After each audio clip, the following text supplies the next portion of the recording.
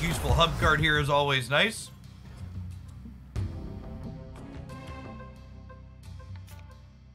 New York is annoying. I think this is a storm into Jones on the left angle. Ideally, I want to storm them out of their armor path so they can't protect their plays. We'll see where they play. Wind, aid my hand.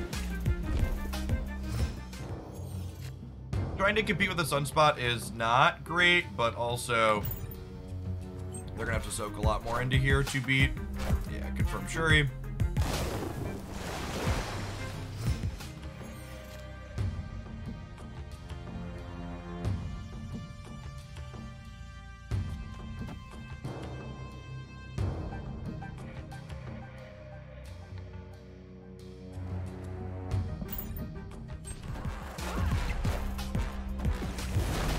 New York makes this kind of messy, I guess.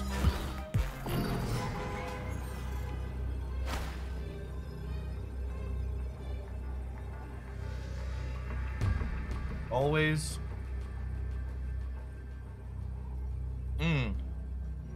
Well, I guess Arrow simplifies things a touch. No, not really.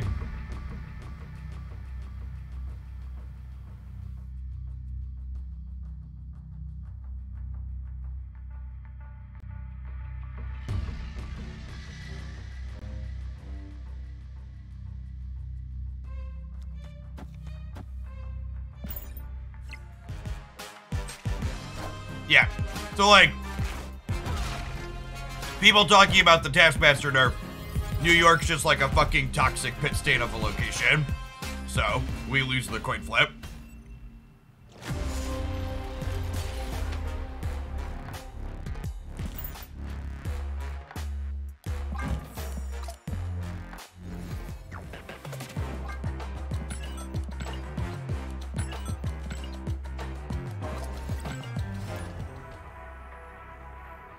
K the High, thanks for the brand new tier 1.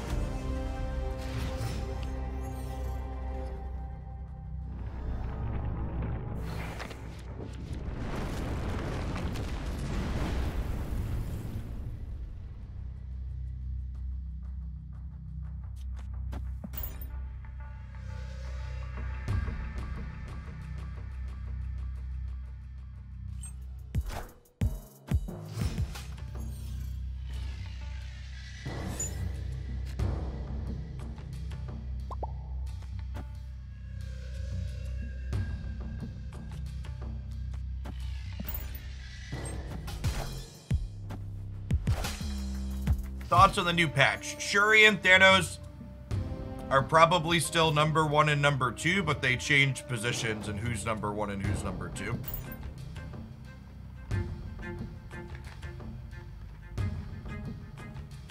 They were unlikely to play to New York. Why were they unlikely to play to New York, JVL? It's actually just a pure coin flip.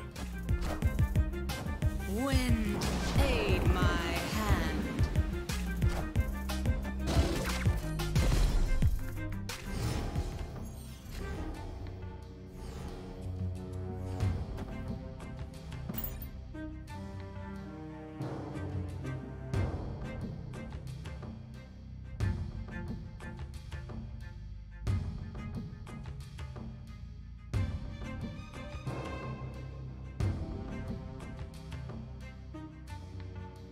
Like Negasonic to the hub on 5. Oh, on 5. Yeah, maybe. I don't know, because then I can't wave them and lock them out of plays on turn 6.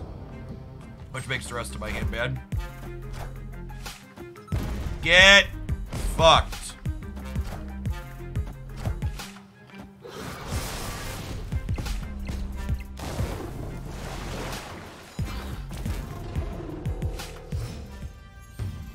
We did, in fact, catch us a big one.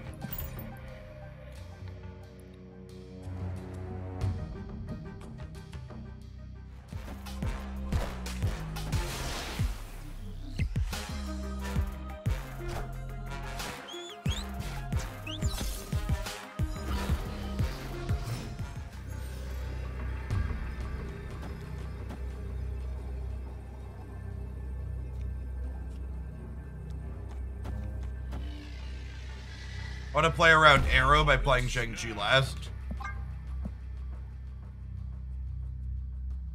We lose to Doctor Doom? Well, I can play a Rock Out last. Good call. We lose to Doctor Doom? What else do we lose to? Captain Marvel? I don't think Captain Marvel and Doom are in the Deathwave Thanos deck. What else? What else beats us here? It could just be a Kang Snap, too. Mr. Fantastic. Sure, I think that's unlikely as well. It's a good call out, though. Magneto could beat us. Do we lose to Magneto? If they Magneto, we win the tiebreaker, right? Because we'll be 12-0 and they'll be 11-1. They can't lead her, there's a goose.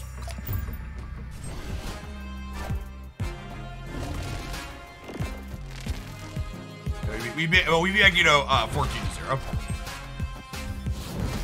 I think it's just Doom and Marvel that beat us here. Victory.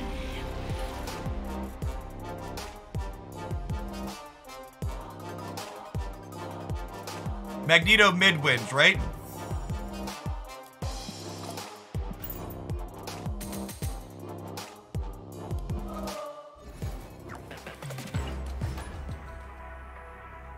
Kitty's got claws.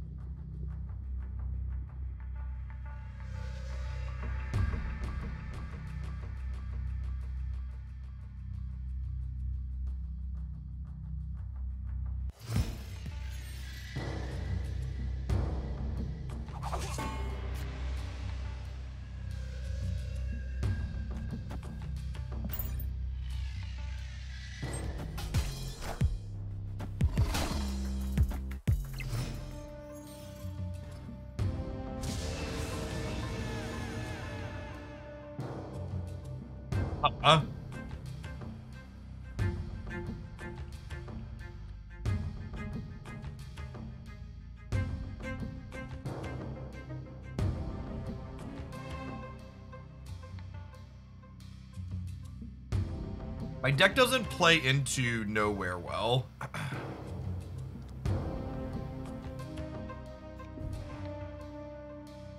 I don't really want to storm the Shadowlands because they have Lizard there already.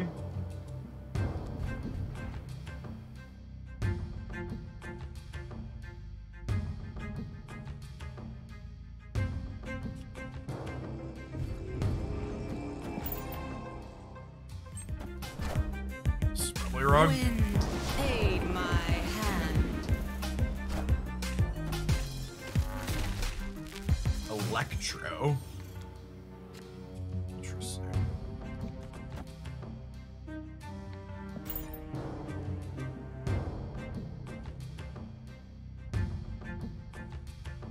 Yeah. Nowhere is not great for us. Probably should have just stormed Atlantis.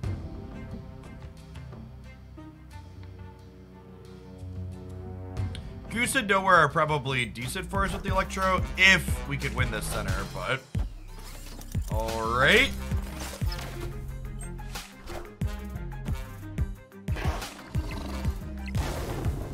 That's so unlucky.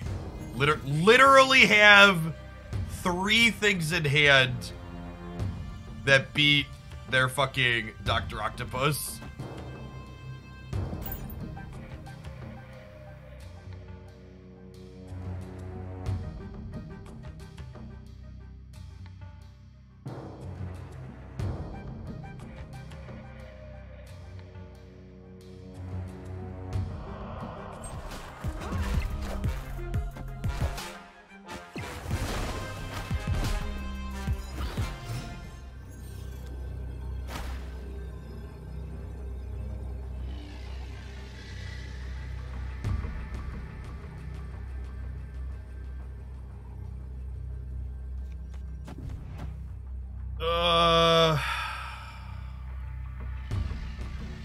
This wins most of the time, right?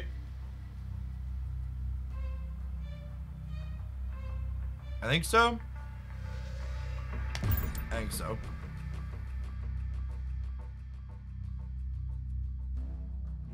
Arrow has no effect. I'm aware Arrow has no effect, but she puts me to 14, 15 power on the right. And I'm at 11 on the left, and they can't play their waved card into the goose path here.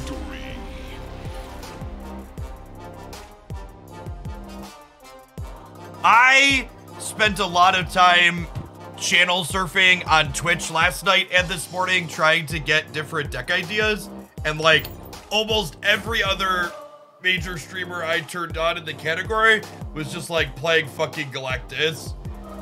Just like, ugh.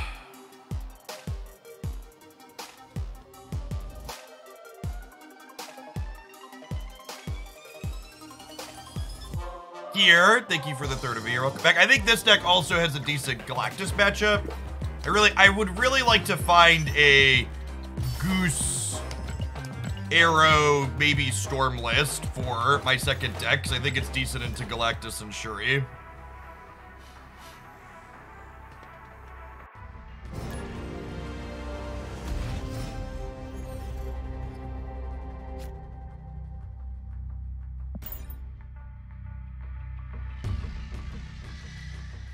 Alright, so we're 5 out of 8 to have a play next turn.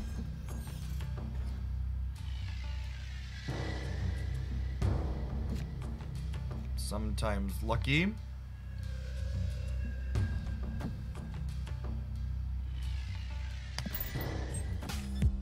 Yeah, so deck lists for the tournament that I'm playing in are due in 2.5 hours.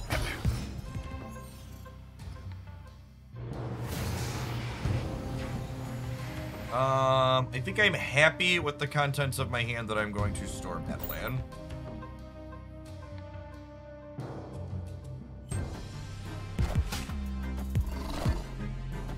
Wind, aid my hand.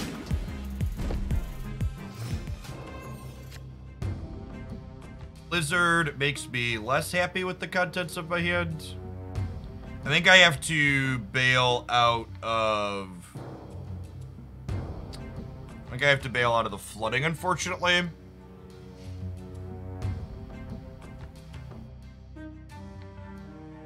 gonna Jones the middle.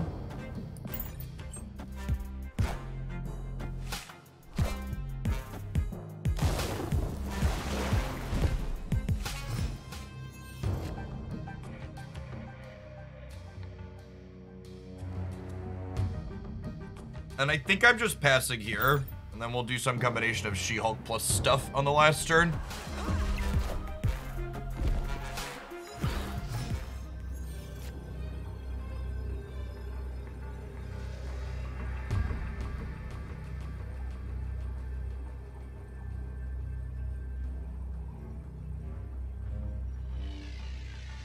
Not having priority makes Warhead bad.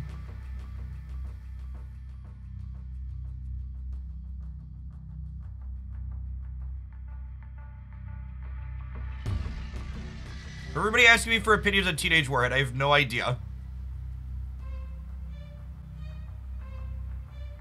We don't know exactly what ideal deck lists look like in this format in general. Much less what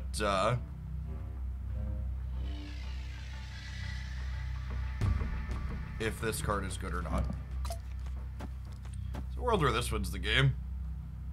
They just like play their big thing in the center, assuming that they have this locked up because they're beating Dr. Doom and Carol.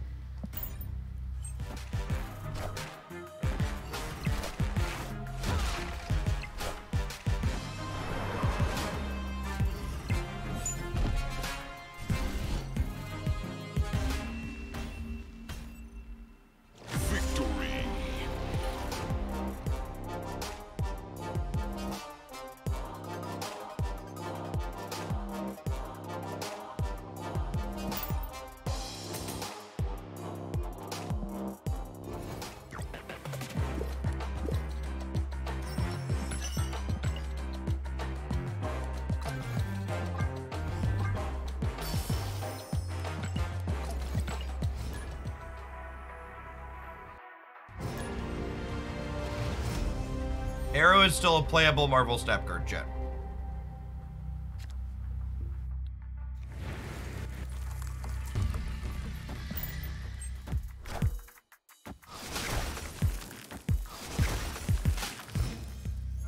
Rip.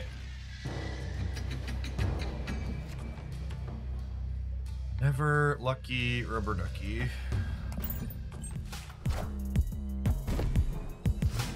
They're doing 2 hours, Canadian.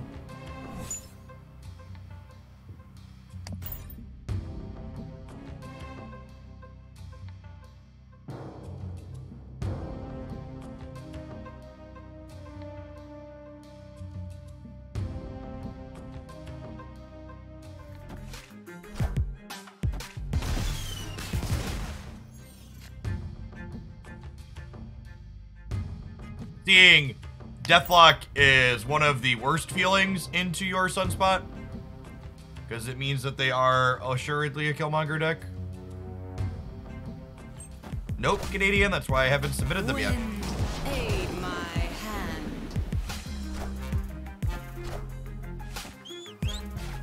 Hey, Retina Rocks, thanks to the Prime.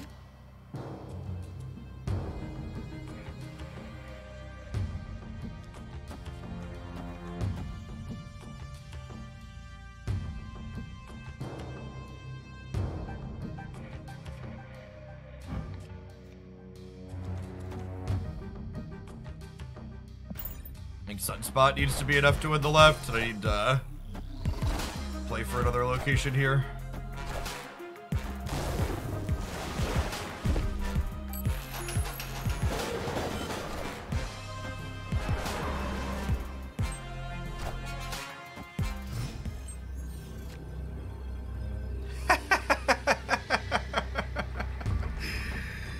Well, it's a awkward, funny game.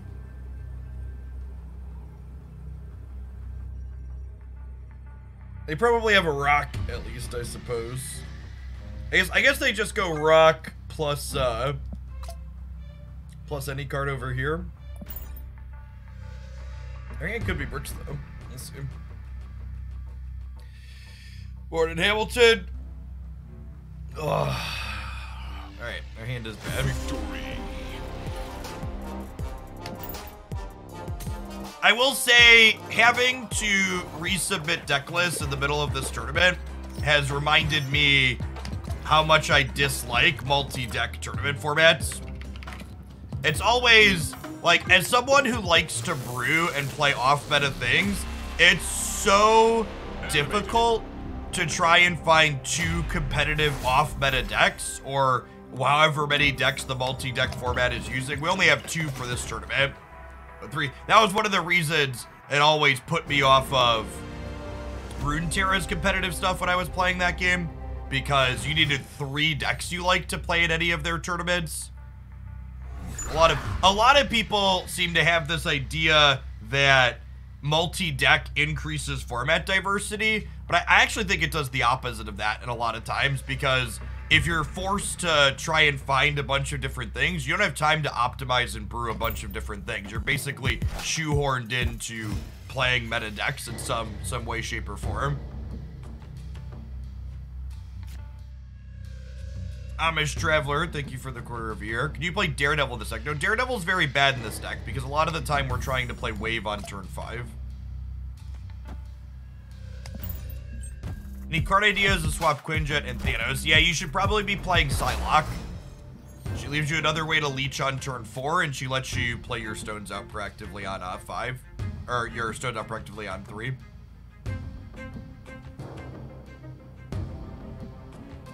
No, don't play M'Baku. Put a good card in your deck that does something powerful.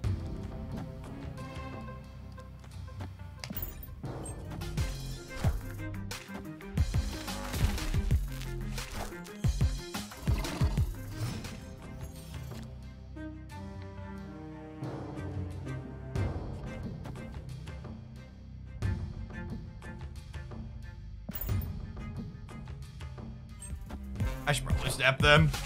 Yeah, I should have snapped them here. Or Galactus.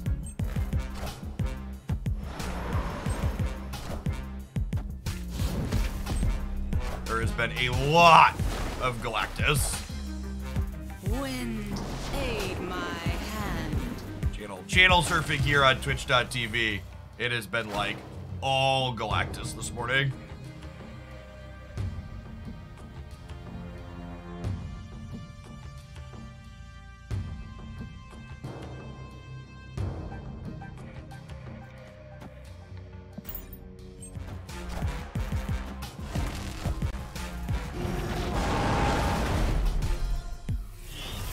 Destroyer, huh? It'd be a damn shame if something happened to him, wouldn't it? Get out of my house. Lived up to his name, chat. Lived up to his name.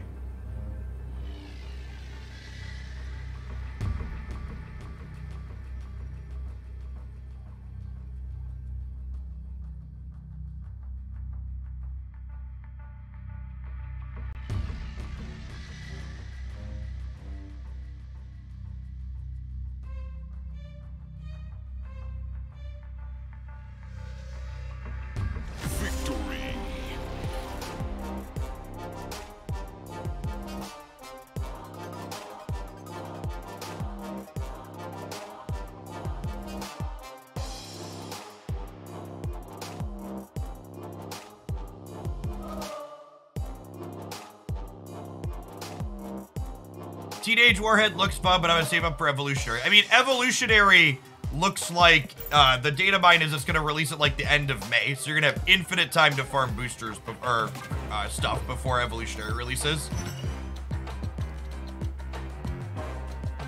My problem with multi-decks is due to the rock, paper, scissors dynamic being the decided factor rather than choosing the best deck for a given tournament. In most cases, you see people play 3 meta decks instead of 1 and then try to predict the counter to their deck at the 1 of the 3. Yeah, I agree, P-Sticker. I'm also a little bit, like, I just, as someone who essentially always tries to bring off-meta stuff, it is decidedly harder to brew into multi-deck formats. So it really just cramped the way I enjoy playing competitive card games.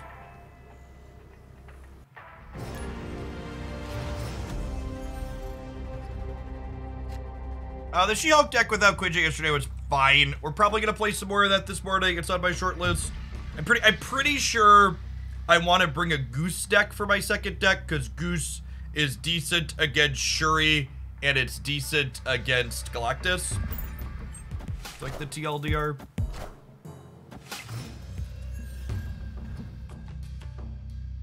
I'm just not gonna play against someone playing a move deck because it's not relevant to my testing. I'm gonna do some matchup-based concessions this morning as I try to get a feel for decks I might bring to the tournament. Those deck lists are doing 2 hours. It's just like 0% chance I play against a Human Torch.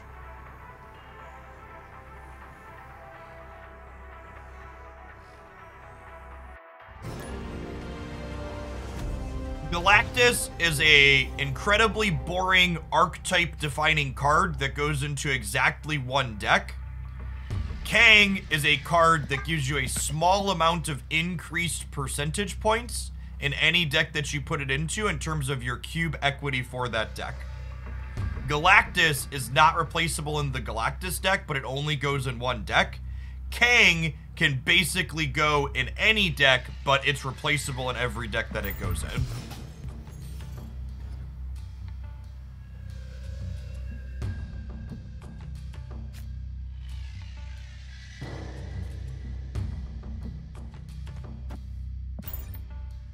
We'll Goose the Avengers compound here.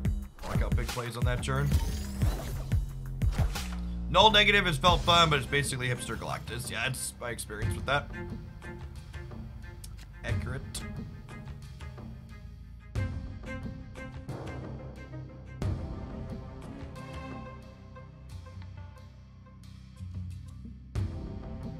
Valk will drop to Series 3 with the patch next month.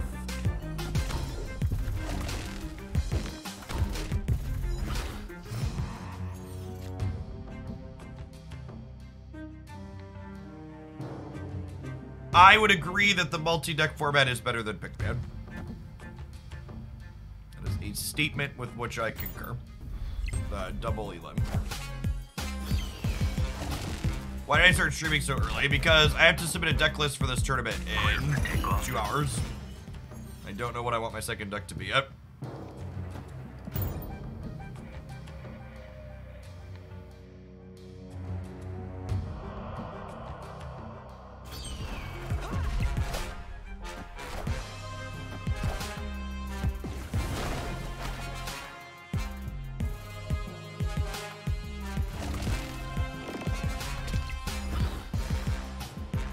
What was my first deck? I'm gonna run the bounce deck back for my first deck. Feels like it would be inappropriate to not dance with the person that brought me.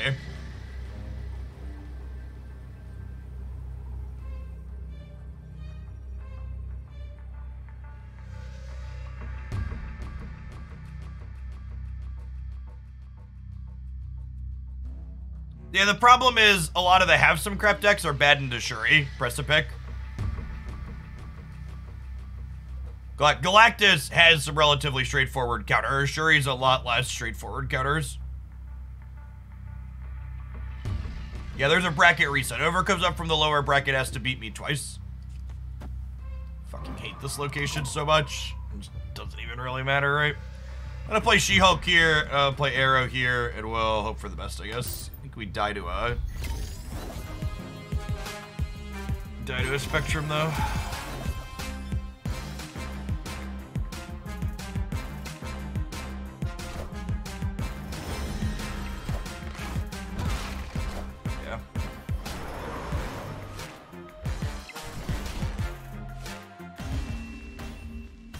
It's really annoying that this New York has flipped up in like half of our games this morning with this deck, because it's probably the location that's like worse for our decks. We're trying to control where people can play, and it just gives them like a get out of jail free card.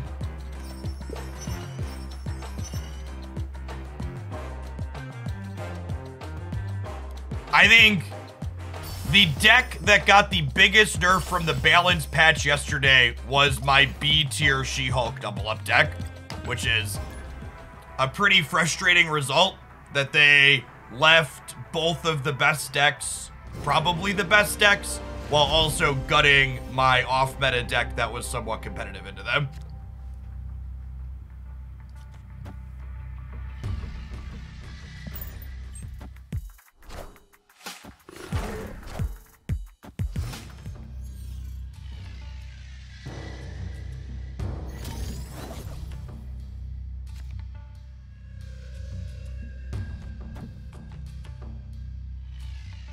So, a take that I've heard a couple of times that I think I agree with is that I think Arrow was better against the Shuri deck than it was inside of the Shuri deck. And I think the Arrow change actually helps Shuri more than it hurts it.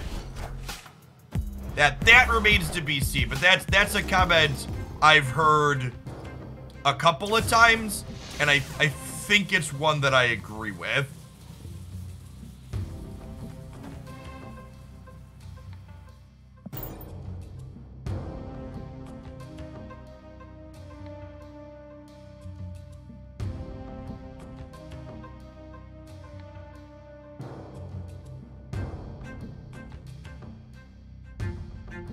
No, I signed on an hour early to try and figure out decks for this tournament. Wind, aid my hand.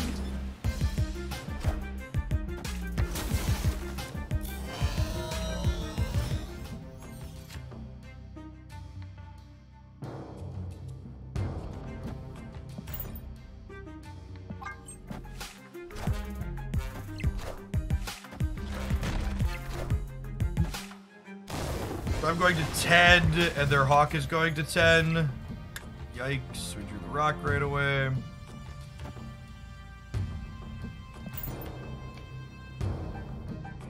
What's the tournament? The tournament has a $3,000 USD total prize pool, with first place getting like 800 bucks and second place getting like 400 bucks.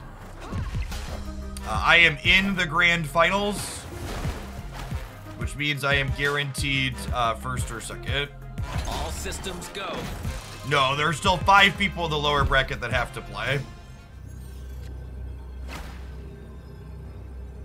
And they get to play 2 cards here with the Zabu. So I think we're just bouncing out here. Really needed to win the flooding. Honestly, even if we had with the Zabu, we might have been dead here anyways.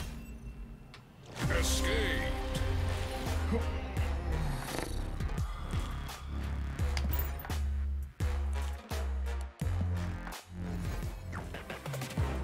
Yeah, Beast Bounce is the first deck I'm playing in the top bracket. I need to submit 2 decks though. I've been playing really well. I've played okay. I think I played relatively well in the last 2 matches. In the first 2 matches, there were a lot of slops. There were some slops in the last 2 as well, but definitely more in the first ones. No, I think Arrow is completely unplayable, and I could never imagine putting her in a deck again.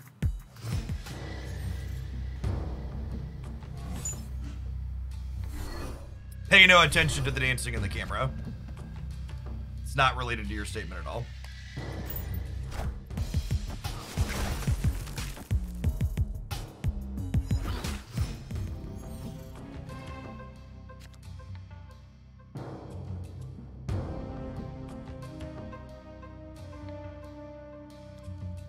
What do Dino decks look like without Quinjet? I think the Dino decks are the one deck that still want to play Quinjet. The decks that don't want to play Quinjet anymore are the Thanos decks and the Hood decks with Demon that I really love playing.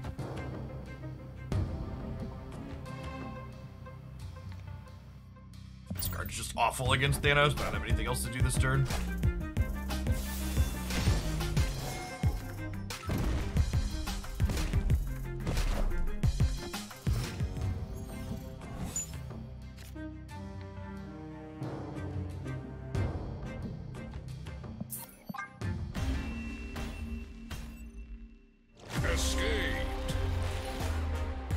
The Quinjet decks that don't want Quinjet anymore are the Quinjet decks that wanted to make things free.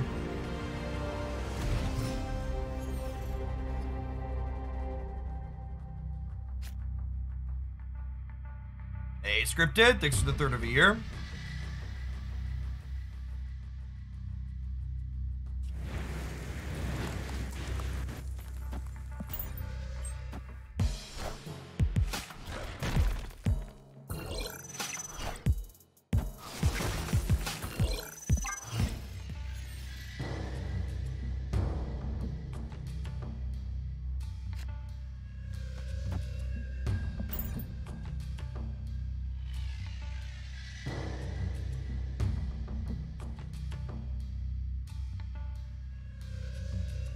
Again, thank you for the 11 months. I appreciate that. Welcome back. I'm gonna Sunspot Asteroid M because I want to Storm Asteroid M next turn. I want Sunspot there.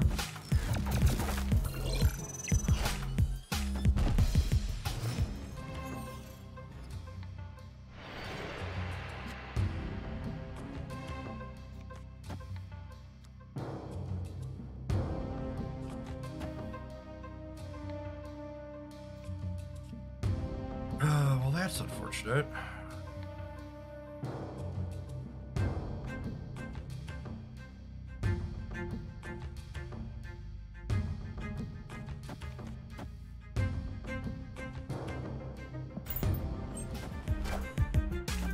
Wind, aid my hand.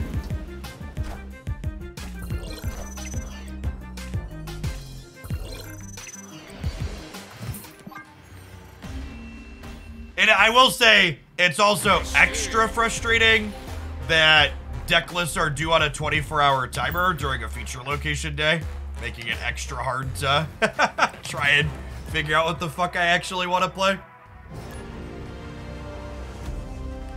It's like, it's already hard to get meaningful games in on a ladder system if you're trying to prep for an event, but then having some amount of your games like... Well, I mean, the patch is the reason why we have 24 hours to submit deck lists. I really wish the tournament would have just, like, played out before it happened, but we took too long to get the games together. You need to submit new decks because there was a balanced patch yesterday. No, I think that deck's shit into Shuri. Press a pick. Remember, they basically didn't nerf the Shuri deck, chat.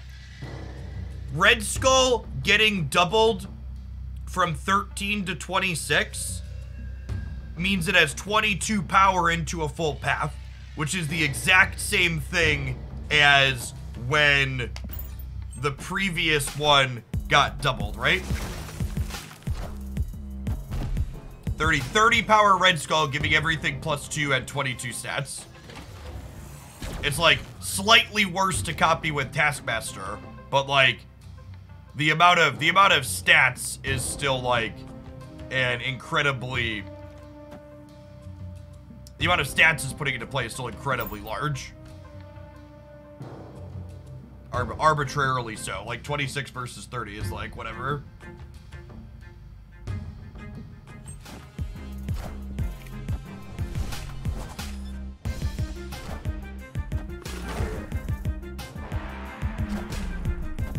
Wind, aid my hand.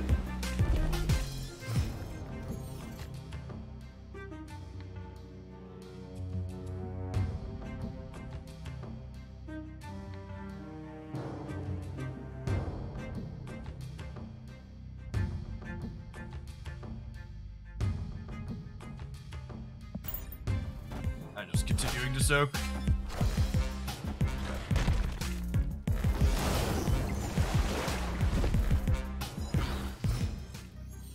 I don't think we need an Negasonic here. They already cleared Vormir.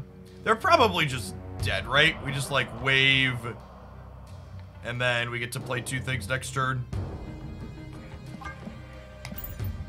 The bounce deck just like thoroughly eats shit to wave on 5.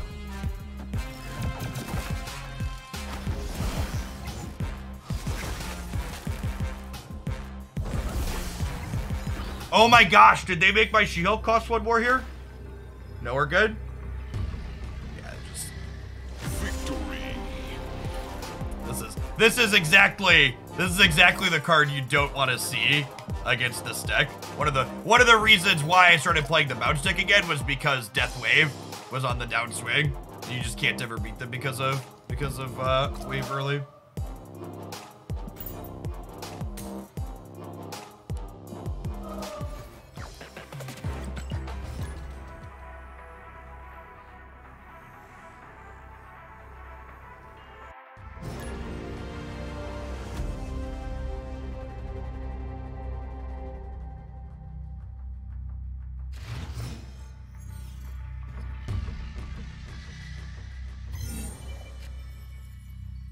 When I think about the design for High Evolution, I think it's very novel. I'm excited to see them exploring alternative design space. I think that seems like good design space for them to be exploring.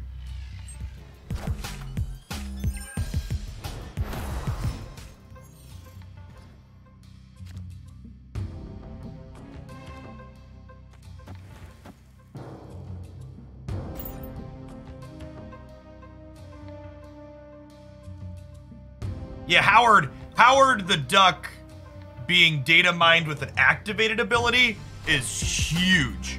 Like that's a big deal for Marvel Snap.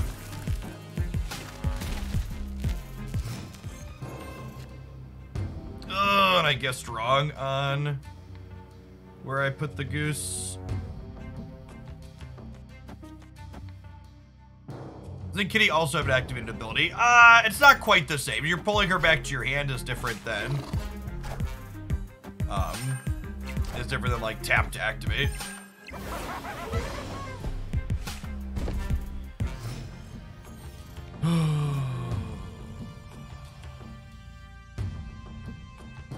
Oh my god, and my goose locks me out of being able to drag it into the Electropath.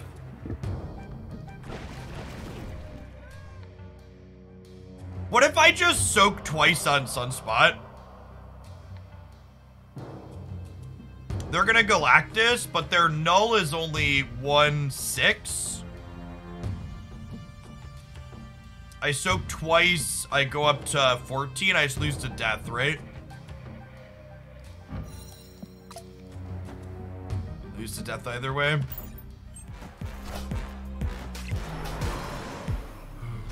We can try and get mid and top deck Negasonic. Yeah, that's true.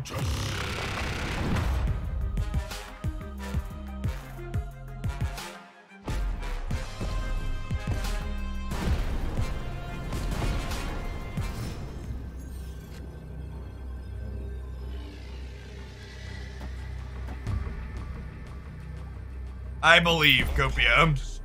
I believe, Copium.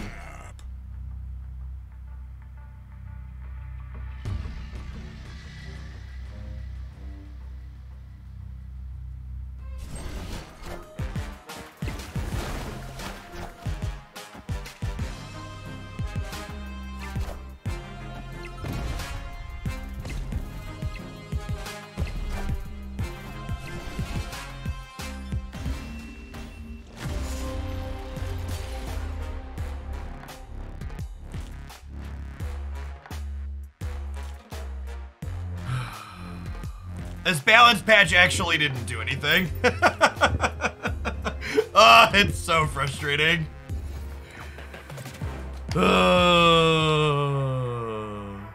It actually didn't do anything.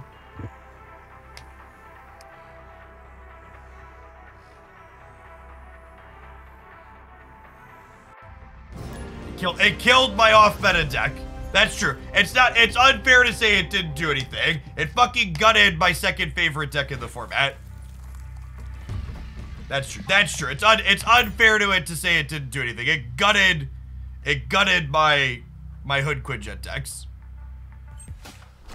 It didn't kill Thanos. Thanos is still fucking great. Thanos doesn't play Quinjet anymore. It's probably still fucking great.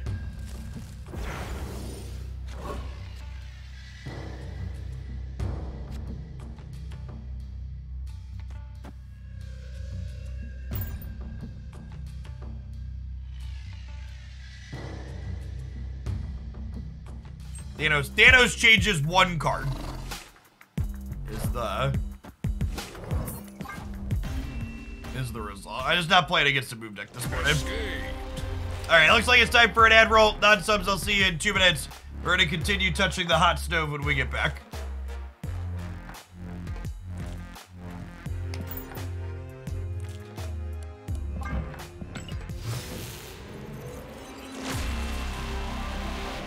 That's true. It made the Shuri deck better. It made the Shuri deck better, and it gutted my second favorite deck.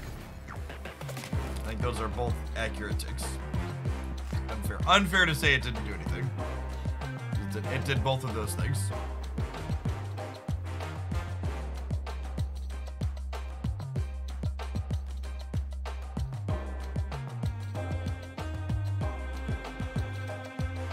Can you send me a deck list in Snap.fan or something as a tough?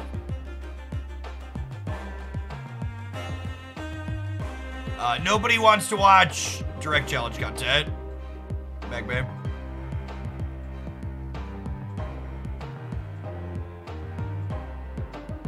That's just not content that's well received.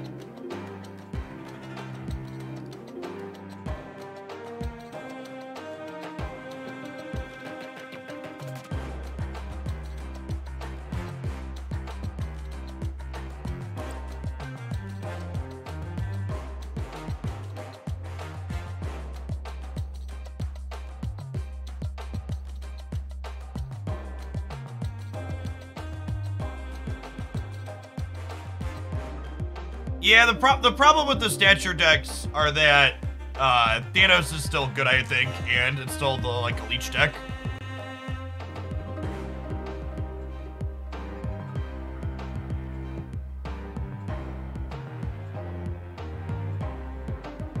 My recommendation for what cards you should spend your tokens on is cards you would enjoy playing games with.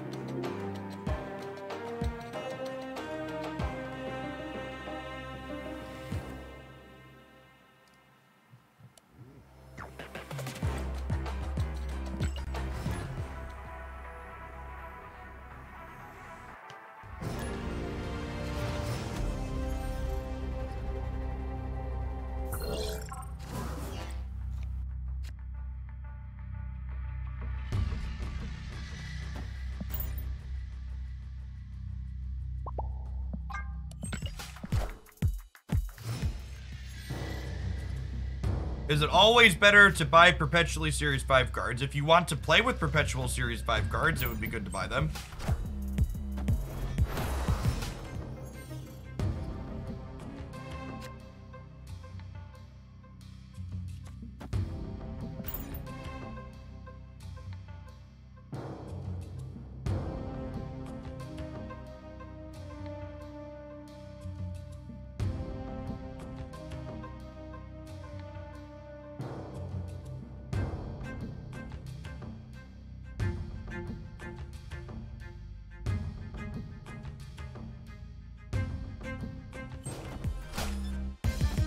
Wind, aid my hand.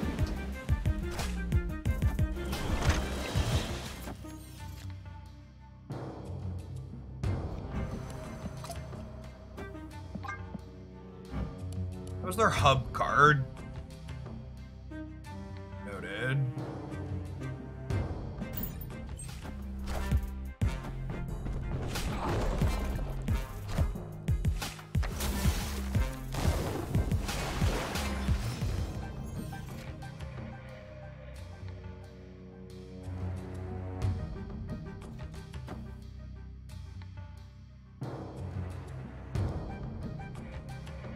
I don't want to Maximus them, but also I think we do this and then we'll just max Surfer next turn.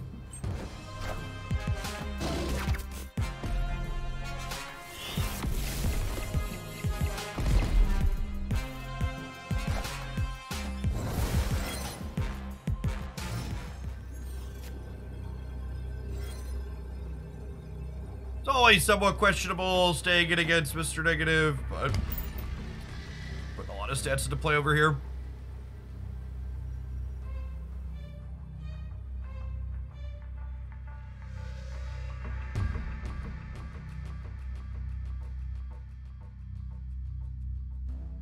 They shouldn't be able to get more stats in the Flooded. It'll probably come down to, did they draw their negative Iron Man?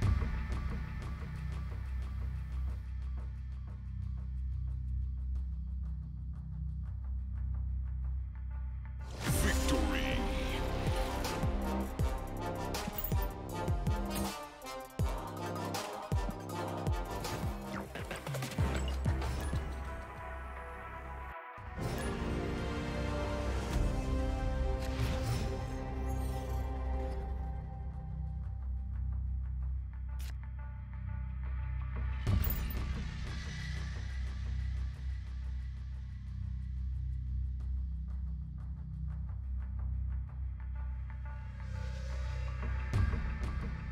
As a deck I'm considering for the tournament, yes.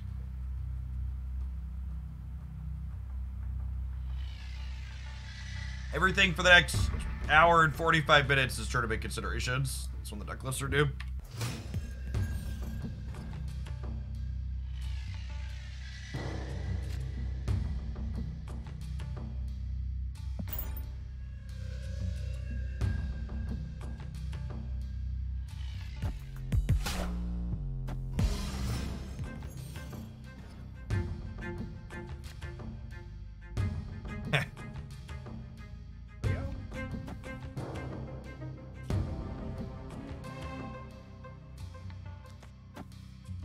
Yeah, it's still open deck list.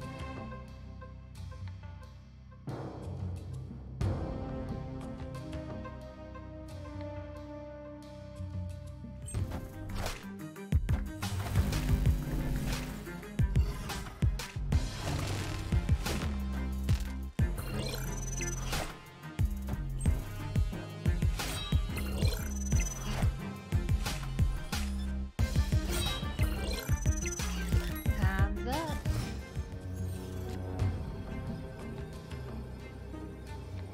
Is it though?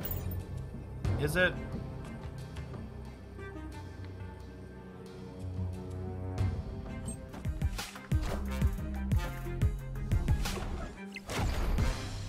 It is.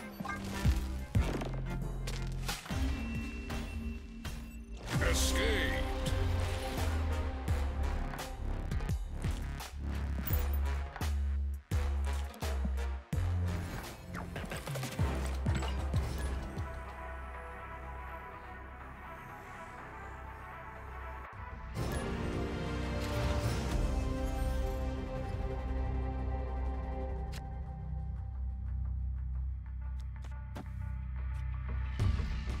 Put Nova in the middle because we're probably storming the Mindscape.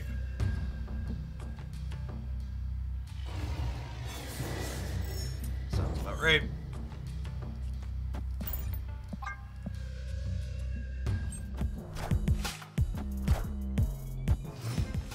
Daredevil on each side cancels out.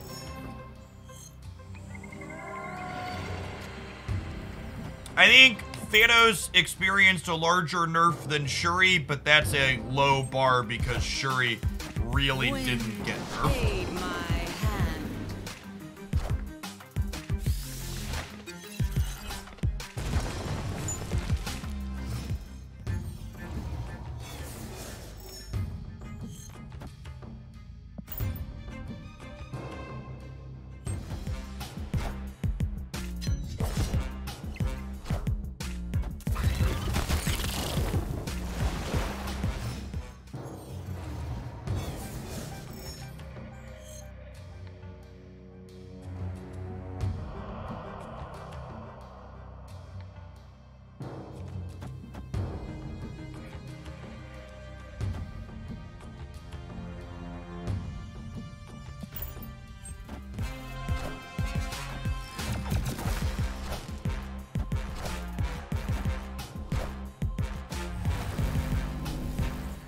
Oh. What a kick in the neck. Escaped. Altergo, thank you for the almost 2 years. Welcome back. Appreciate it.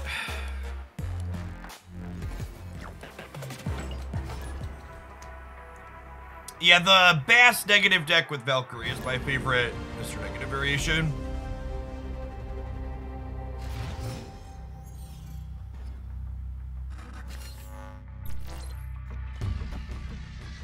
I don't follow the purpose of Warhead in this deck. What is she destroying? Whatever card is played after her into the same location gets destroyed.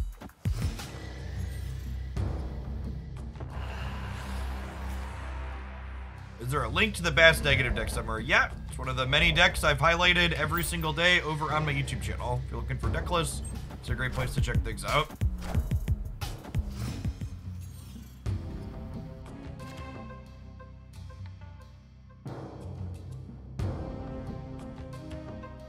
That's fine. I don't really want to play against the movement deck anyways. Escaped. You think this deck is good against Shuri? I don't think that deck's good against Shuri, Prespec. Like you basically never, like how does this deck ever beat a Red Skull behind an armor or a Cosmo? Ever.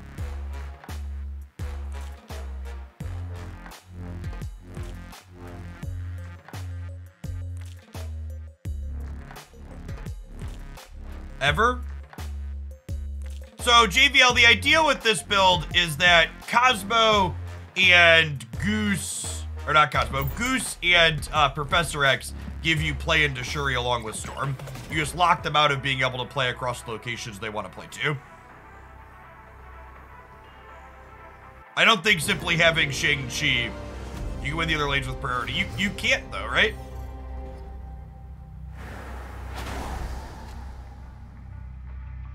Like they put one thing behind a Red Skull and one thing behind armor and you just die, right? Like you actually never beat their good draws? Ever?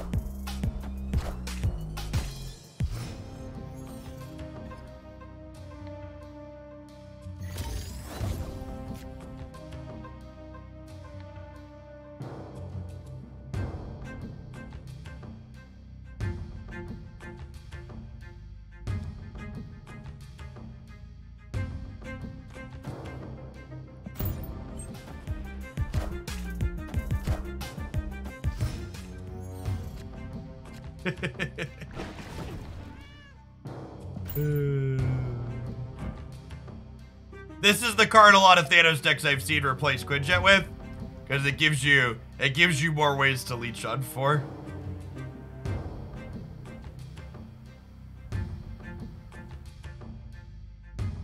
Yeah, negative's on my short list of decks that I'm considering as well. The problem with negative is that negative is, what's the word I'm searching for? Negative is not good into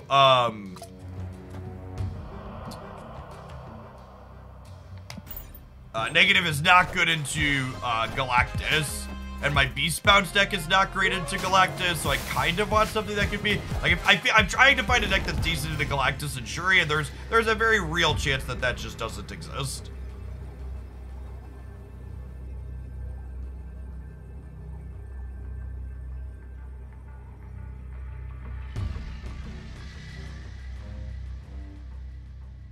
Unfortunately, we have priority here, so I can't really jug them. Well, they're probably just playing multiple cards, right? There's no way this wins. There could be a world where this wins the game. They play something big here and we die.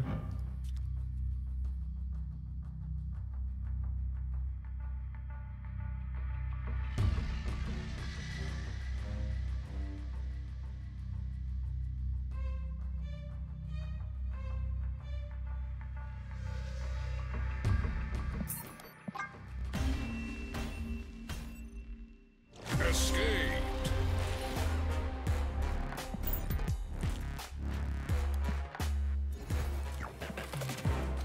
I'm feeling a little annoyed with the state of chat, so to kind of just take things down a notch, I'm gonna go ahead and throw on some only mode for the morning.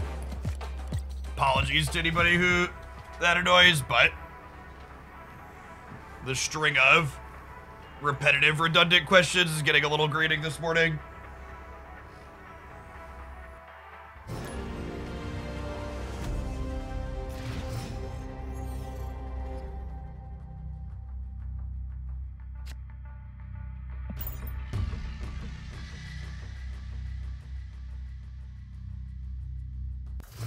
I really don't want people to talk about balance and jet and rebalancing cards.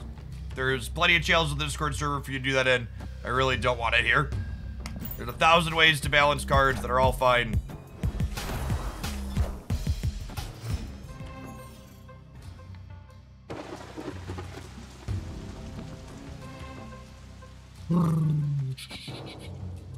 This leaves the Broodlings in the aisle at least.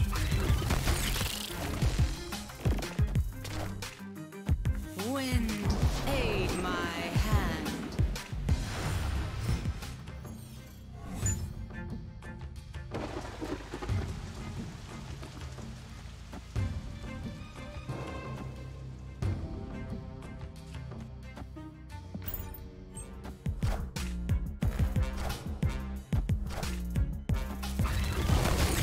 Are they also a surfer deck?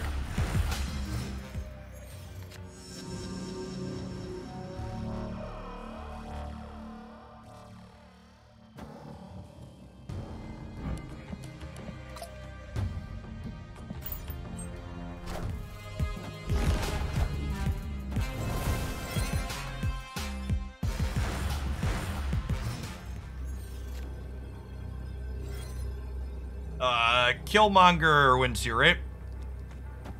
I go down to 5, up to 7, and they're only going to 6. Yeah, I don't know that the deck I'm looking for exists. I don't know that there's a second deck I can bring that's good against Galactus and Shuri. I should have played these in the other order. I'm missing a point.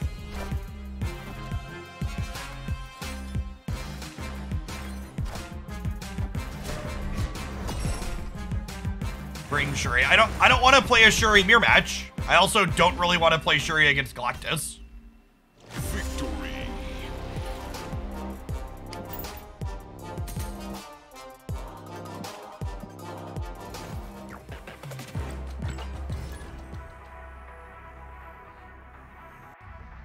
Yeah, negative with Valkyrie and negative drawing Iron Man sometimes beats Galactus after it Galactuses you. Could be like a real thing.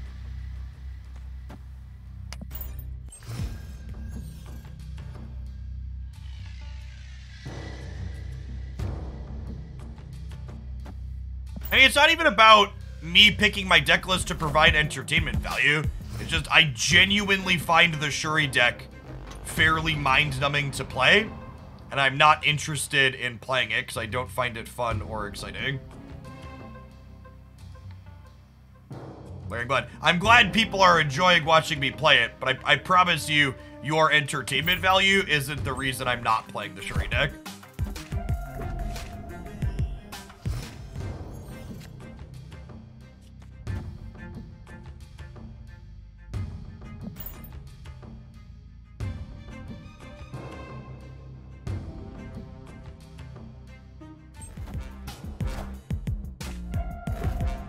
I think I've hit a point that I'm willing to punt the Sandman matchup, Admin.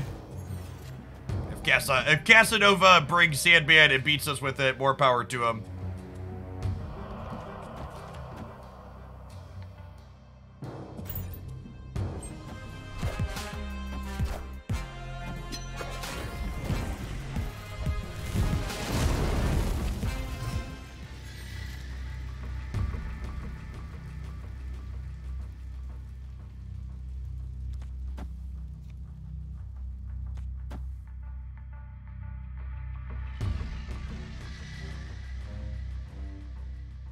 Are you unwilling to run back the bounce deck? No, I'm bringing the bounce deck. It's just a multi-deck format.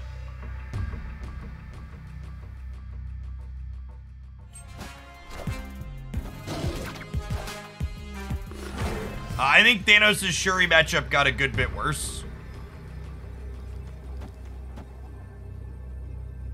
Thanos beats Galactus by leeching them. This is the TLDR. Or arrowing them on occasion.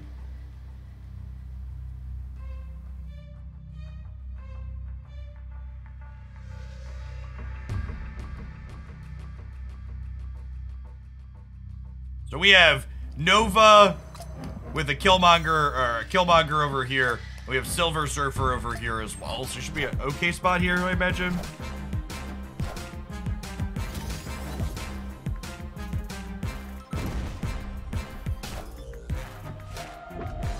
There's Cerebro 3.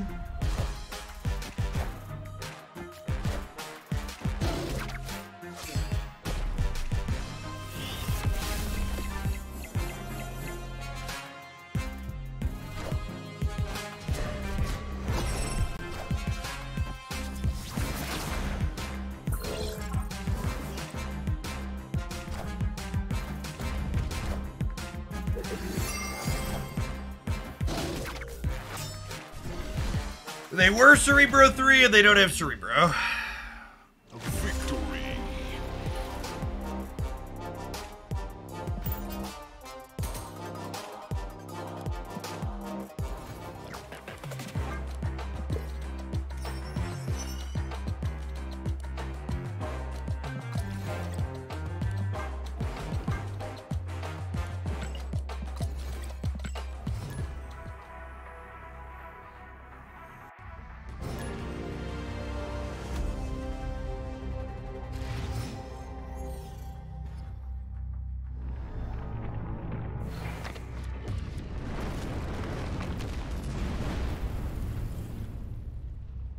I will have a best decks in the developing format video up this weekend at some point. Wanna watch some more games and play some more games and get a feel for things. And again, I really can't emphasize enough. I'm not playing Shuri and Thanos because I think they're unfair or unreasonable. I'm not playing Shuri and Thanos because I find them mind-fuckingly numbing boring to play. Zero desire to play. I play games with them and I feel fucking bored out of my mind by the end of whatever. And the mirror matches are not particularly interesting.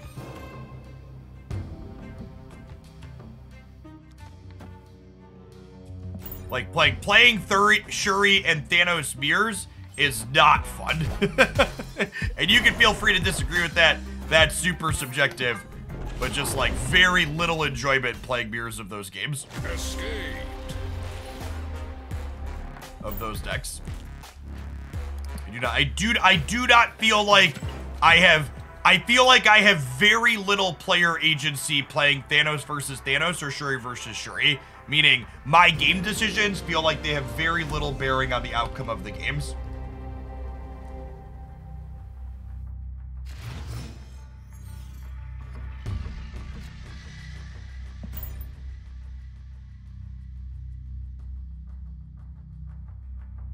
The feature location seems fine. It seems like it'll be another location that's reasonably added to the pool that creates meaningful gameplay decisions. It's just a little annoying that there's a feature location on a day where I have to figure out a deck list to submit.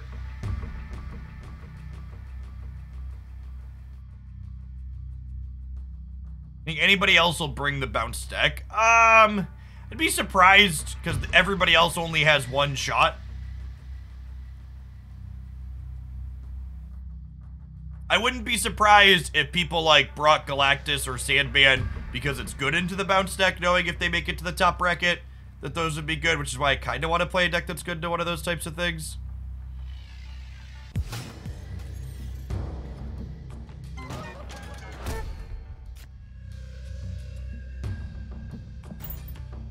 People being able to change deck lists mid-event also is a distinct advantage to people that don't like brewing. Like, being able to look at, oh, this is what the people that brewed came up with, now we can change decks to beat them is, like, I have an edge because I'm in the top bracket, but feature locations don't impact direct challenges, Petter.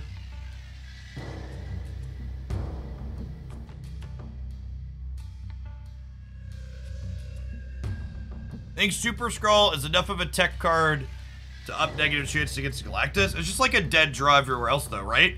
And, like, the Galactus deck sometimes just puts death into play and then your Super Skrull didn't do anything.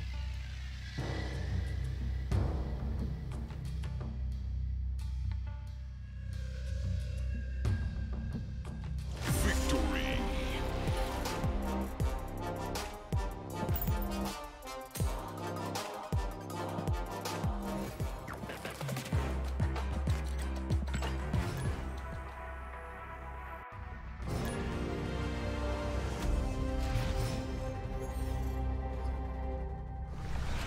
Should just bring Agatha for the other deck. I mean, we're playing for $400, which is not nothing. We'll try slightly harder than Agatha.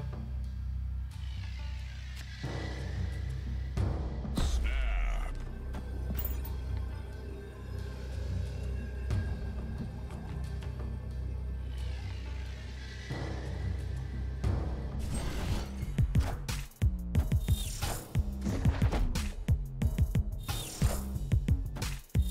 You win with Agatha, she keeps the prize money too. That's true.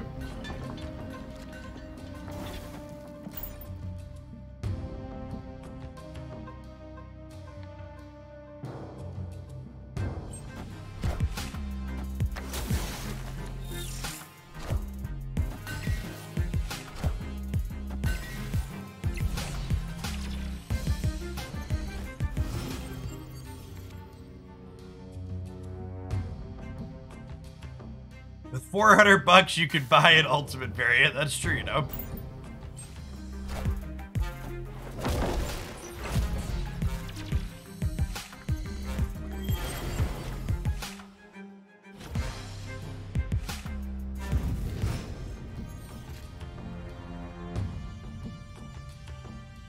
I even need another turn. It's left in my deck. Ironheart and Angela.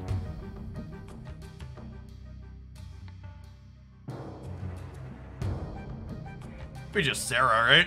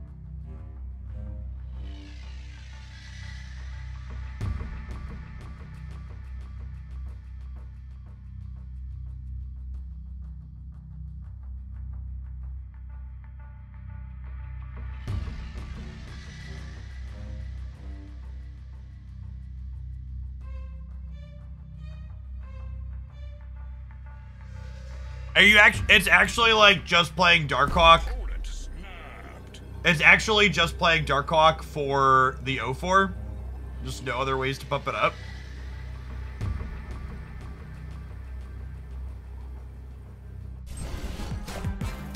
It's a null snap.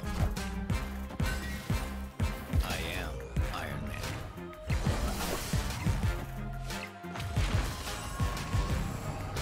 I am. Or King snap, whatever it's called.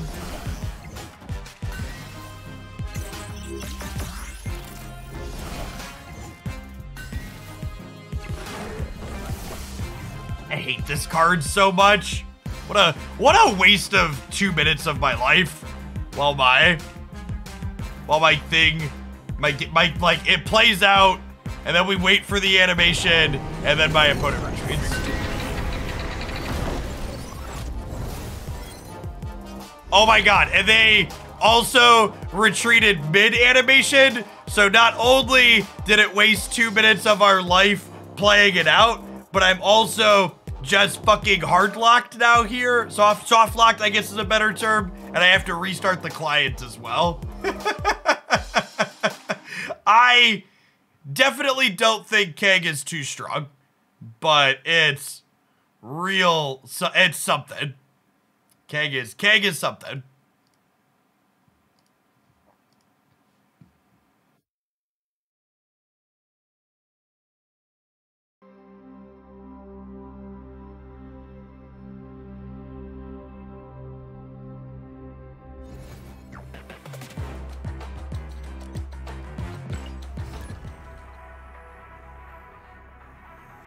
Is Valk replaceable this deck? You can play Shang-Chi. Oh my god, did the tracker break somehow? Alright, let me relaunch the tracker here real quick.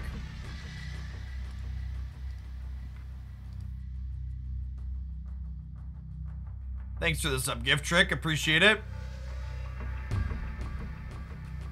Gonna pass, we'll pass stun too.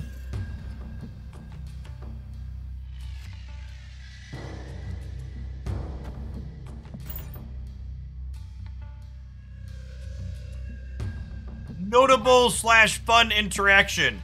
The vault is only closed on turn 6. Meaning if you believe in magic, it reopens for business the following turn.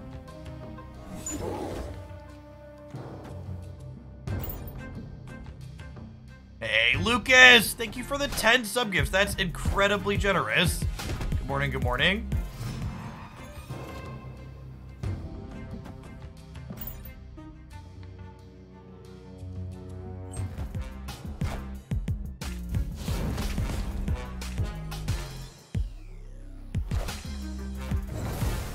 Yeah, Sarah controls probably a good read on what our opponent is doing.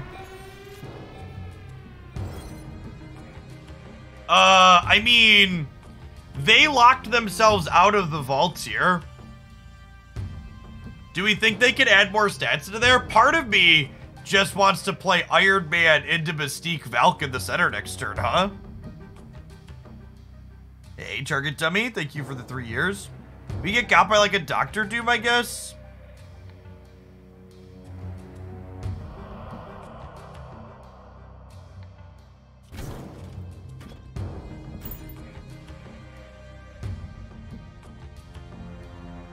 Yeah, I think if we're putting them on like a Sarah deck, Doom's unlikely.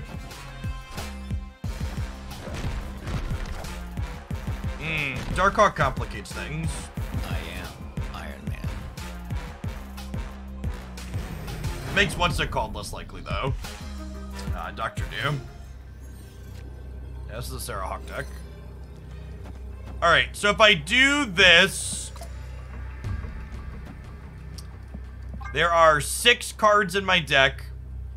They play Hawk in the middle. Hawk is 15, and then each of these are 3, that's 24.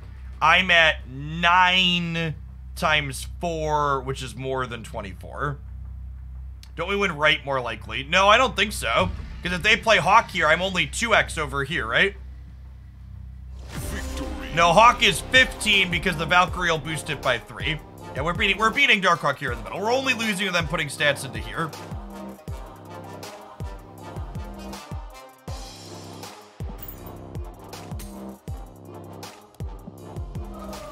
I think is unlikely given the makeup of the rest of their deck. Not only the Mr. Fantastic on the right press a pick, but if they play Hawk on the right and we Valk on the right, we die there too, right?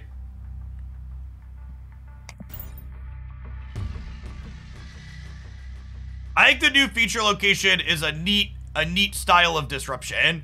It disrupts how you play your cards out without explicitly locking you out from playing your cards, which is different than a lot of the other types of effects like this, which is good.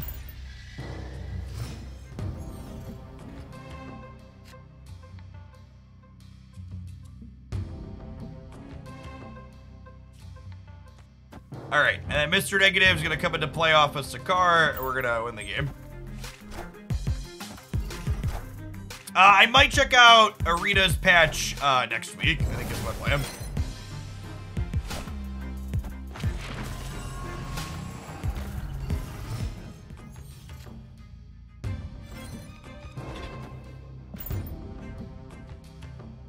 I need to build back up my Snap content backlog for YouTube videos the rest of this week. Yeah, Sarah is definitely our second best hit off of Sakar.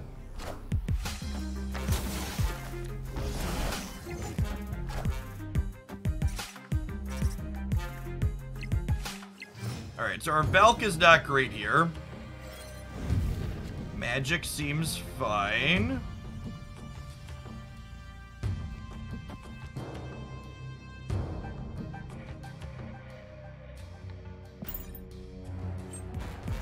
I haven't submitted decks for the tournament yet. They are due in an hour and a half thereabouts.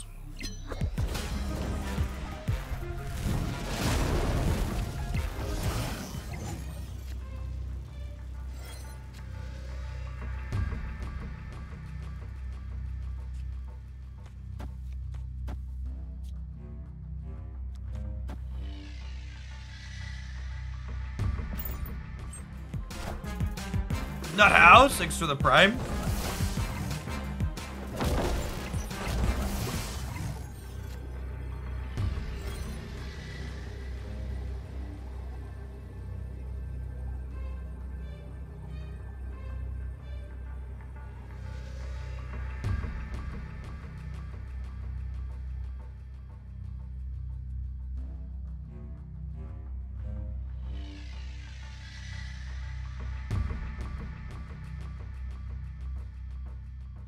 Yeah, the lack of deck submission prep time is definitely a little on the frustrating side.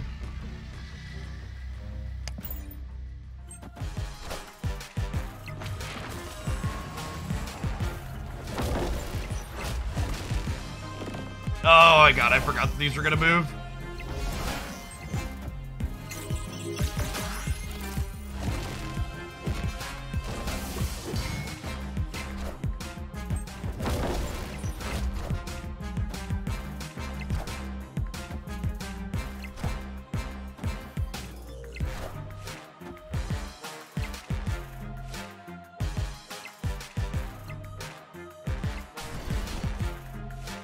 Good anyways.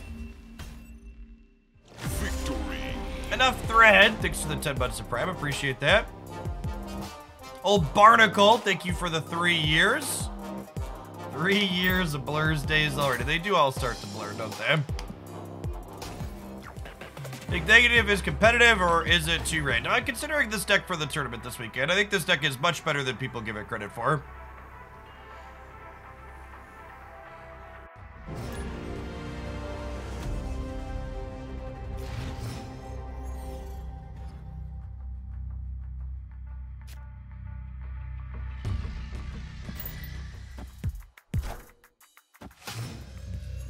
You say Valkyrie is a better Series 4 purchase over Null. The only competitive Null deck in Marvel Snap right now is, the only competitive Null deck in Marvel Snap is, Galactus.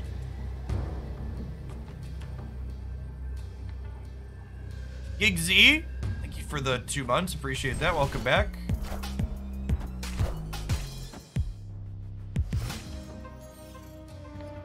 Can't even gift them a Mr. Negative to disrupt their Thanos here. Sad. Or their Galactus. High Evolutionary is not releasing for almost 2 months, and it's a very convoluted, weird card that's impossible to evaluate without playing with it. You thought I won the tournament. I won the upper bracket. It's double elimination.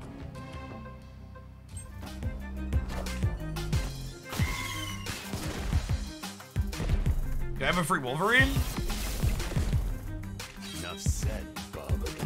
Rats.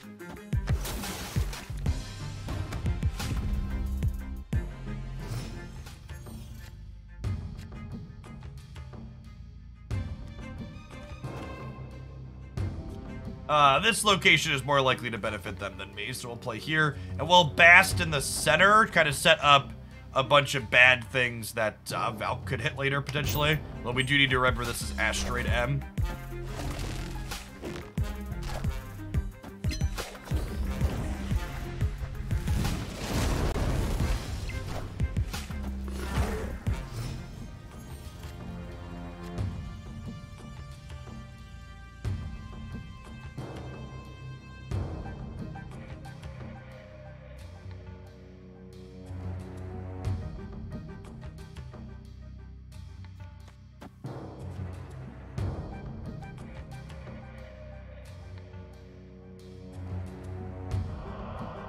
I think we Iron Man this turn, right? So that way we can wait to Valk whatever they're shuriing.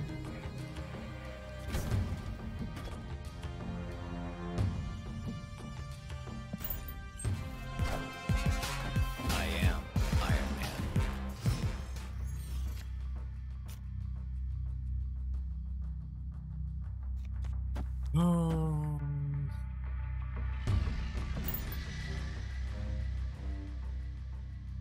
I need to play something into the center this turn for the sake of what's it called? For the sake of Mystique not getting ripped into there.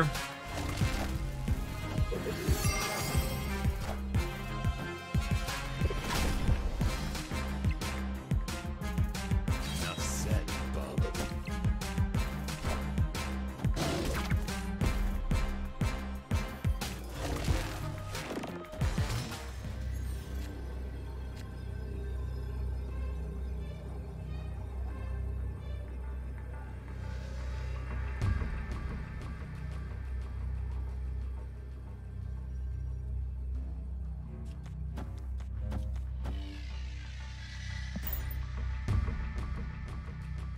Victory.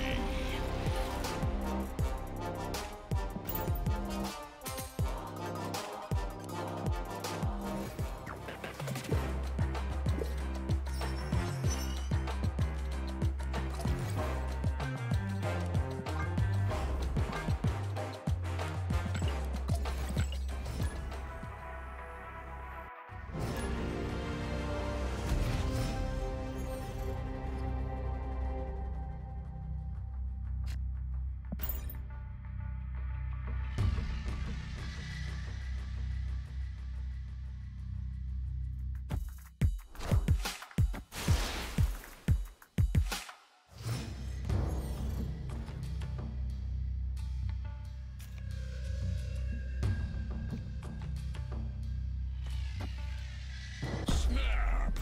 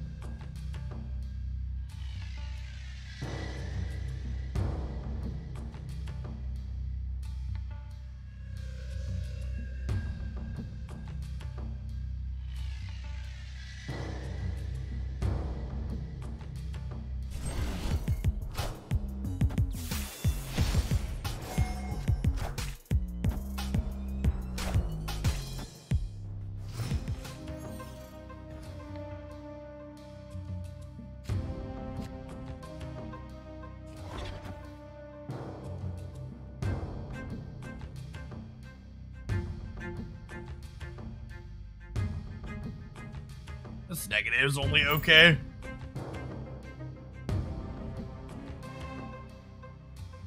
Drawing our last 0 really sucks.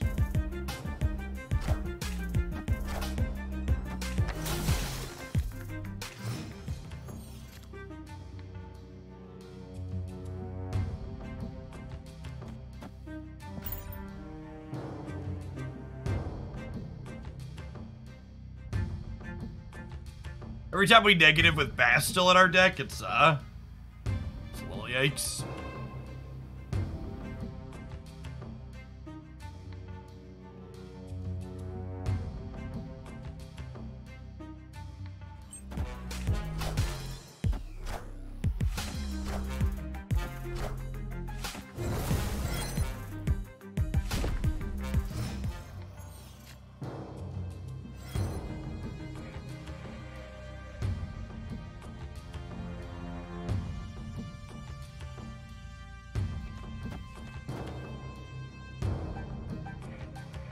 I need to do this to not get Titania'd over here.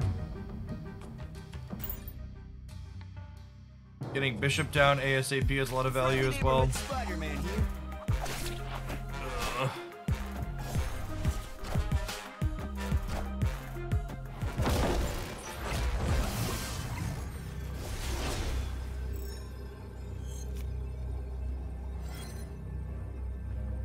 It's not the angel I wanted for Christmas.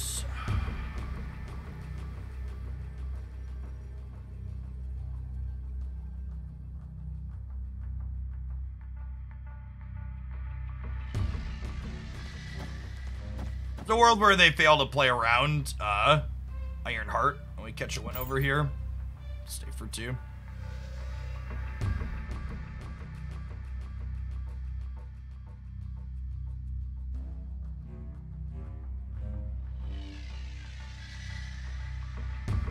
They're gonna +3 into a location that they Spider-Man'd.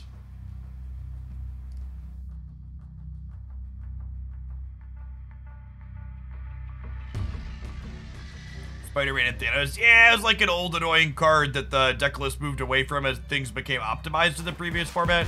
That people have like started slowly moving back towards.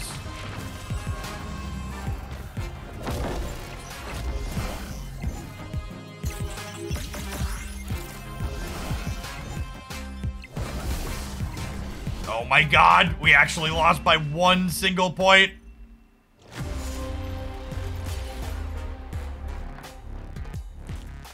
If we'd have tied the left, we were winning the breaker.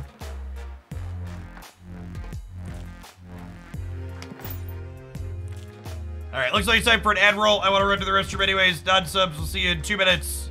Beer me.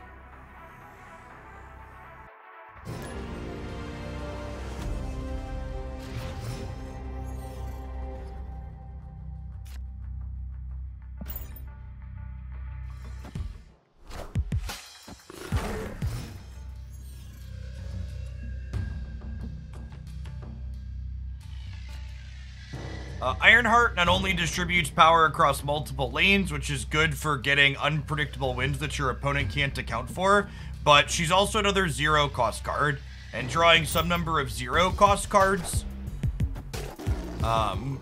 after you negative tends to add a lot of power and unpredictability to your draw.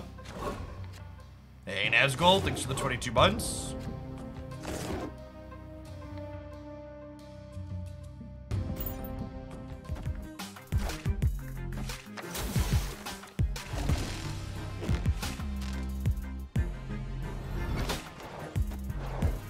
Our draw's a little better than ours. Lift him on the expansion at least.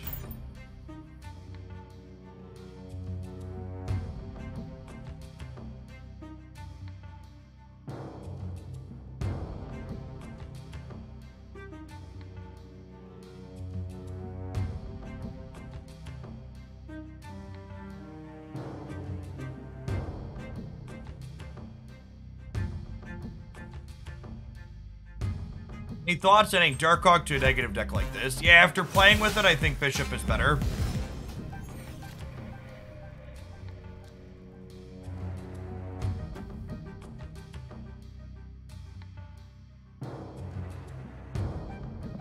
Bishop plays on curve better.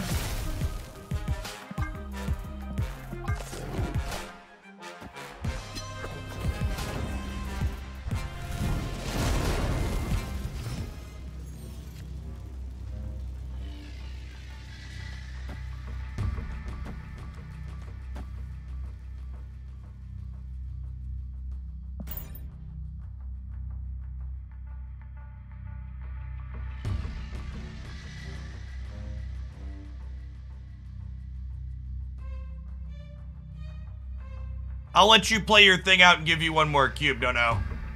If you snap, I'll give you 1 cube. I'll donate a second if you just play the game out organically.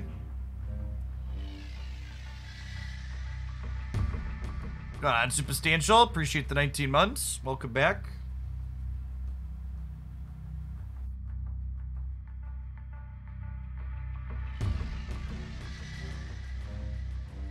Iron Man, obviously the best draw on our deck. Bishop, the second best.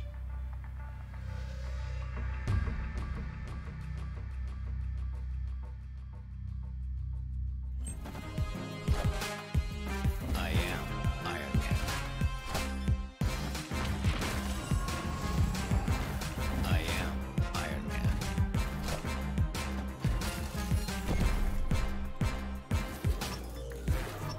I am Iron Man. I am Iron Man. So, this build that the opponent is playing doesn't usually contain the card,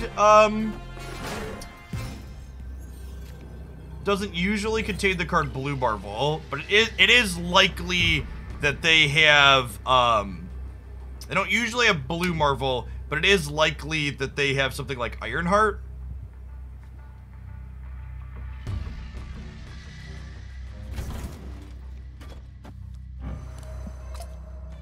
This probably wins the game.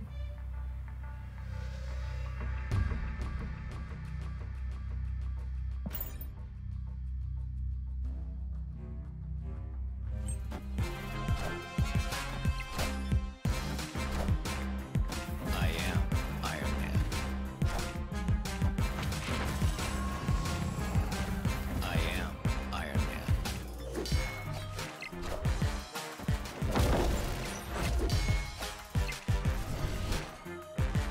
Every time I see this Jane negative deck play out, I'm very confused as to why people play it. Like, they played negative on 3, and they played their Jane Foster, and we didn't do anything until negative on 4, and we still just put them in a dumpster. Yeah, I guess, like, drawing your zeros with what's it called is, like, super novel, I suppose.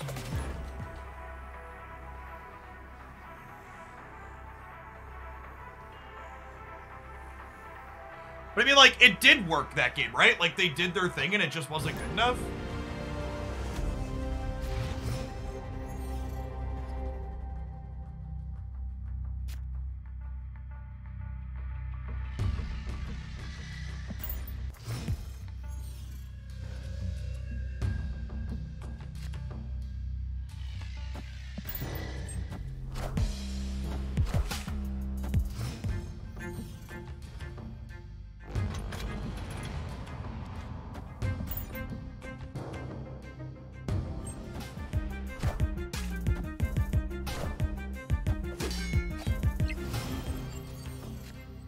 They're negative Galactus. And I think you're wrong. There's definitely a list going around that just like plays a bunch of zeros in the negative deck without Galactus. You're right that some people do also play a negative Galactus variation, but I don't think those cards, the Jane is typically indicative of not Galactus in my experience looking at deck lists. My experience looking at lots of those things and seeing them play out.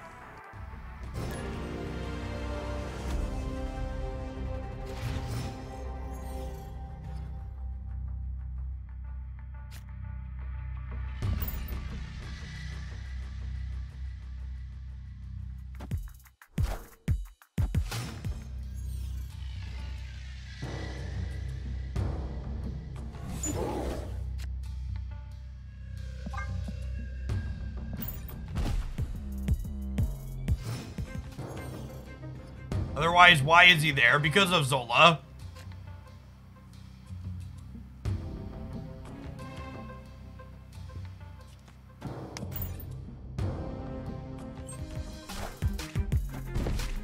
It's also just a 0 energy, 6 power play.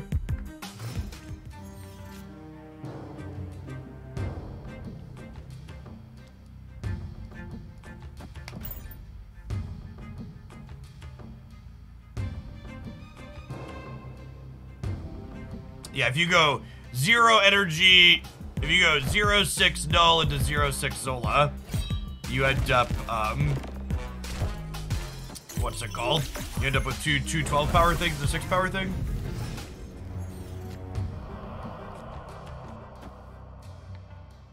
This is a no negative game, I think. The only time you typically negative on 5 in this deck is when you magicked on 4.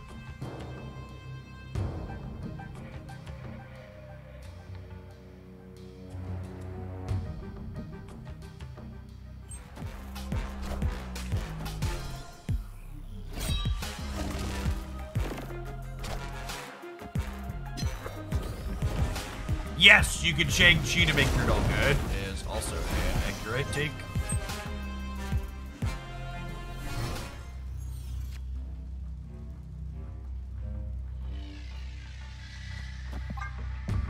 Oh, snap. I mean, they lost their Hala. Their Hela? Whatever you want to call it.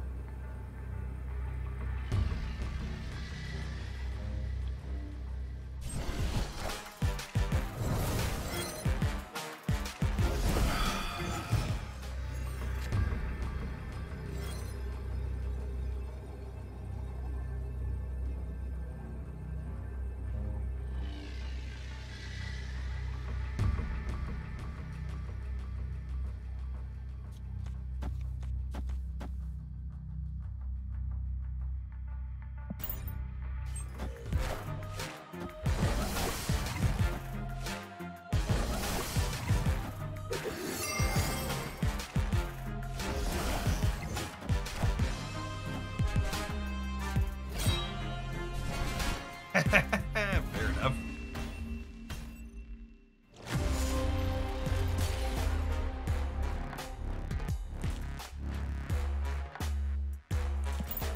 Close.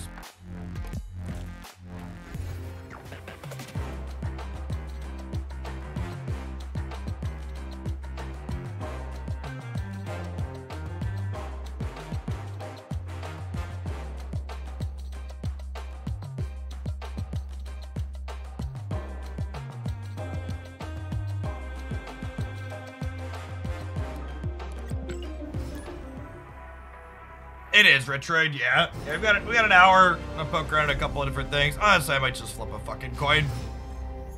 I don't know. I'm pretty over feeling bad trying to figure out what deck I want to play.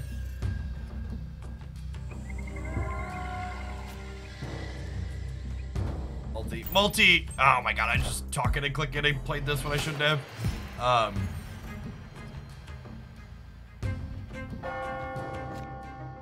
Yeah, you're supposed to save Psylocke for turn 3 so you can play turn 4 Sarah.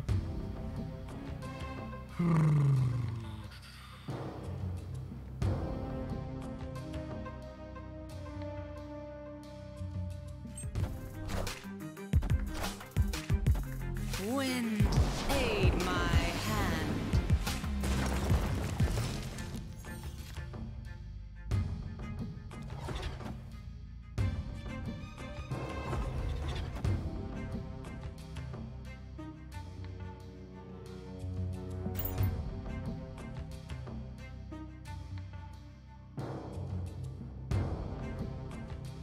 Yeah, I think with the negative draw, we're in this game to win it.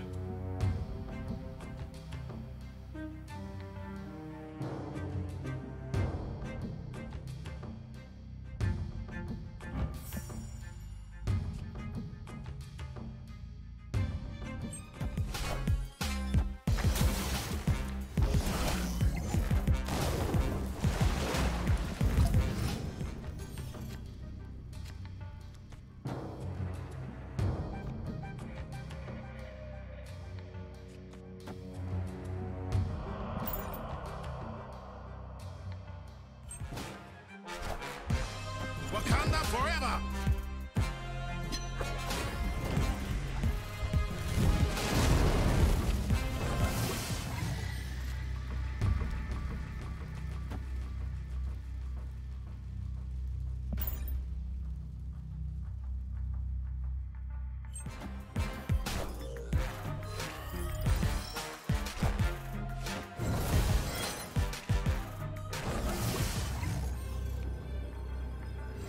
So,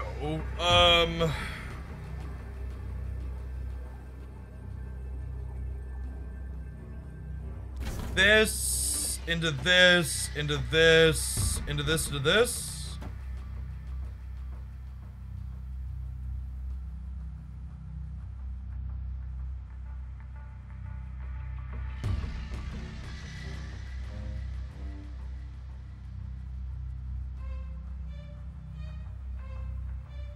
If they Zola, it goes down to a breaker though, right? I actually don't have a way to break Valk symmetry here.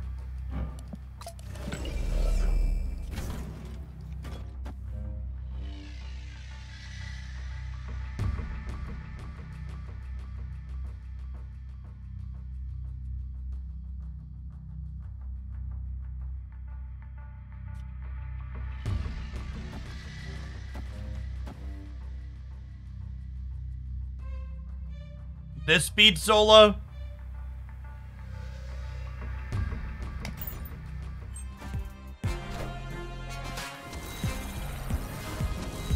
This to this. I am Iron Man. My other line beat this. I am Iron Man.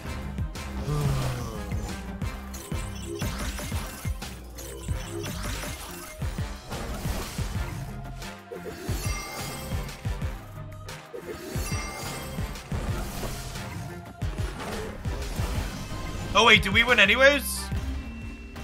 Alright. Thanks, Bishop.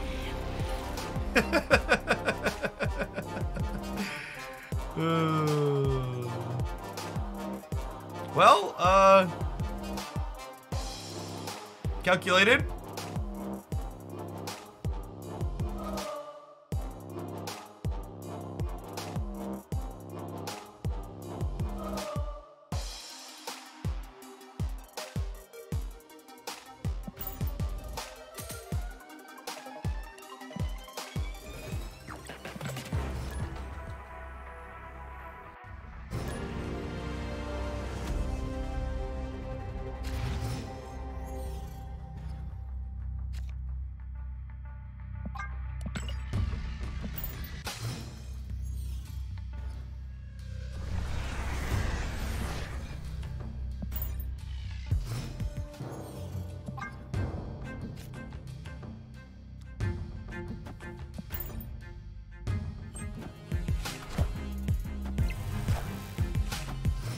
Oh, I probably should have put him in the middle, huh?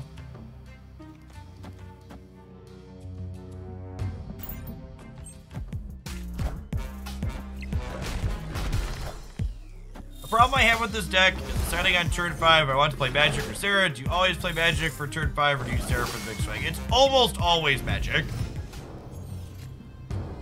I'm not one to be like, have super hard and fast rules necessarily, but typically Magic is correct if you have both.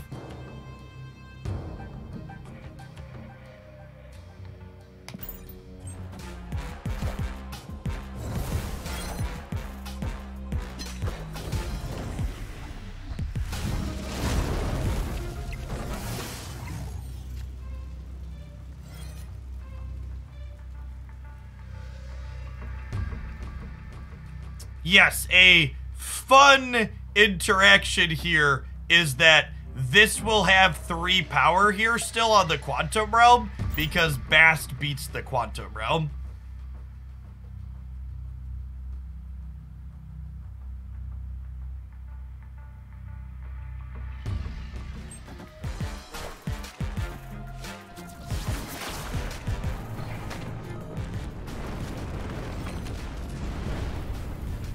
Oh my god, please lose because your Darkhawk is 0. Oh my god, please lose because your Darkhawk is 0. Damn. Never lucky rubber ducky.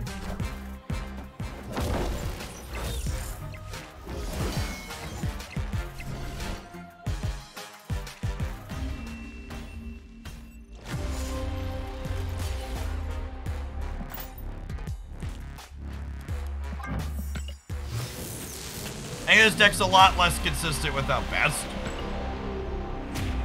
Without Bast, you're a lot more at the mercy of drawing Mr. Negative, so you lose a lot of consistency. You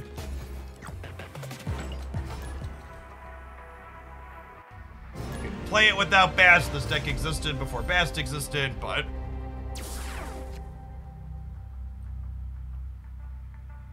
Happy Squid, thanks for the half a year, by the way.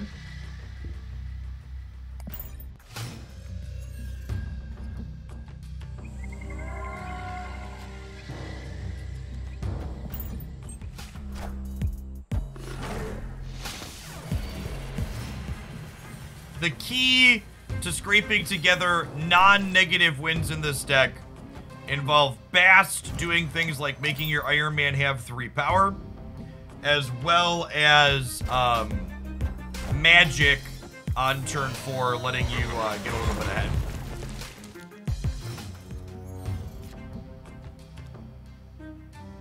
Or we can Sarah on turn 4.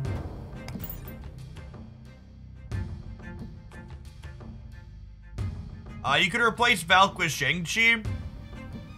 It'll fill some of the same role, but again, it's definitely worse. In the current meta, you need a way to kill big things. If you're missing Valk, you need to play Shang-Chi.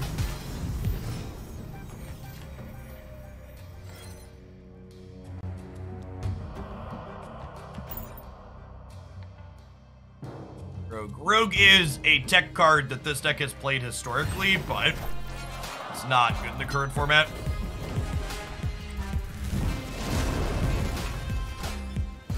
Wakanda forever!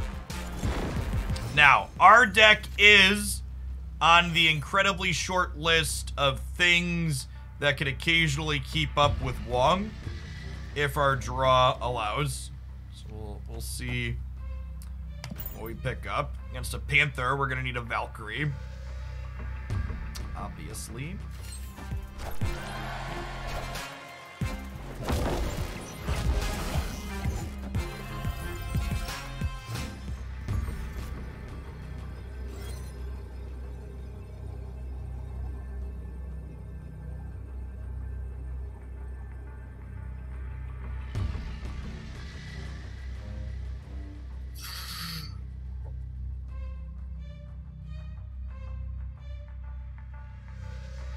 Yeah, we're in a are we getting doomed or Arnim Zola situation here again.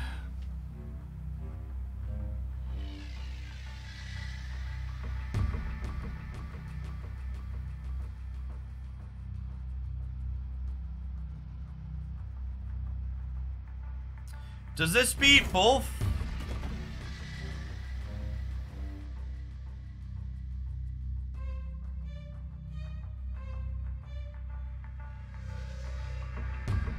This beats both, right? I am Oh gosh. Iron Man. Probably dead to them just playing 2 things into here though.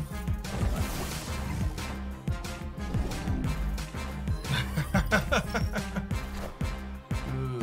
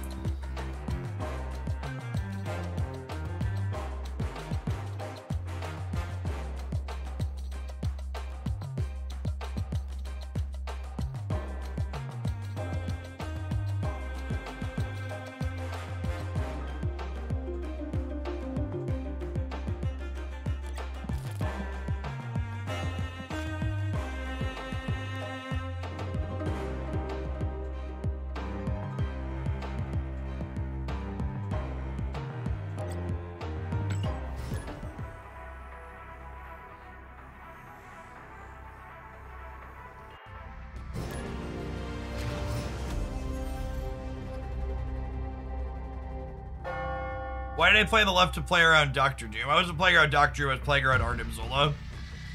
My line beat Arnim Zola and Dr. Doom. It lost to them playing two things on the right that were big stats.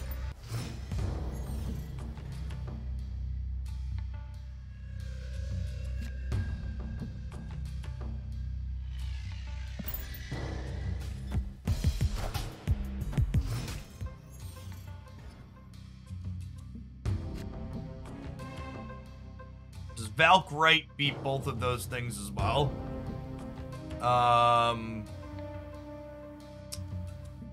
Not if they hit Wong first, right?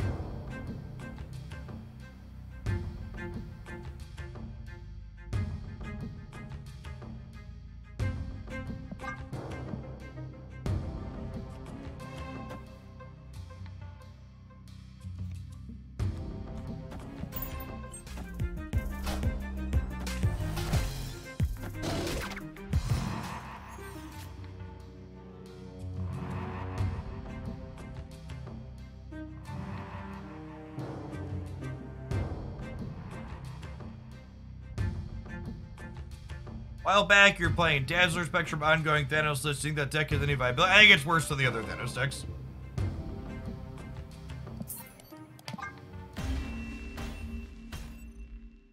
Escaped. I just hate all of these decks, shit. Caring about winning in a card game is such a recipe to suck all the fun out of it.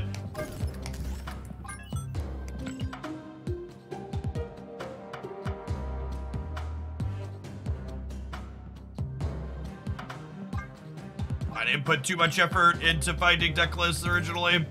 Said two things I kind of like. It's just so, the more I stew on what happened to the balance patch, the more frustrated I am by it. The fact that they just like gutted my second favorite deck in the format while leaving Shuri the same and only changing Thanos a little bit is so frustrating. Like my B tier deck getting hit harder than the two S tier decks. Just like the Quinjet change is so fucking bad.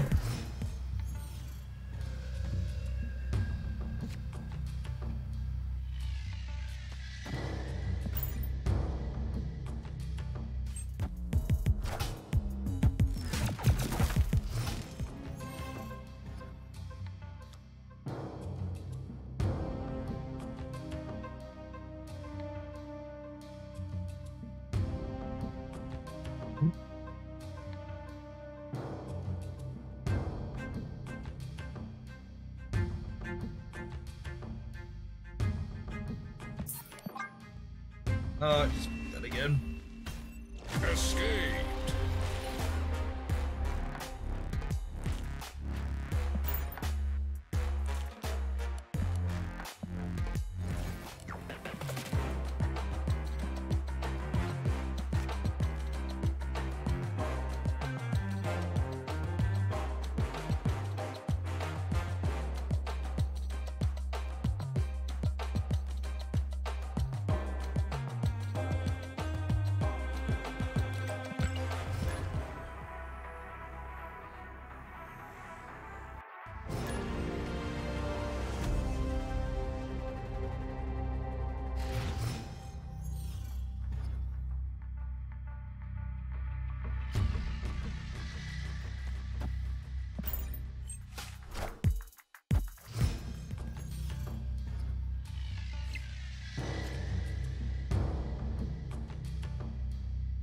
That's true.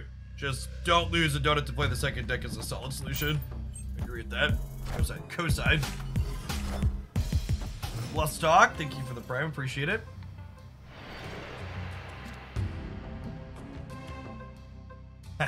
Well, let's lock this one out, huh?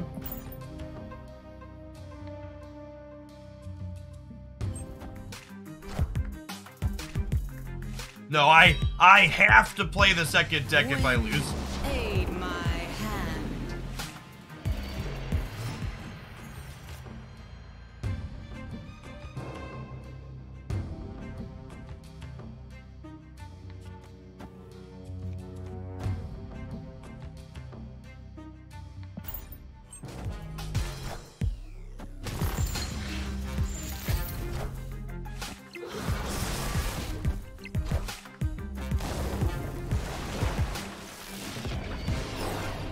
can't submit the same deck twice. The deck lists have to be 4 cards different.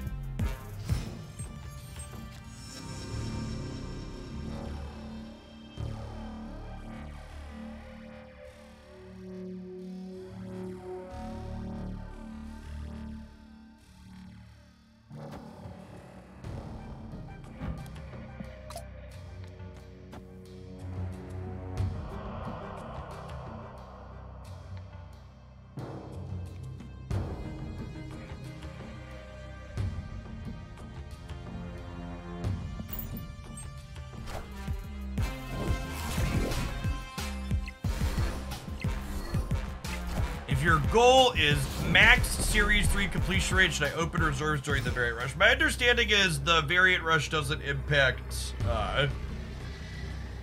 the variants aren't replacing actual cards, so that shouldn't matter. Sending arc.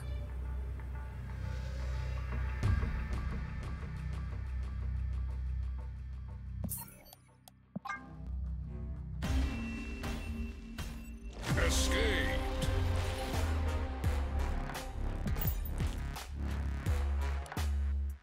Oh, I didn't realize I had boosters in there. Animated.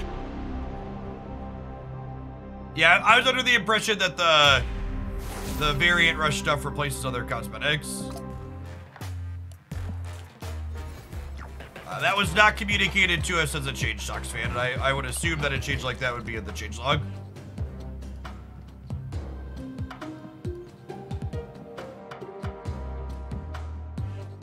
You know when the Variant Rush ends? Yeah, sometime in April. If you look at my March game news video, it's there. It might also be in the game news. If you check the news tab, it was posted. I don't know what it is offhand though.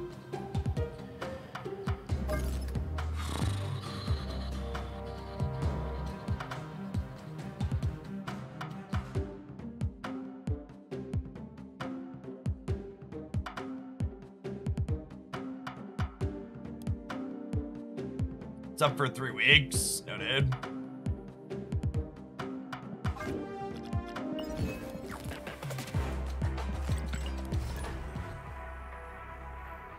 Yeah, we played a lot of Cerebro before it became very unplayable in this current format.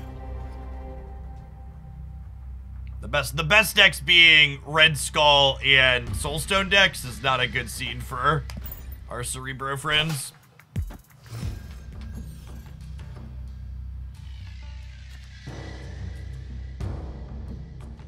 You know, it's a shame Spider-Man doesn't have 2 power anymore, because if Spider-Man had 2 power, maybe Cerebro could have a chance against Shuri.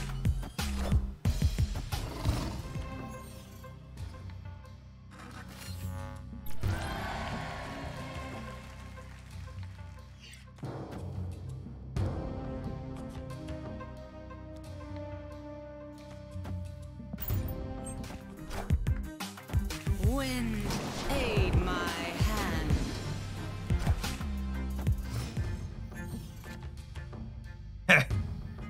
Wheel?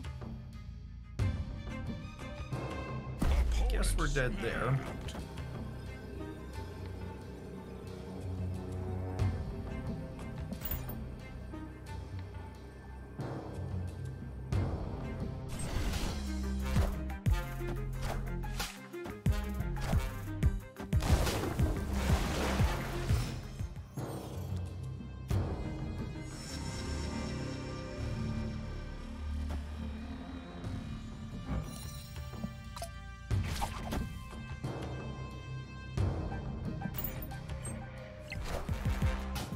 Friendly neighborhood Spider-Man here. Marvel? Marvel? If we drew Captain Marvel there, I think we could have won. We would have gotten to play Demon here into Marvel here, and then Marvel jumps into the Flooded.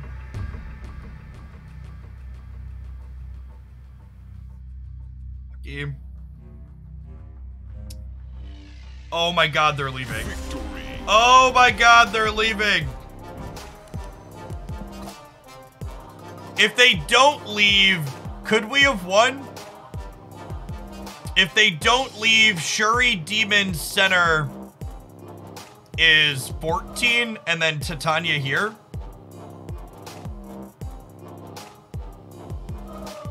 Okay, yeah, I think we actually won that game even without it, huh? Yeah, okay.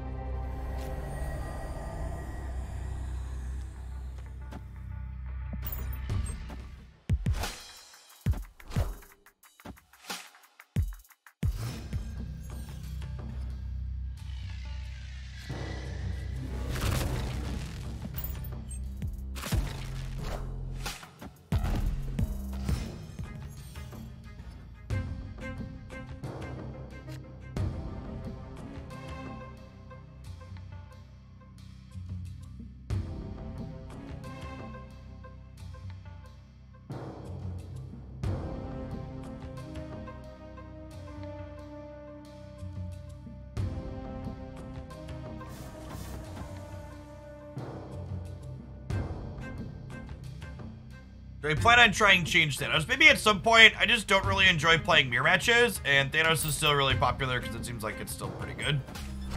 A little bit less than before, but still a real powerful thing to be doing.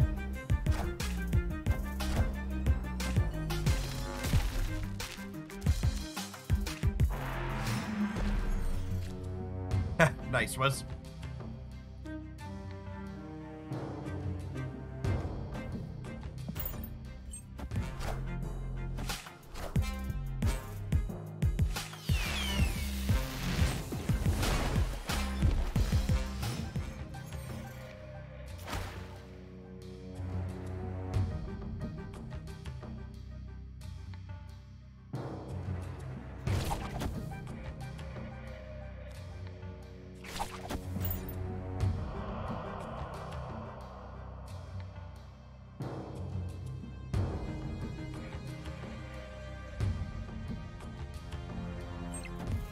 Friendly neighborhood Spider-Man here.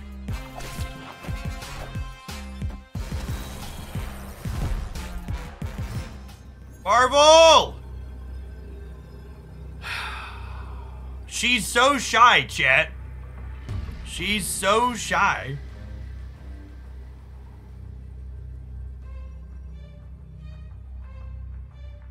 And we can't win mid because they soak up to 21.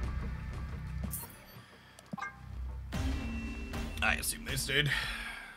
Escaped. Always.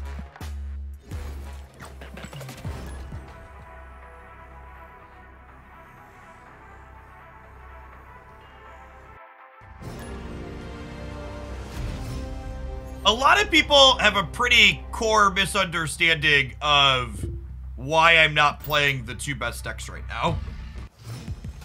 Chat, I'm not just some kind of deck hipster that's not gonna play the cards that are good, as people are commenting on Shuri. I genuinely do not enjoy the play patterns of the two best decks in Marvel Snap, and I don't like their mirror matches even less. So it's not that I'm not playing them on some kind of weird principle. It's that I play games for fun, and they don't generate fun for me when I play them, so I'm not playing them.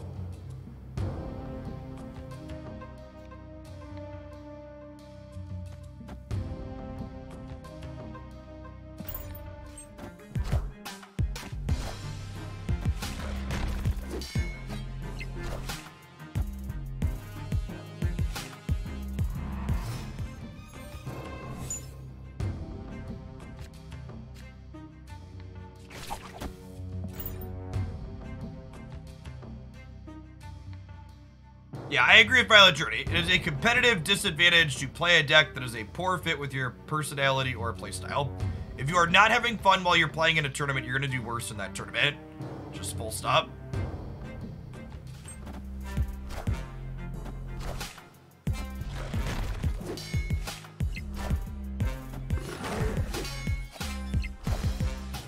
Nah, I think there were an expected number of Thanos and Galactus and Shuri decks in the tournament that I was playing in. Spider-Man here. Clear for takeoff. about exactly what I expected.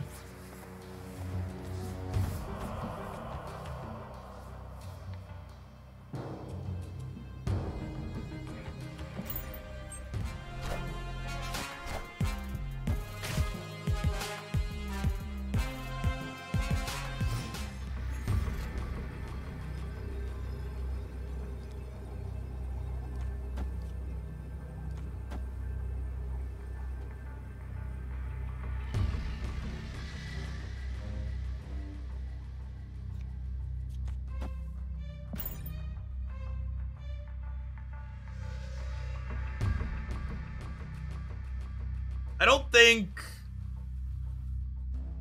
the Titania on the right ends up with me winning, because I think they play a couple of things into there. And if they don't play anything into the camp, the Captain Marvel can cover it anyways.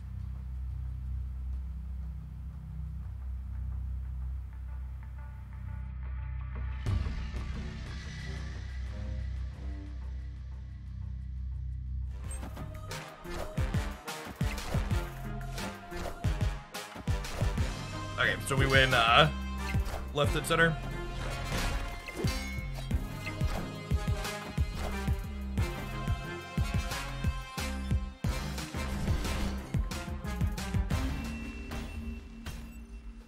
Victory.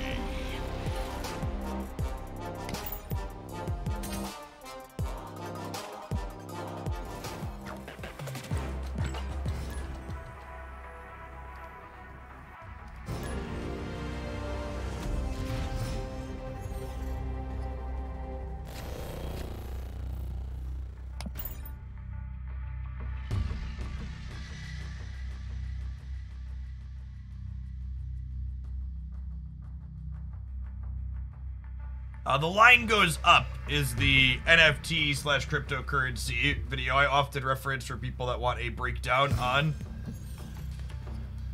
why that space is offensive.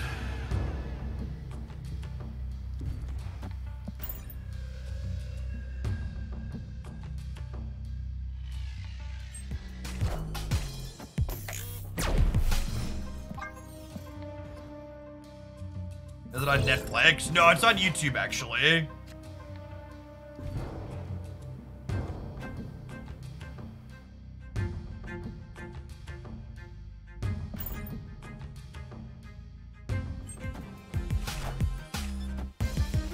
I was gonna say, wow, they played in the Danger Room, but they're playing Orange Room. Aid my hand.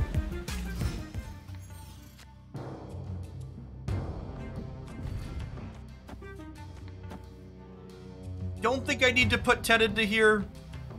I think just 7 is enough.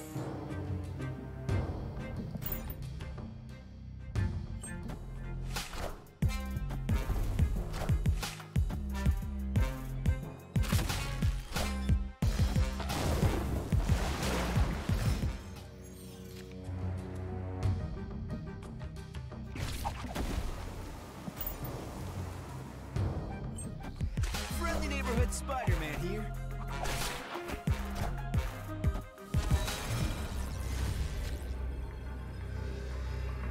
I was hoping they'd Doom on the last turn.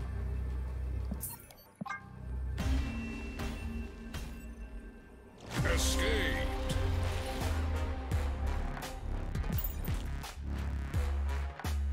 Damn it, Sandman and Leech are easily the 2 worst designs in Marvel Snap.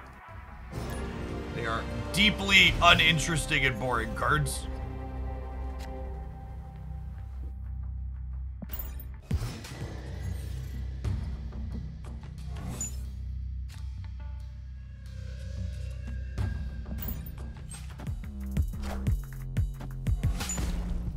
Enough said, bub.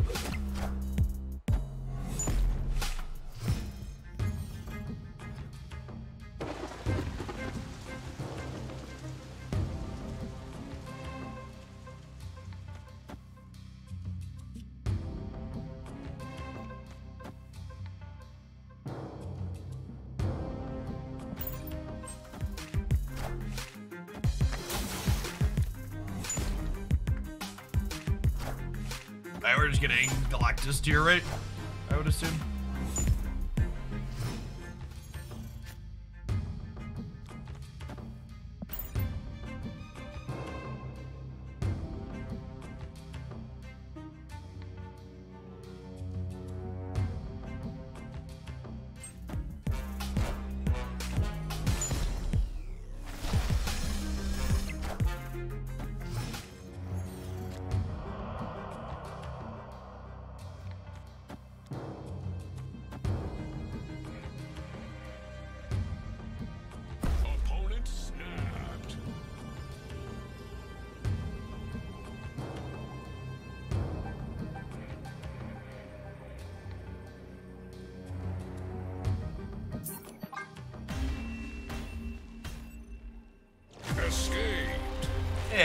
believe.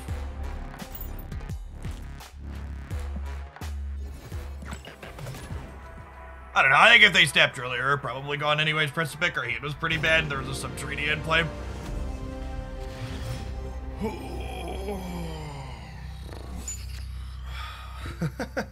Come on, Brood. Escaped.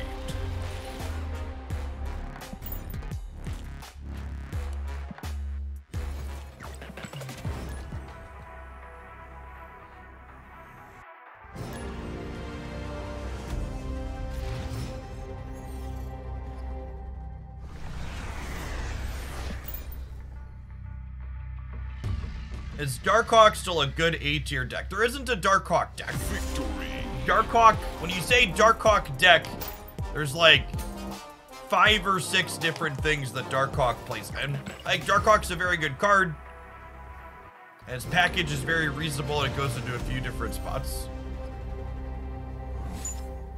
Yeah, it's a group of cards more so than a deck.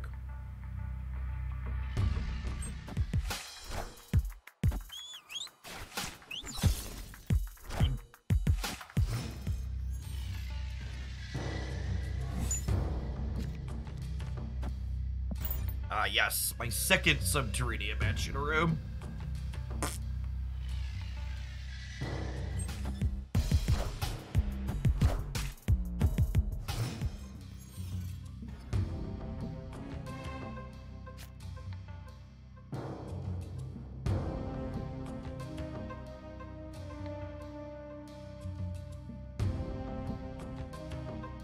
Opponent snapped.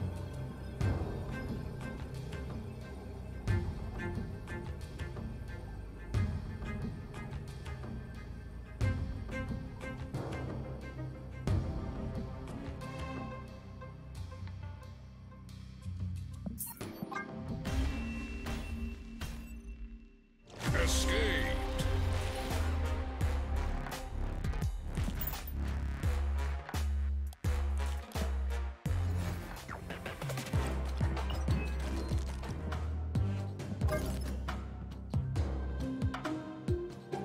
No, Toadmaster later this week.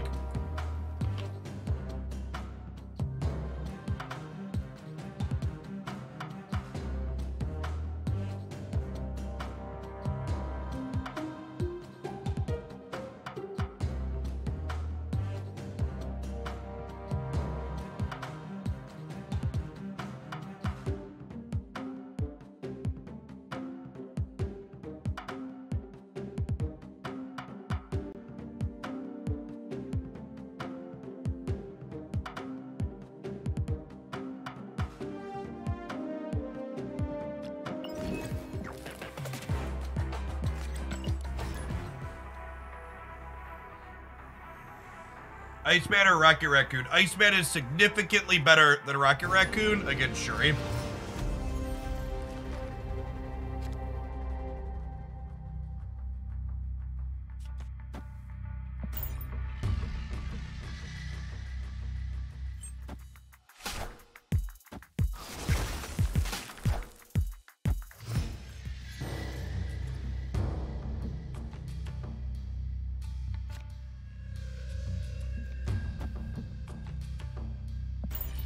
Awful couple of draws for us.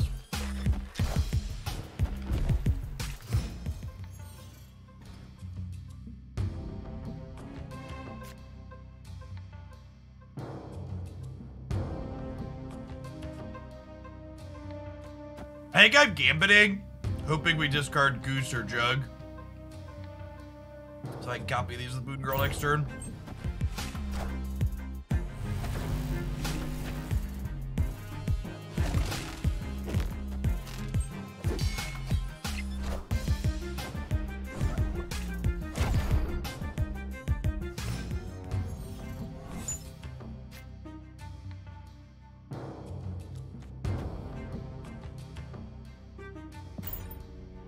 Well, our hand is solid here.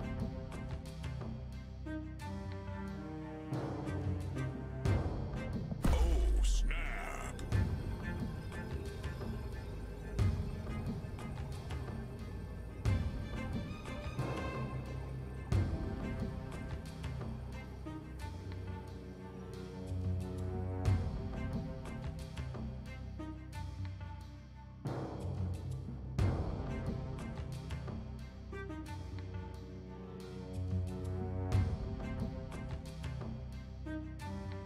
I believe if we played Moon Girl in the middle, she moves left only. Because once a card has moved, it's no longer considered played and can't be pulled by a second Asteroid M.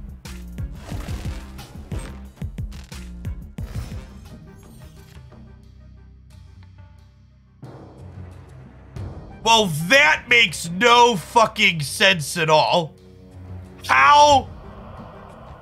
How does this work like this, but arrow happening twice doesn't happen twice? That's so fucking inconsistent. It's unreal.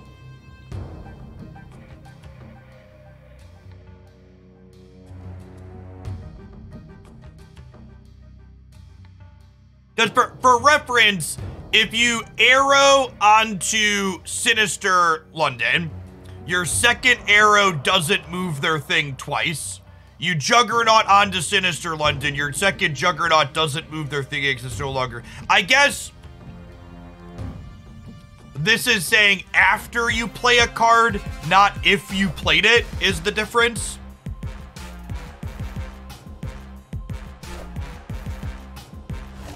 That's the difference between the two.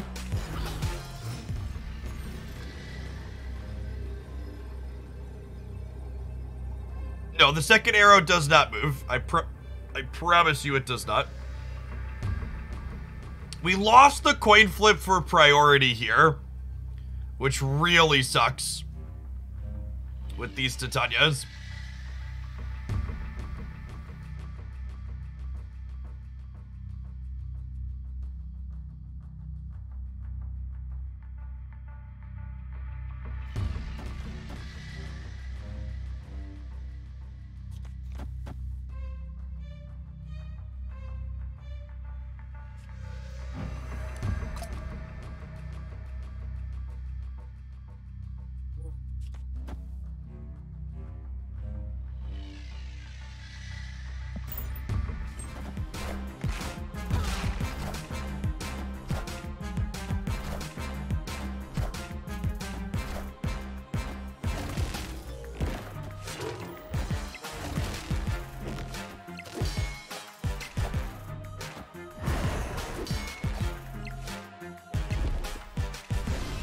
Close.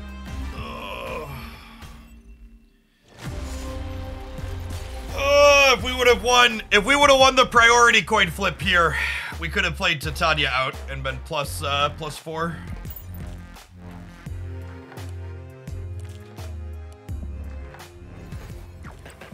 Probably because there was a Cosmo there, Toadmaster.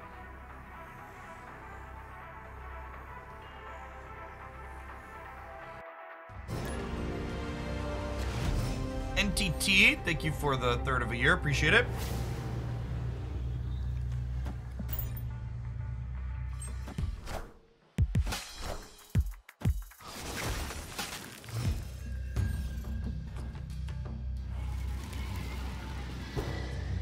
Live from the Daily Bugle.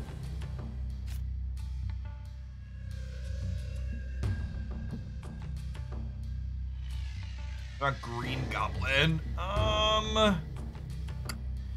I don't think I like that just purely from the I want to play stats out at the end of the game suggestion or perspective. Usually Polaris is just like part of putting numbers into play on the last turn, and Green Goblin decidedly does not do that.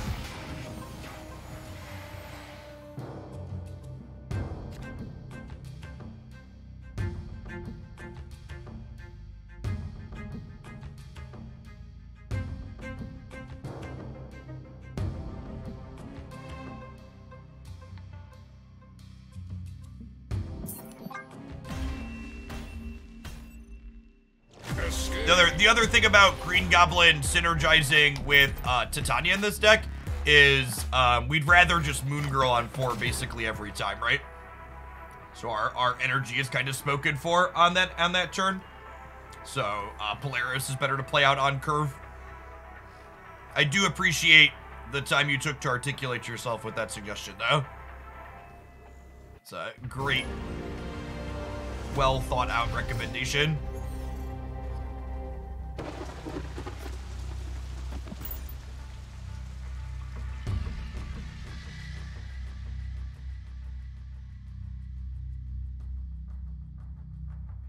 Hey, thanks for the 22 months, Boots.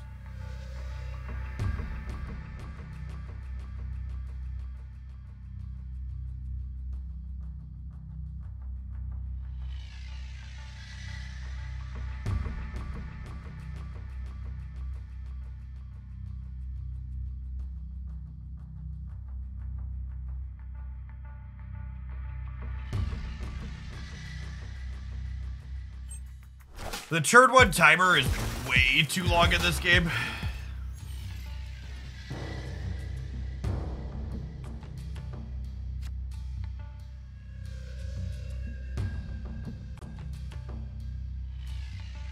This deck only overlaps 4 cards with my bounce deck, right, chat? Someone help my brain. It's Hood, Iceman, Beast, and Chavez. I can submit this.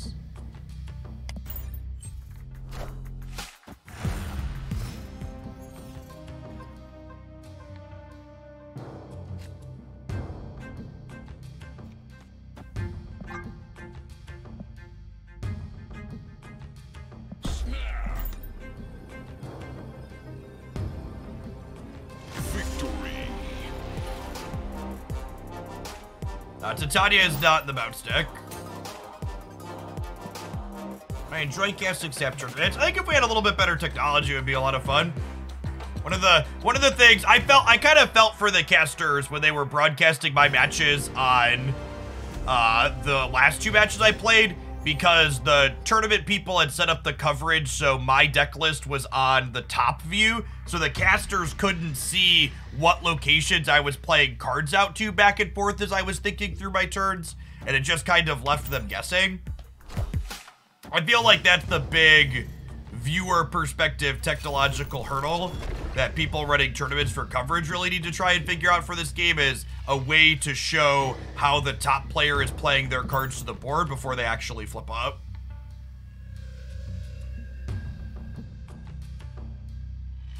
No tournament VODs on YouTube. Yep.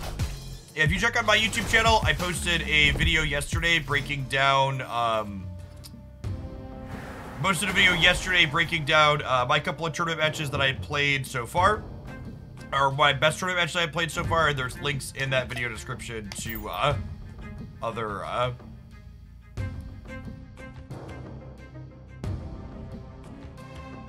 full coverage with the casters.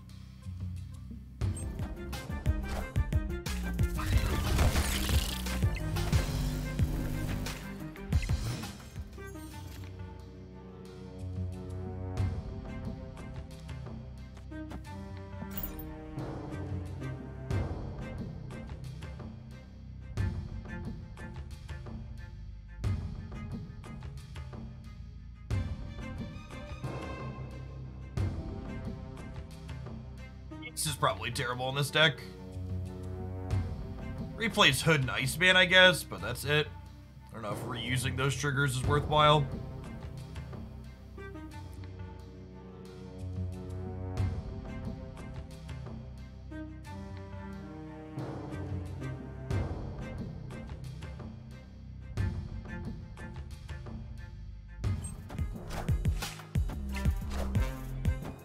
Wind, aid my hand. Hey, thanks for the 5 months, Dudikoff.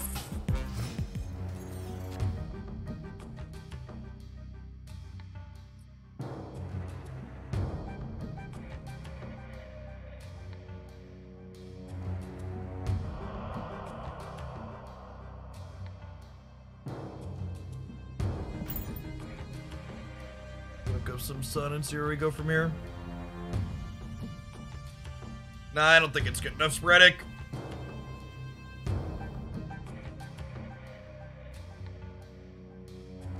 Opponent snapped.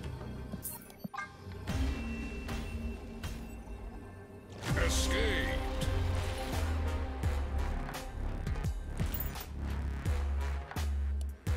I think Beast and Debris would work well to have some crap deck. Yeah, I'd recommend checking out the last time I posted a have some crap deck on my YouTube channel. It contained both of those cards.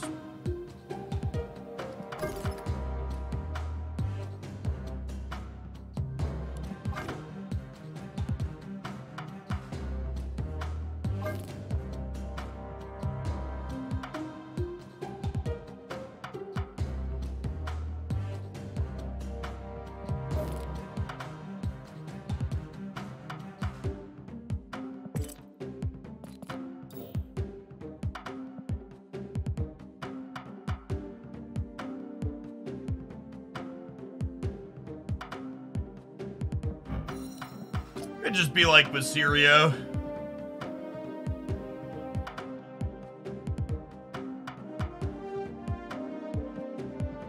Again, if you're looking for the tournament matches, they are all linked in the description of the highlight that I posted, with timestamps to where my games were.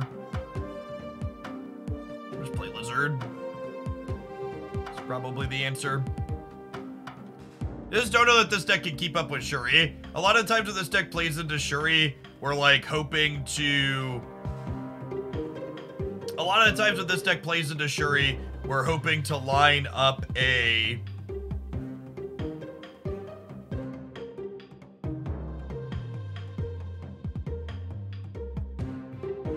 We're hoping to line up a Juggernaut into kind of a coin flip situation. And I don't love the bounce deck into Shuri either. So I don't know that I want to play two decks that I don't love into Shuri. This deck's fine into Galactus though.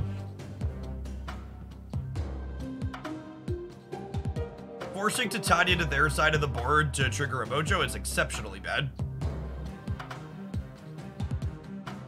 Yeah, I feel like our raw power level is just not high enough. I don't know, I just don't have a second deck that I like. Like we only had 24 hours, and I tried to brew a little bit with Warhead yesterday. I just don't. Like I don't like any of them. They all just feel like they kind of fucking suck.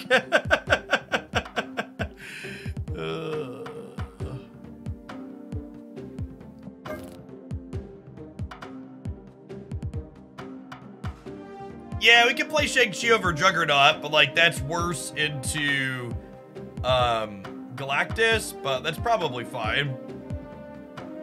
We have Hood with we have Viper and Polaris and Titania and Goose for that.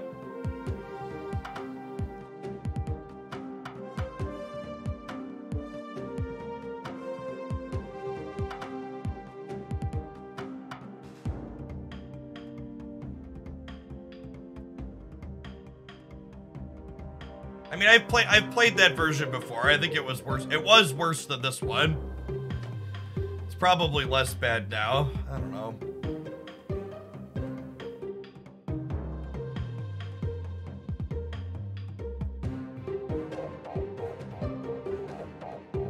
Let chat draft a deck.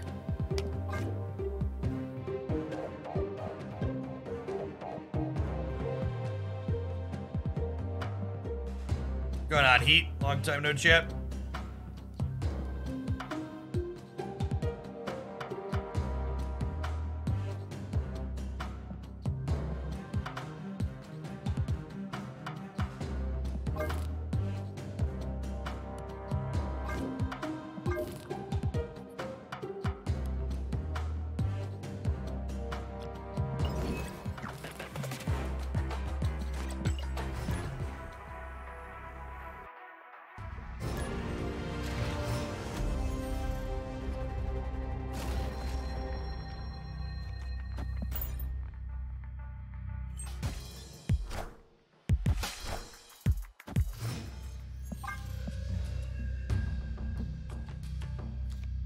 And I was excited to play against Shuri, and then TVA flipped up.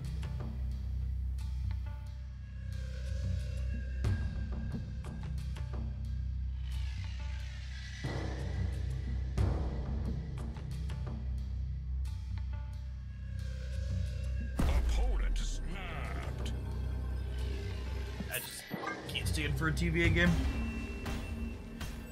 Escaped.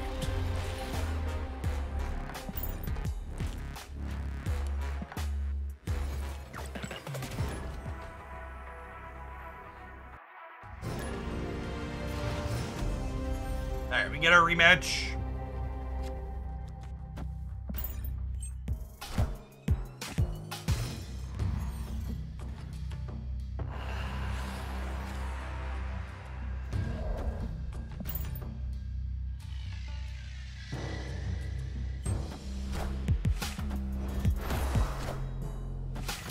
About the Sarah Darkhawk deck, I genuinely cannot understand why the Sarah Darkhawk deck would be good. Like people keep recommending that deck, and I don't Like, from a game theory perspective, how it plays out, I don't understand how it's ever beating Shuri. Like, are you just, like, beating their bad draws? Like, how like, their good draw is just, like, actually impossible for you, right? It gets clowned by Shuri. That's what it looks like on paper. I haven't played that deck a ton, but on paper, it looks like it gets railed by Shuri.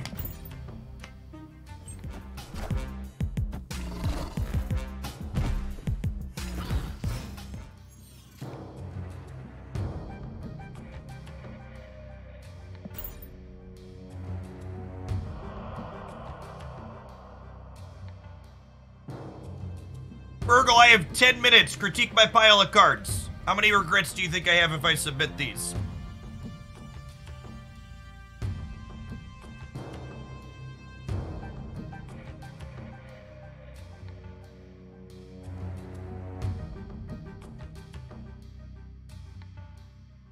I like got mostly real cards in here.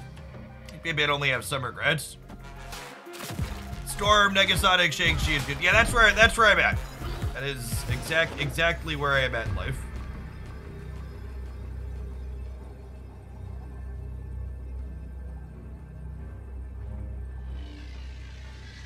I don't know if your deck is good into Thanos. My first deck is decent into Thanos.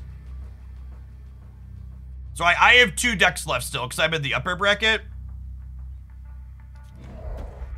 So I'm mostly trying to find a second deck that doesn't guaranteed suck shit into Shuri. Ha! All right, now we just need to win a 25%er. Fair Sunspot. Wait, what? Oh, there's a Cosmo. It's fine. We won anyways. It's fine. Victory. My brain is bad and I am stupid, but we won anyways. This deck's obviously perfect because I'm a fucking idiot. We won the game. So I think Arrow is still good if I'm planning to wave people on 5. Is my thought. I don't think Juggernaut's better than Arrow. You don't want to jug things into the storm path. The one thing this build doesn't do particularly great is we don't have a way to get extra power into the storm path. I already have Jessica Jones and Teenage Warhead for the storm path. Arrow also gives us extra play into Galactus. Galactus and Shuri are the 2 things I'm kind of like, I'd prefer not to play against those. So I want things that like give extra play there if the bounce deck is soft to them. I hate that shirt. That shirt's actually one of our stream sponsors. Into the AM has a bunch of sweet shirt designs.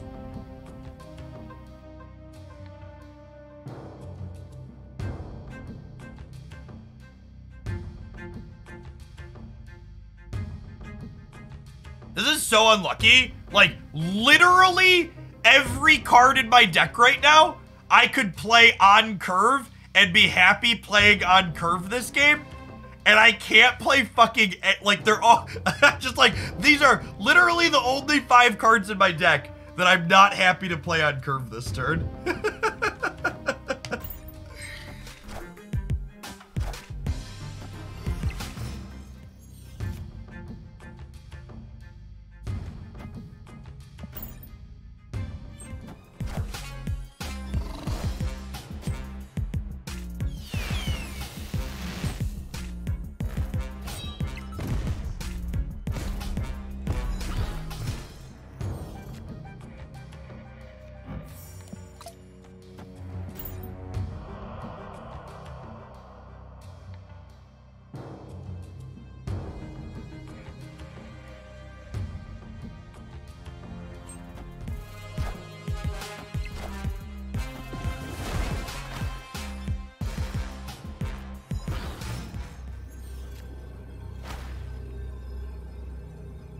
We're dead because of Captain Marvel.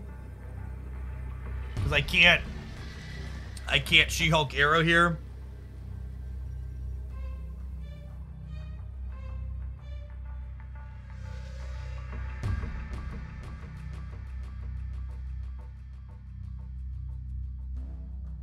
chill put us to a breaker situation here, and I'm only going to be up by 8 over here.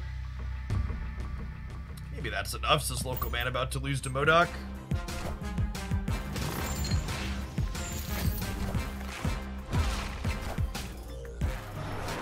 Higher, further, faster, baby. That good? I think we're good. Victory. I think arrow is still good. I don't know. Not having an extra way to put power into the storm path feels suspect, but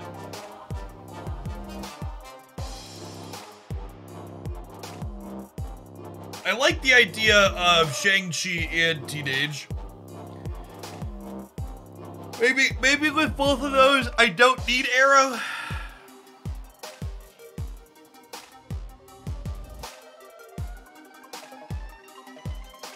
It's either Arrow or Doctor Doom.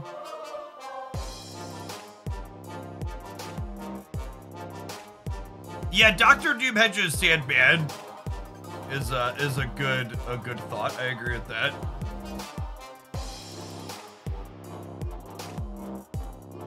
Doctor Doom also puts more power into the Teenage Warhead path without blowing her up,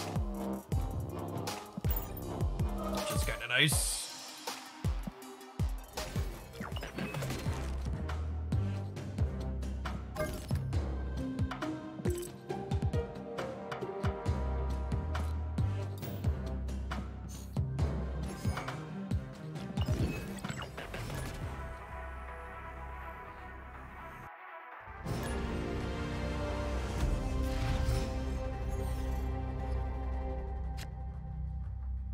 So many inks. I played a little bit of Marvel Snap.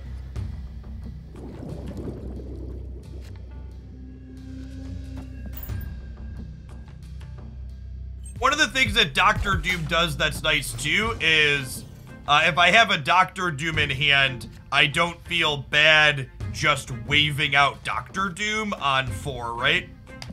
It's like a pretty real play.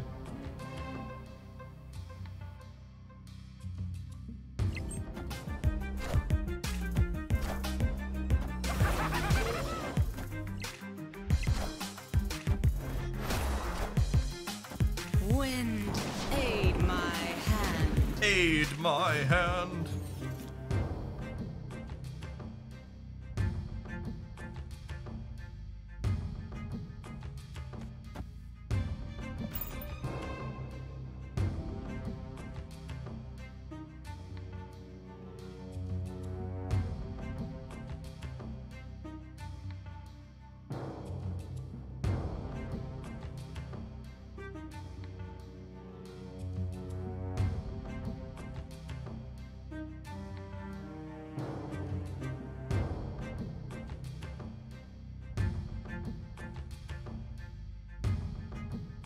The average card quality in this deck is high, is definitely true.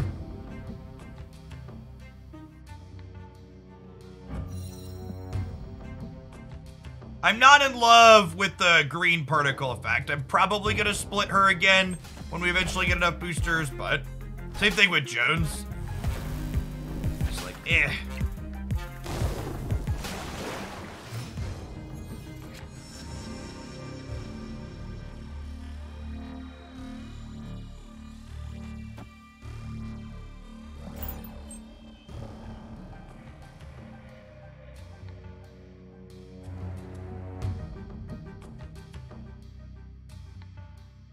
Yeah, the green particle effects, like the green particle effects on you have to have green in the name for the green particle effects to look good on these, I think, on the inks and the golds.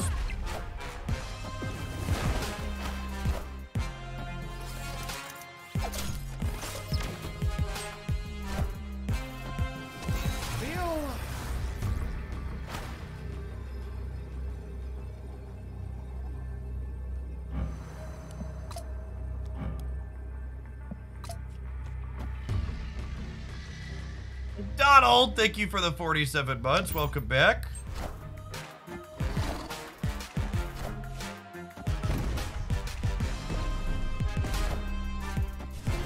Okay, so Victory. that's good to know. I wasn't expecting it to work like that. I was thinking it would tag what their second thing was doing.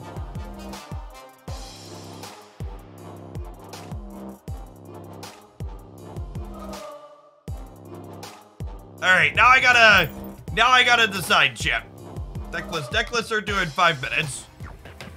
We're running back the bounce deck because I think it would be rude not to invite the girl to the last dance that brought me there. But in the event that Hawk Bounce falls, we could play neutered Double Up Hulk. We could play Bass Negative. We could play the Wave Hulk deck. This deck has a pile of cards that I like in it.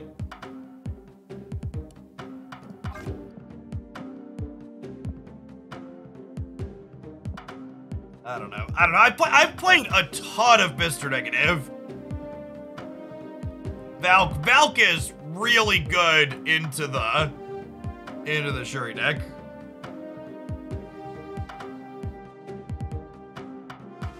Just don't submit a second deck, you'll win with the bounce deck. Alright, how are we submitting deck lists?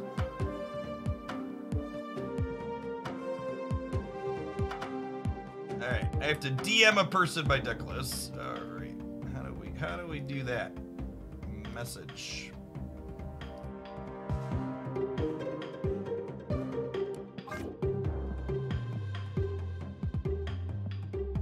Put a mustache on Beast and submit it twice. Were they originally planning having the tournament span 2 patches? I have no idea.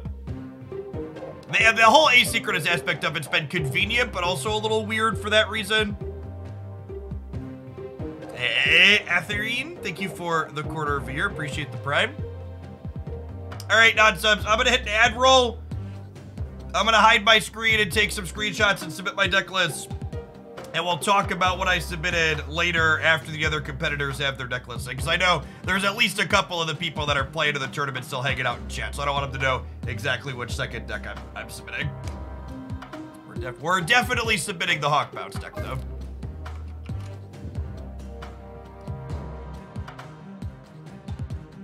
They can know that one's up first. Metagame as you will. Actually, Claudio, thank you for the 5 months. Appreciate the prime. Welcome back.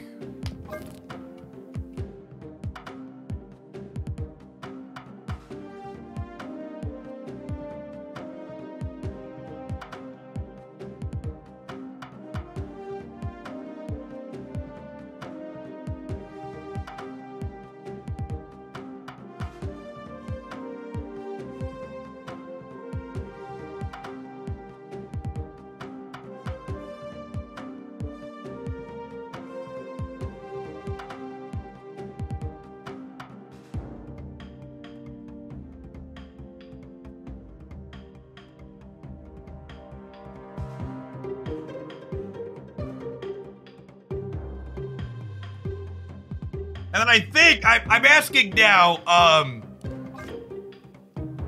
I think, since it's open deck list, we should be able to,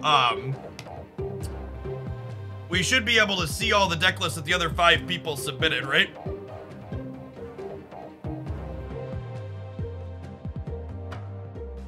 So hopefully we can just pull those up here in a second once they have them. They're due in 60 seconds, so I assume they have most of them by now.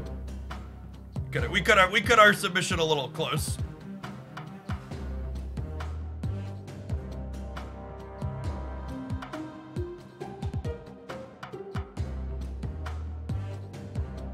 Oh.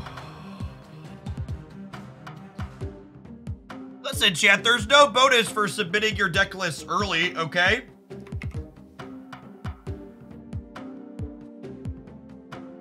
No, there's no bonus for submitting early. Let's play a game with Bass Negative while we wait. Want to post a highlight with this one?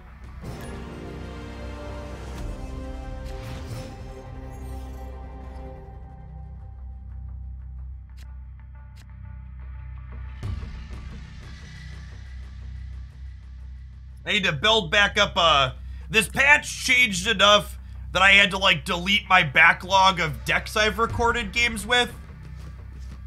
So I need to like build up deck highlights over the course of the next few days. So I have YouTube content to post.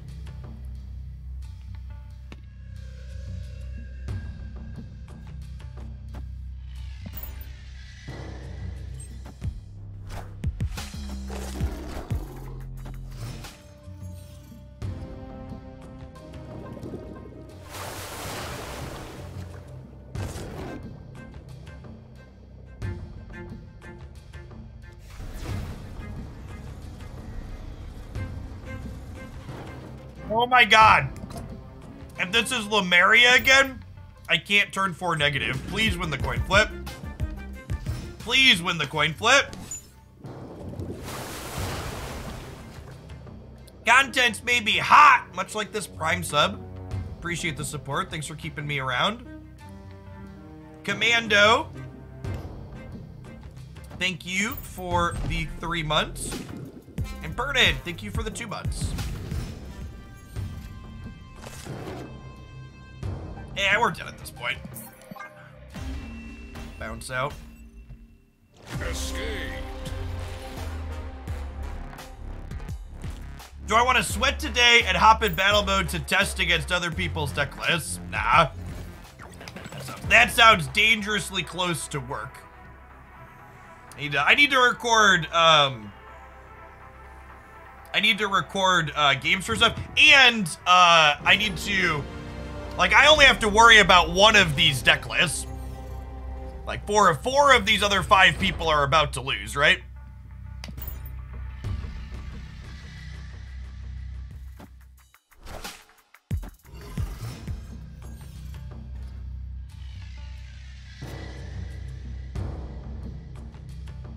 Yeah, there's 6 people left. There's 5 in the lower bracket and me in the upper bracket.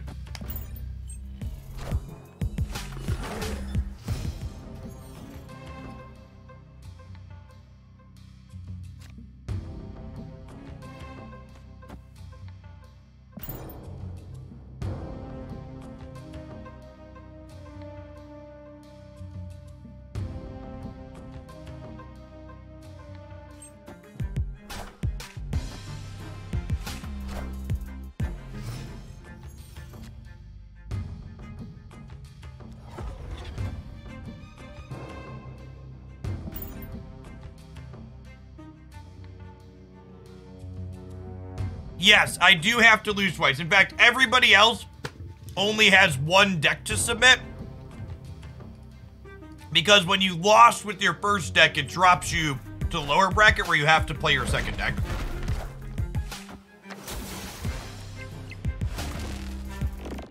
I forgot Mr. Negative was gonna move. Yeah. Details.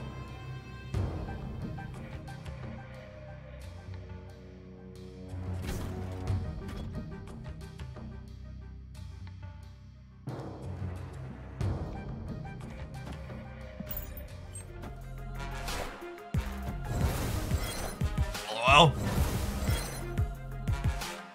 Damn it, Bast.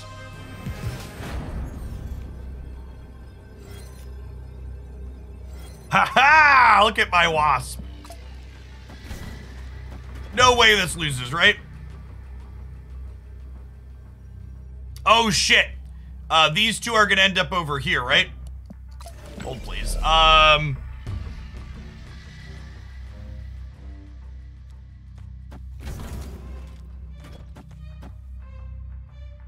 Same statement. No way this loses, right?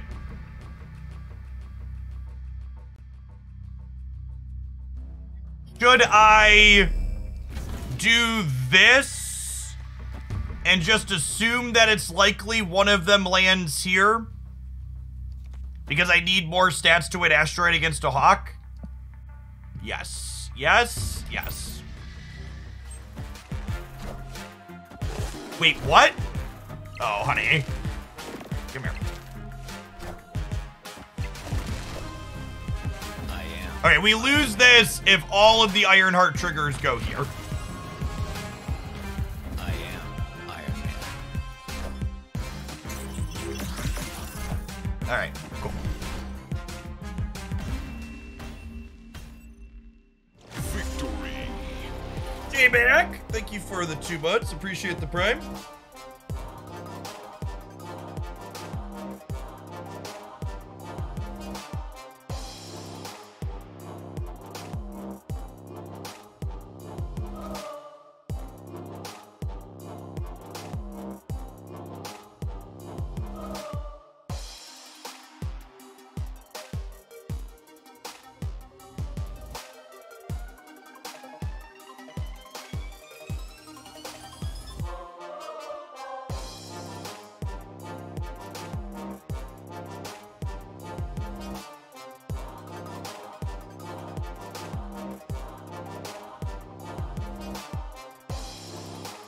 Freddy brought a bounce deck. Are there actually no...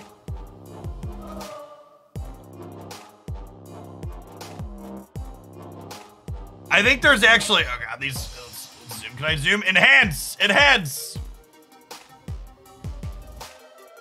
Folded and folded. Are there no Thanos and no Shuri in this tournament now? Oh, there's a Shuri deck. Okay. But it's a Shuri deck without Cosmo? I think that's gotta be good for me, right? Like, that we submitted... They have armor, but there's no Cosmo, so my Shag's a little better. And it's a Sauron build. Freddy submitted a bounce variation with Valk. So they're playing Valk and not Hawk.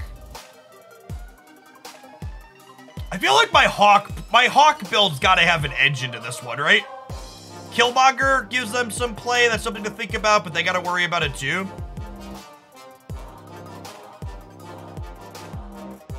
A Specimen brought... I appreciate the fact that Specimen is both using pixel variants and their screenshot quality is the lowest of everyone's. I feel like that's good. That's good flavor.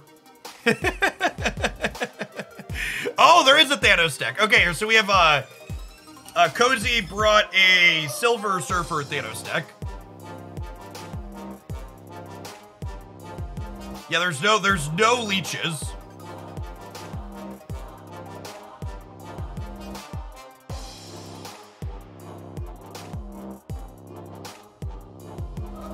Master Mold Sarah stuff.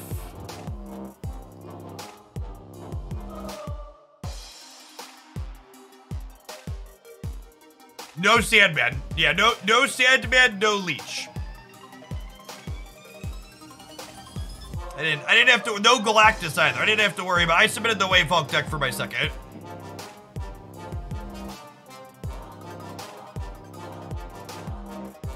Which this is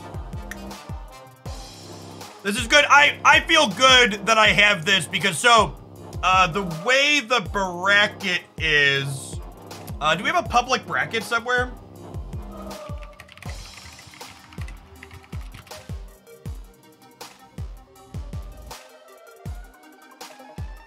Oh, I guess the private bracket is technically, I probably don't want to show that one on stream still though. I can screenshot the private bracket so people don't see the URL. Hold on, I can show that. We have a do not share rule for this one because it gets updated before the coverage goes up, but I can screenshot it here without showing the URL.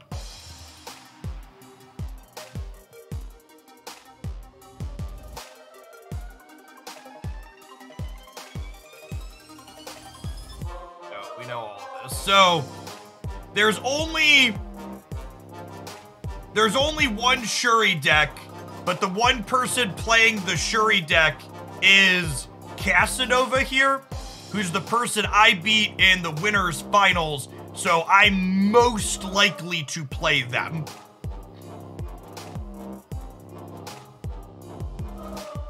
I am most likely to play Cass just by virtue of these folks gotta play through and then also play through Cass. So could be playing any of these 5, but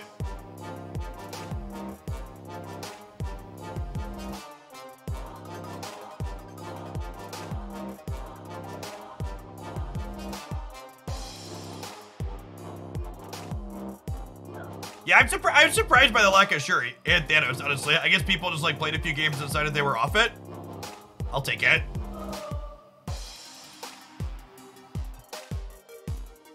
Embracing Dara in the finals. Dara is playing Specimen. Ronan's probably pretty good into the Electro deck.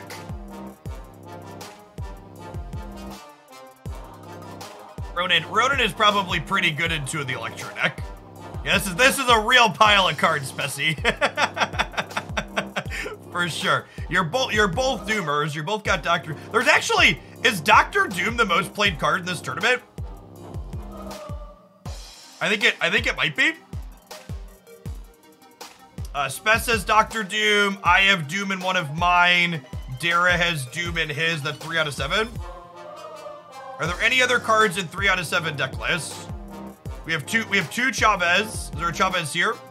There's 3 Chavez as well. So 3 Chavez and 3 Dooms. Am I the only one with a nerfed arrow? I actually cut the arrow for my deck list for Doctor Doom. Decided to do that last second. Cozy and I both have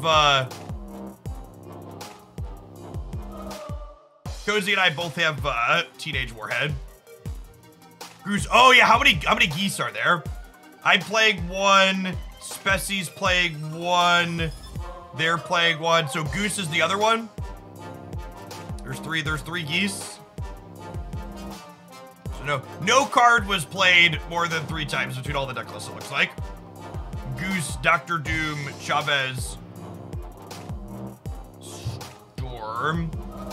Is it just 2 storms? I think it's just 2 storms. Oh, 3 storms. 3 storms as well. I missed that Spessy had it. A whole gaggle of geese. I poured one out last night for double up. Ain't that the truth, Step Bro Nuggets? All right.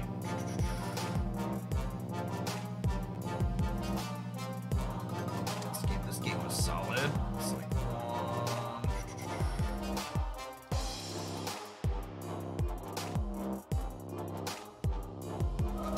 all right, let's play some more games. I need to build up a backlog of log of game highlights.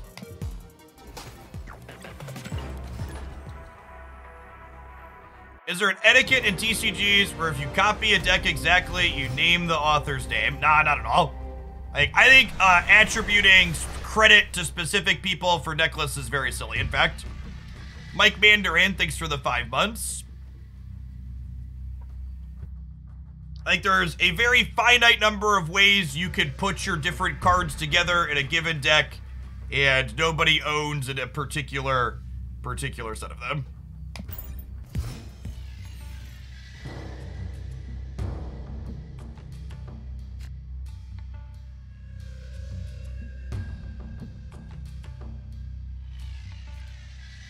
So without negative in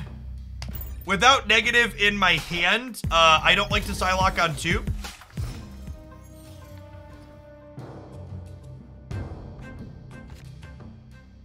Punished. Now with Mr. Negative drawn here, I'm gonna go ahead and play Bishop here. So if we hadn't drawn negative, I would have Psylocked on 3 to Sarah on 4.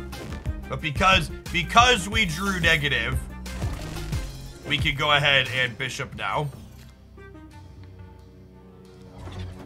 I think attributing decks was a Hearthstone community thing more than others. No, I promise you, nerds desperate for validation and claiming that they own a deck idea happens in every single card game ever created.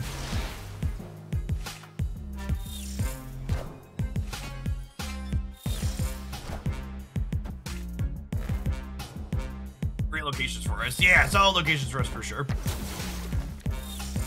We also notably have all 3 of our 0 energy cards in our deck currently, which is great.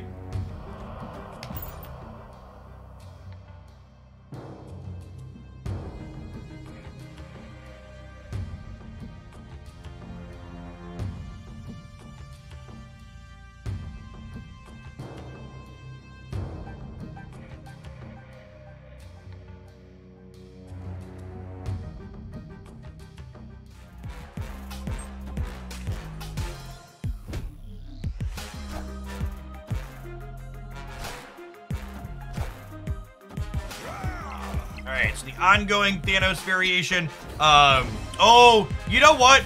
I probably should have just Sarah'd, right? I'm gonna get crushed by a reality stone to deserve it. Yeah, I should have just Sarah'd last turn. Sedge. Am I supposed to play a bunch of blue marvels and stuff out here to play around that? I just blue marvel Mystique Ironheart, right? Or like have a shot?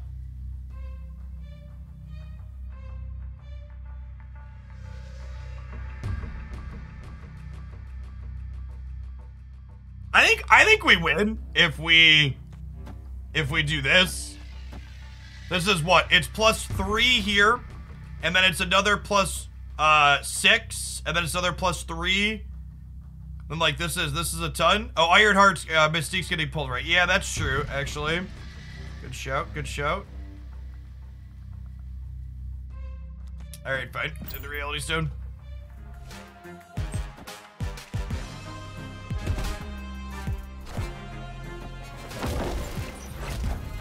This is the part where I would have won if it hadn't been for meddling kids. We'd have won this game with my line, right? 100% of the time. I would have been at 7, 8, 9. Yeah, we won the game. Damn it, Twitch chat. Even with them getting pulled, we should have just taken my line. Rip. Yeah, chat's an unfair advantage for sure. Exactly.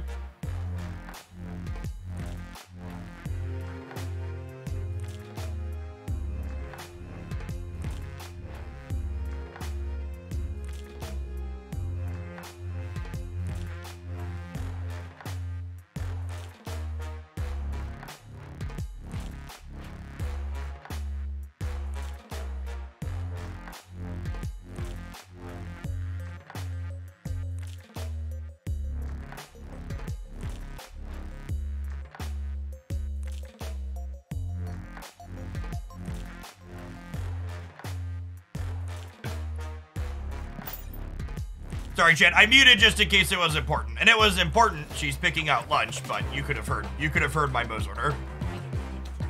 You do. Today is Christy's birthday, chat. So I get to pick lunch.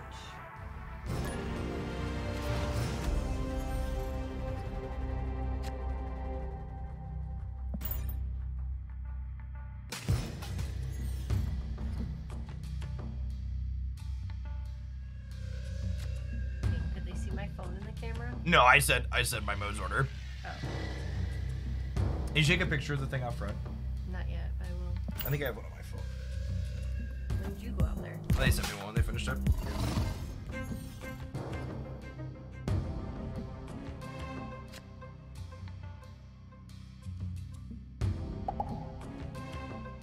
Hold on, Jen. I gotta show you what we got Christy for her birthday. Well, part of what we got Christy for her birthday. Oh, what else did you get me? We're going out to dinner too.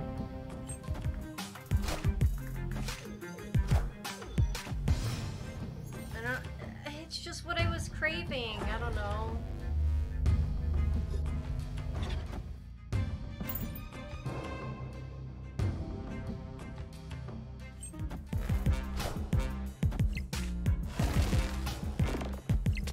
Jones sneaking under the Cosmo to get her trigger is interesting.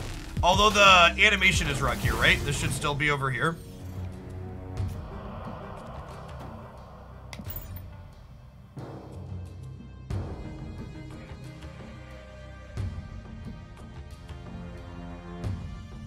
Welcome to Mo's.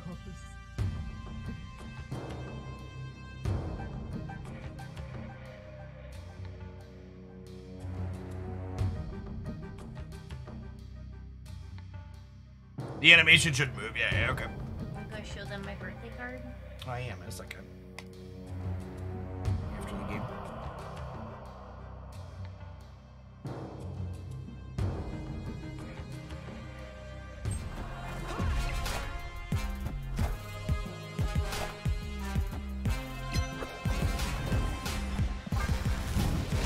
Honestly, we probably should have snapped this hand. It's real good.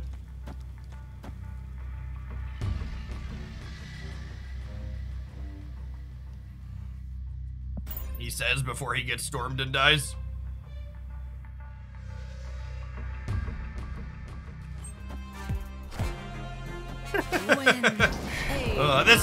This interaction is a big part of why this deck is kind of mediocre.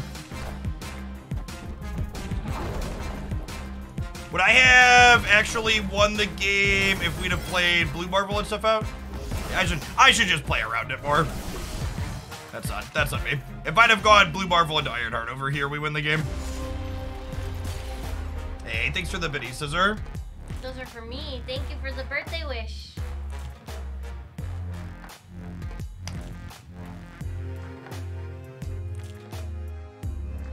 This is our front yard at the moment, chat.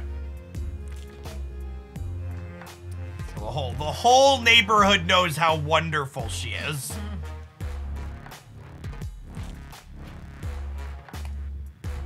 Did you hear how she chuckled when I said that?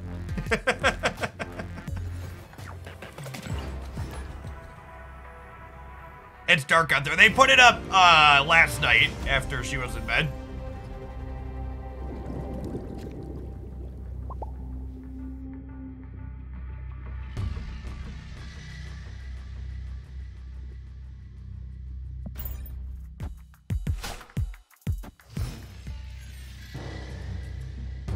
I only saw it from behind, from the house at first, when the kids left to go to the bus, and I turned around and I said, "There better not be a number on the lawn." There's not a number on the lawn yet. Because you see them in the neighborhood sometimes, and they say, "Happy 16th birthday," or "Happy 9th birthday." Yeah, mine doesn't need a number. Just do a less than 100. Actually, maybe we'll negative in the middle so we can Valk down there.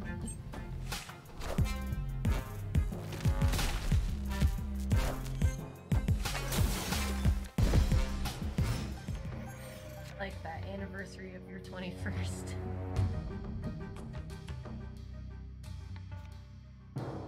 Unfortunately, most of our best negative cards are in our hand already. And we're Sandmans. Happy 18th birthday, best mom ever. Is really what you wanted to say. Yeah, exactly.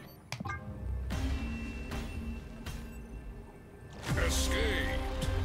The worst thing about negative are the bad draws. I mean, I think in a post-Valkyrie, post-Bast world, this deck's average draws really aren't that much worse than most Marvel Snap decks' average draws.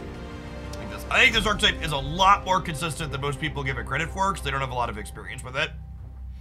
Things like Sandman being a hate card are worse for you than others. Love you, babe.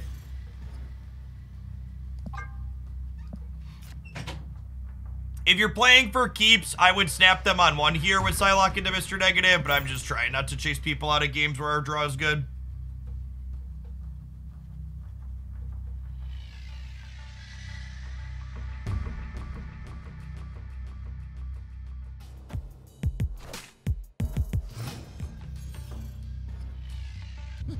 This land can never be fully known.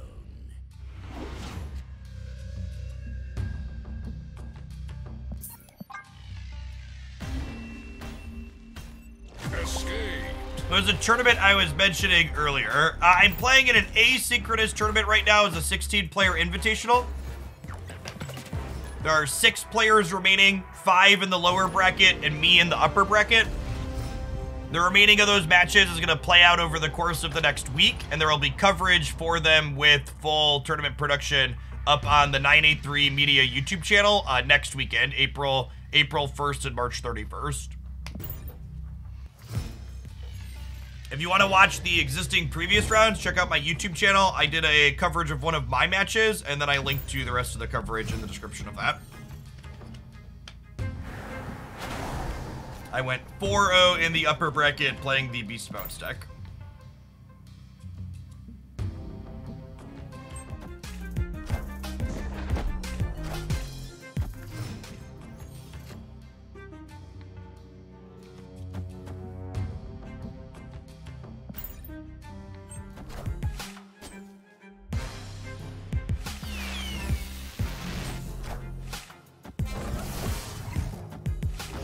Please help. I'm a bit smelly, but otherwise fine.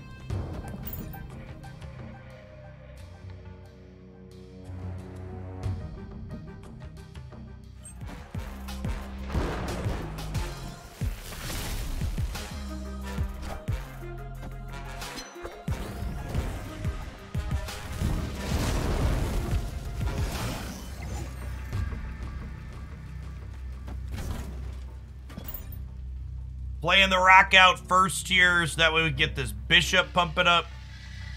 Iron Man second, so we can Mystique the Iron Man next turn. I guess the rocks make the Iron Heart a little bit more variable, but...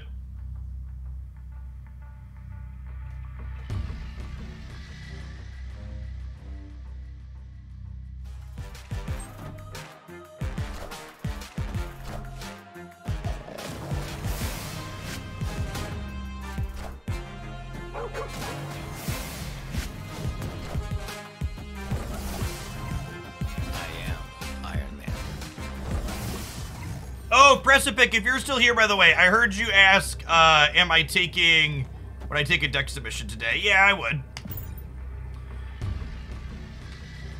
I was in hyper-focus mode earlier, but now that deck lists are submitted, I'll mostly just let them ride. And we're dead. Should play around the Magneto chat. That's right, I think we lost anyways.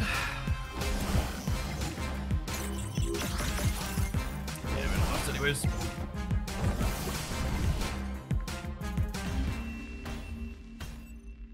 We can let the plebs chat again. Just wanted to focus a little bit earlier when we were working on deck submission. Appreciate the people hanging out. The chat was just being a little extra Twitch chatty while I was trying to figure out my second deck list, and I was annoyed, so I wanted to turn it off rather than lash out at people. Can you repeat 4 cards max? You need to be 4. It was repeat 4 cards max.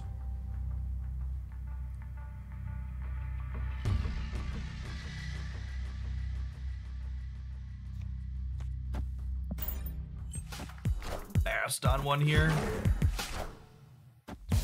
Lashing out can make for great content. Yeah, but it also makes me tired.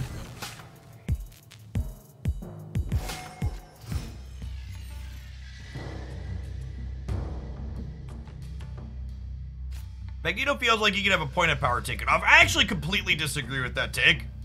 I think Magneto is a super appropriately power leveled card. I would be pretty sad if they adjusted Magneto.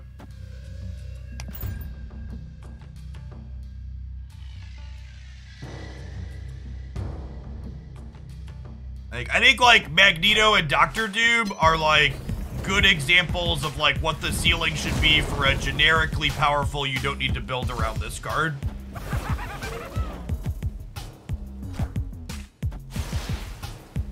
Yeah, I think that's a great way to put it. What am I? Adjust the world to Magneto, not Magneto to the world. Which is to say the rest of the game should get balanced around Magneto's power level so he's appropriate rather than trying to bring him down if he's ever too strong. I think it's a good articulation. What are your thoughts on Draxu after match? I think the Draxu deck is another one of the decks that really kind of took a hit with this patch because Shuri is the big winner of this patch.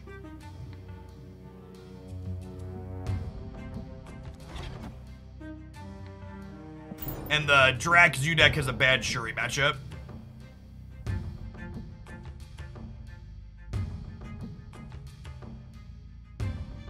What makes Shuri the big winner? Shuri wasn't really meaningfully nerfed. Red Skull is still basically as big as before. And Arrow getting nerfed gives a lot of other decks a little bit less counterplay to Shuri in the final moments of the game. Alright, they have assembled all of the stones. Opponent is thoroughly and completely stoned.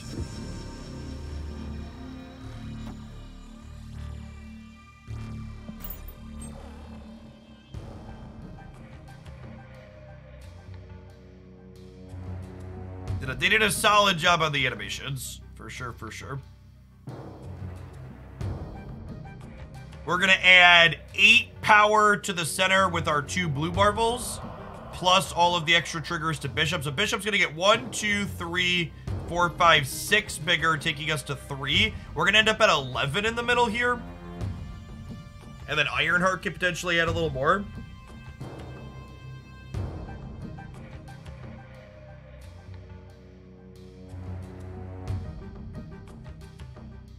Opponent snapped.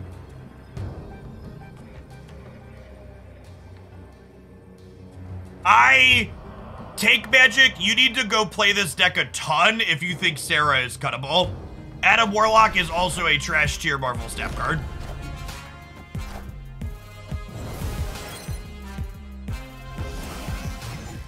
Also, holy fuck, the Thanos deck starting to play Daredevil and Professor X with Spider-Man is really toxic too.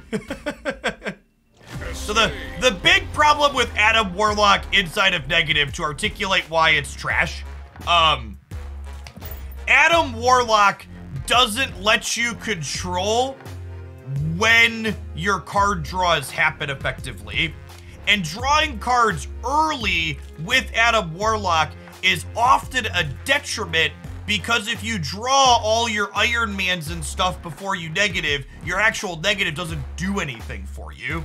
It's not like you could wait and say, okay, I'm gonna draw extra cards with Adam Warlock only after I negative. You don't get to control that. Jane Foster is a high variance bad cube equity card. Jane Foster is high variance because she has to explicitly be in your hand already before you negative. Otherwise, she turns into an unplayable, 8 energy, 5 power thing. And she's low cube equity because letting your opponent know you just drew a bunch of negative zeros usually lets them retreat for free.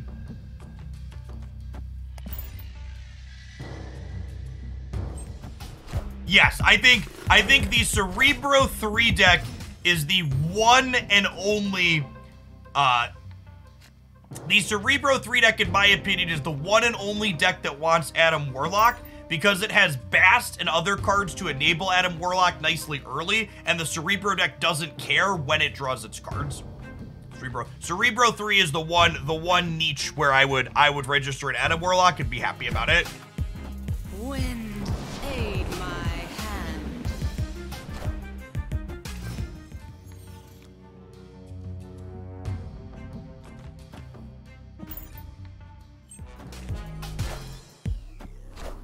Is there an explanation for why Mr. Negative works differently than the Peak? I assume they programmed Mr. Negative to be different from the Peak because they simply wanted it.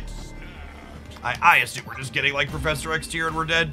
I assume it's because, chat, for what it's worth, if you're playing Daredevil and you snap on your Daredevil turn, it's a Boomer snap. Boomer snaps are usually on turn 6. It's a Boomer snap if you do it on turn 5 with Daredevil.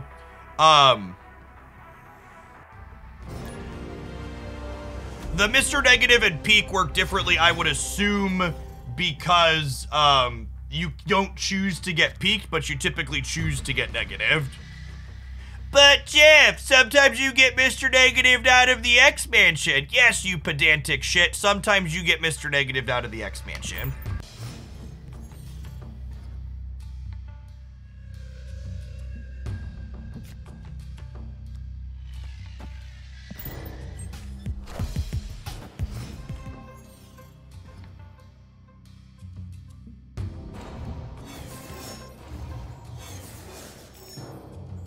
Ooh, piece of candy. Oh, snap. Opponent snapped.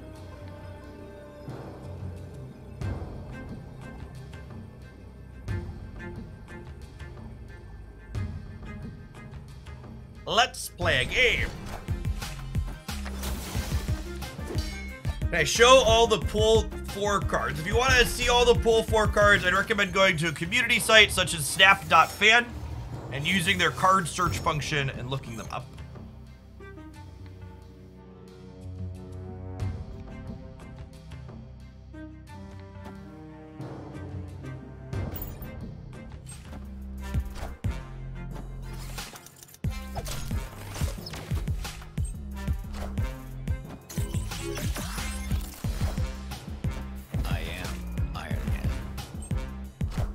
I will say, regardless of where balance ends up at, the fact that there has been an incredible amount of Galactus after these most recent balance pass has definitely hurt my enjoyment the last day. It's such a what did they describe it as? A something polarizing experience. They described they called it something that I agreed with in the patch notes. Dangerously polarizing. I think that sounds right.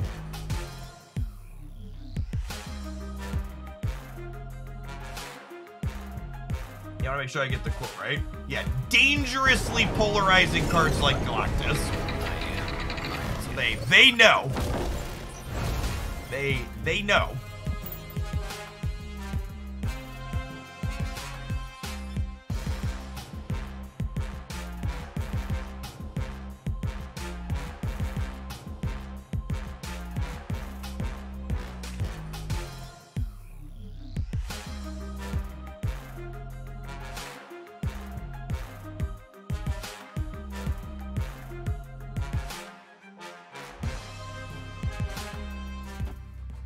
Yes, Kang is confirmed to be a permanently Series 5 card.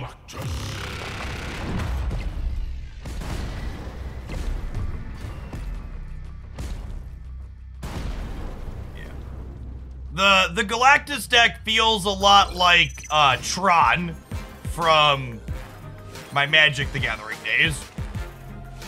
And honestly, the Galactus deck is part of the reason why the Mr. Negative deck fell off a little bit, because you can't appropriately snap early into a potential Galactus opponent because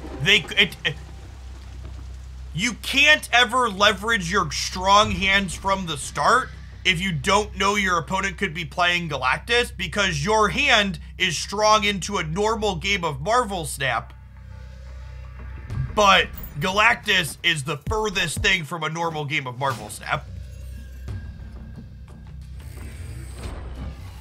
That is a lot of Electro-ing from our opponent. Turn 4 Magic here. Galactus feels like someone taking out a chainsaw and cutting the chessboard in half in the middle of the game. What an apt descriptor there from Cockles. Fully agree and cosign. Fully agree and cosign.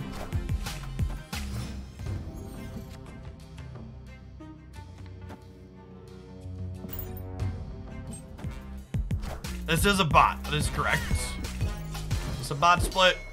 No. Actually, they actually haven't played any bot-specific splits, but it's also probably a safe assumption that no. Oh, wait, this is a bot split. So, bot splits, chat. Border effect with no background effect, or background effect with no border effect. Those are the two bot splits. Meaning there are combinations of cosmetics that the bots have access to that humans don't currently have access to. Can I tell you what the best Galactus stick is about? I cannot. I do not have experience playing Galactus. I find it incredibly dry. Was background with no border a thing in the beta? So, explicitly gold backgrounds with no border are possible for beta players. I have a gold background. I have a gold background, no border effect on one of my cards. I have a split like this. I have a gold background Chavez with no border.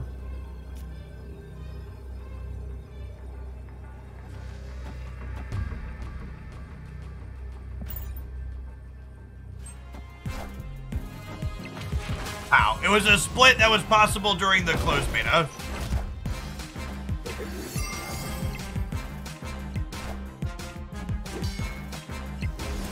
We can show that one off real quick. You can't currently get that split.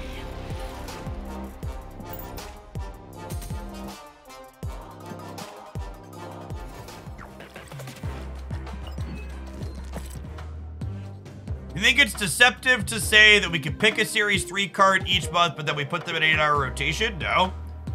Not at all. What they said is technically correct. They just want to use it to get you to log in every day. Or every 8 hours. You can see the just gold finish.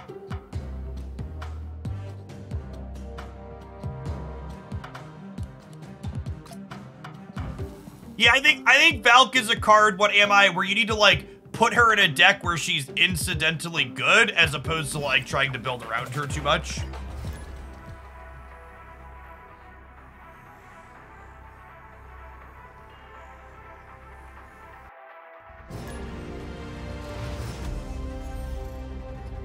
No, the border with no background is currently butt only. We have a Psylocke, we have a Mr. Negative, we're gonna push the snap button, we're all in, we're playing a 5-turn game of Marvel Snap at least here. Let's do it.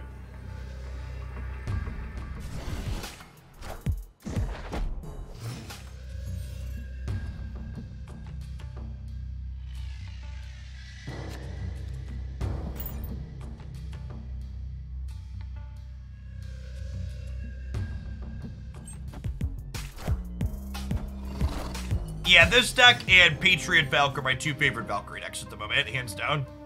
It's a little unfortunate. Hopefully we draw Magic next turn. So that way we can turn off the Dream Dimension to play Sarah on 5 still.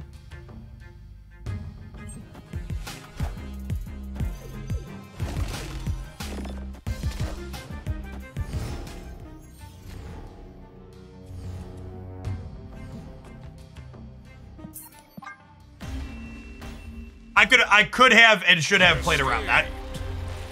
There was no reason to play the center. It is firmly on me.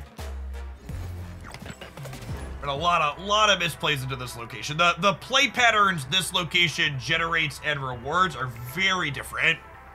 Seems like a good location ad. Honestly. That wasn't unfortunate. I learned. I traded cubes for knowledge, chat.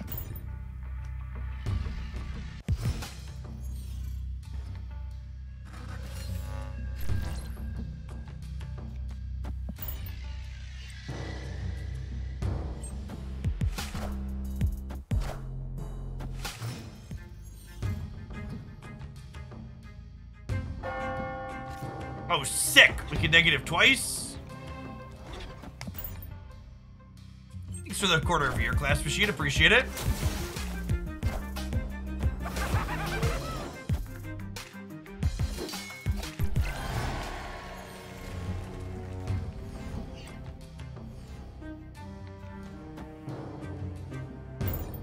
We draw Magic next turn. We still have a chance to, we still have a chance to play her. Do you believe in magic? Do do do do do. Be do do do do do do do do.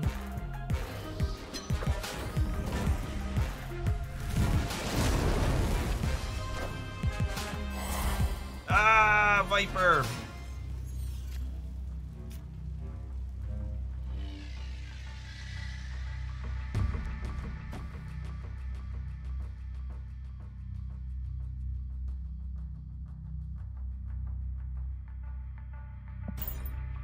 We have a chance to win this, says local man about to be hazmatted.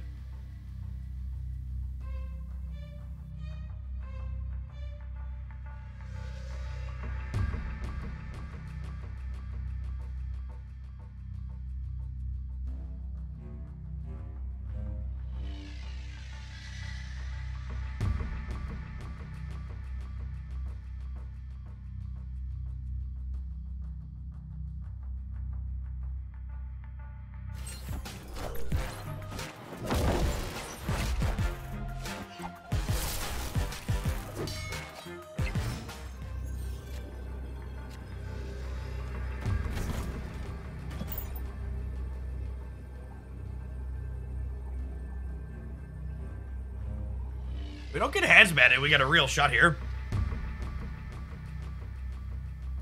One of the things this deck does really well is adding extra power into locations that it otherwise has 4 cards in. Gives you decent cube equity in a lot of spots because you add stats that people aren't expecting and steal games from them.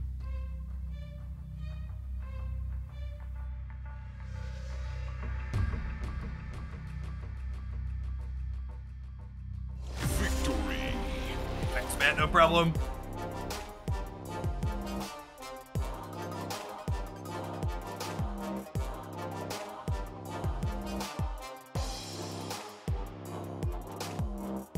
Hey, I'm glad you enjoyed it, Halfwit. We're almost getting our Iron Heart. I would like to get my Iron Heart to gold border.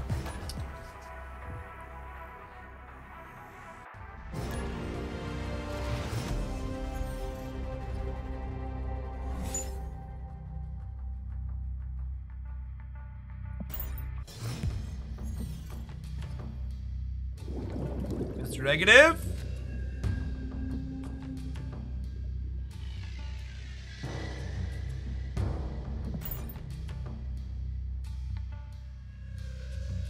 I was gonna wait and play Psylocke on 3.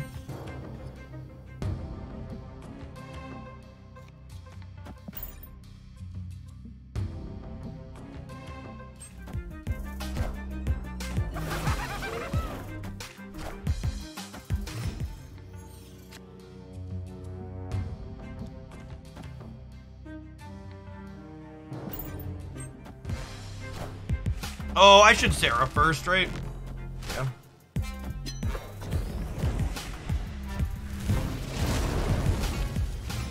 If I draw Bast, I'm sad now. Draw Bast. It's good.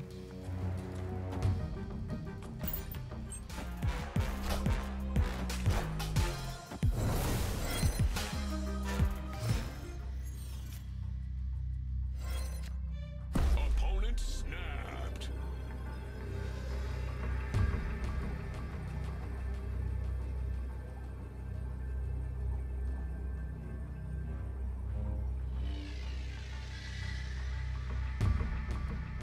Damn, we're 1 energy short of being able to do it.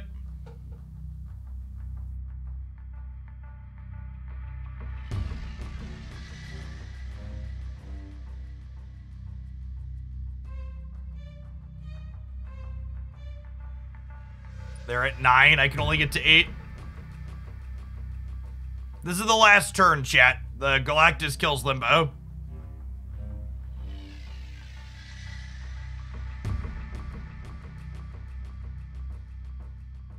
Chat, their final board state is Galactus, Nimrod, Nimrod.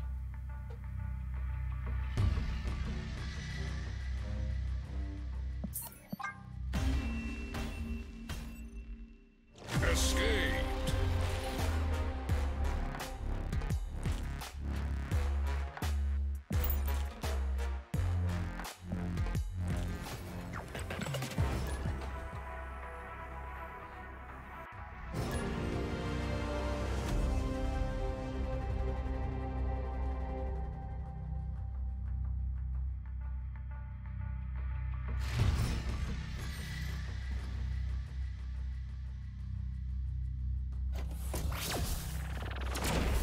Wouldn't Angela Valk Ironheart beat that? That's 7 energies worth of plays. Does that Nimrod interaction only work because it starts to the left? That is correct, your boy.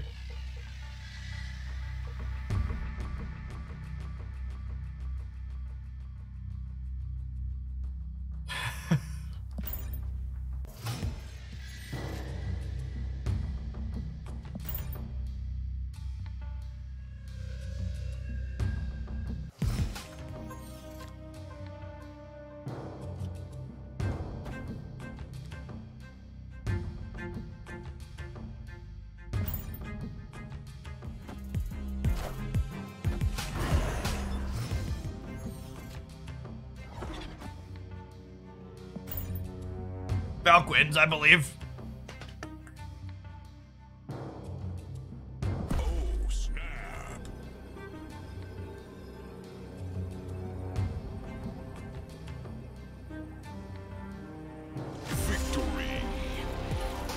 Hey, look, our opponent's deck was worse in the world ship than we were. Yay! Yay! I mean, outplayed.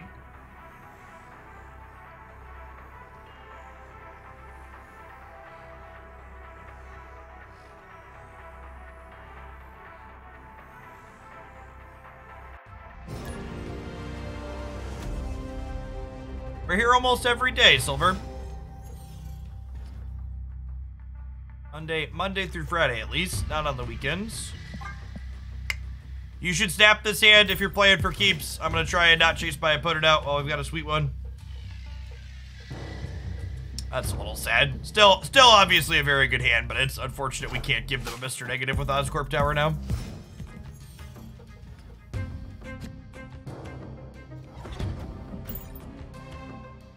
We played a little bit with Null inside of Negative on stream yesterday after the patch dropped, and it still seemed real bad.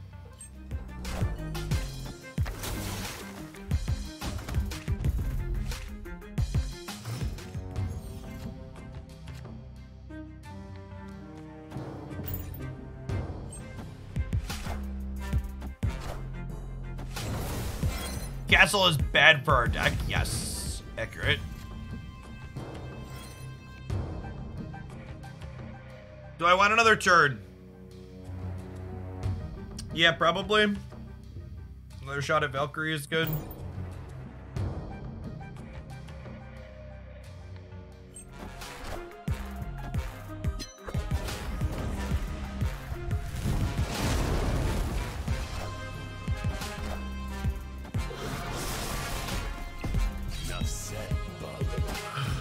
Okay, it's another Galactus deck, but glass half full. Their Wolverine went right, so they have to Galactus Limbo. If the Wolverine had gone center or left, we just couldn't win on the Plunder Castle, but we have a shot now.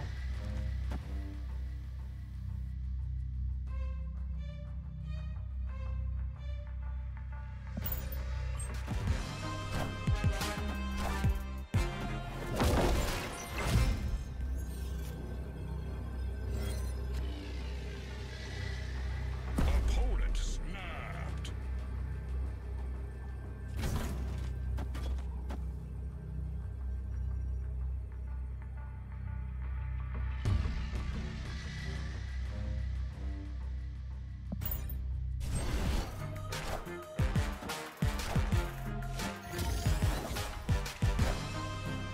I am Iron Man.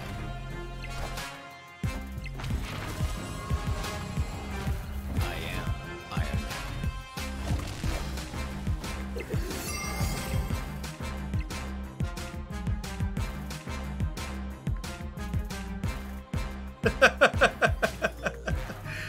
Oh, he's such a snooze.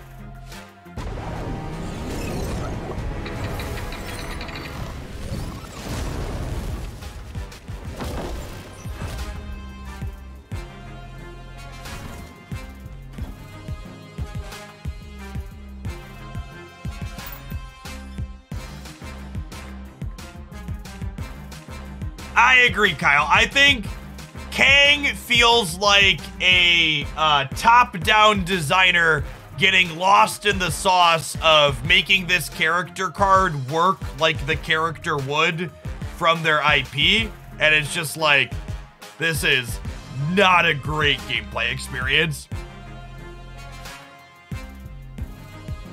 It really compounds, or it's the antithesis of what Snap is supposed to be, right?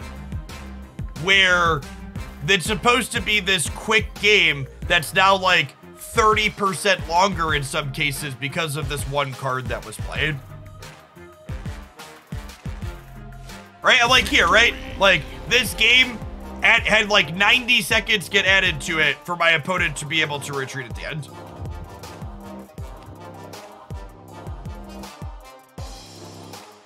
Like all that, like I got one cube and my time was wasted.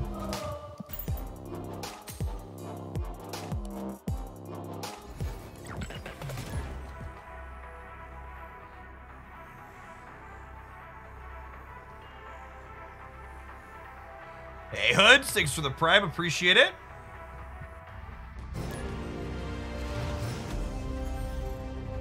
Good on Chase. Thanks for the over 3 years. We'll vibe on the bass for a turn. Retrack. I feel like most of the time the opponent plays Kang, they retreat, and it's not a pleasant waiting experience. Yeah, I think that's an accurate summary. Okay. It gives the opponent information to mitigate their cube loss.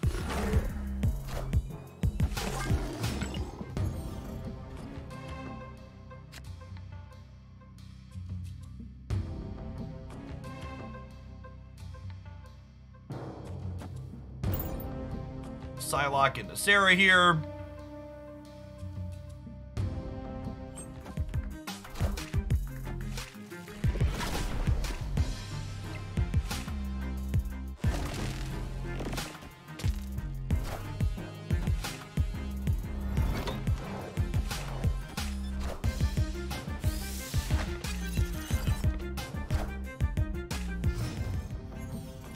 All right, well, we got Expansion Dift.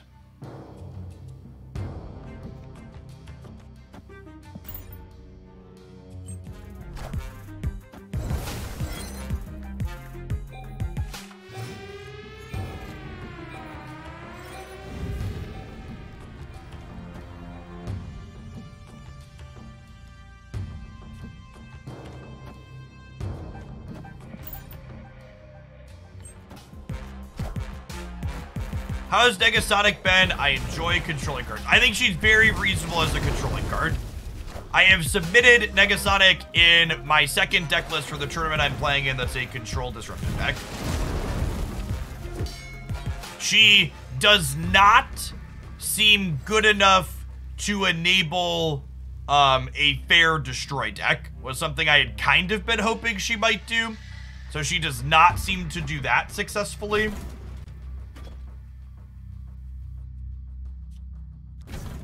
But as far as being a control card, it seems good. Goyanik, thank you for the brand new prime. Appreciate it. I think Negasonic feels like a more powerful card than Master Mold. At my initial read, at least.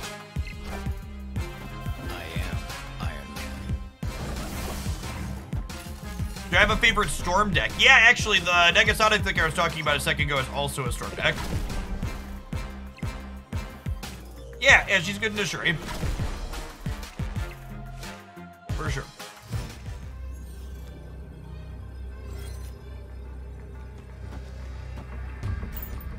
It's old Iron Man here and then Blue Marvel add 8 to each of these.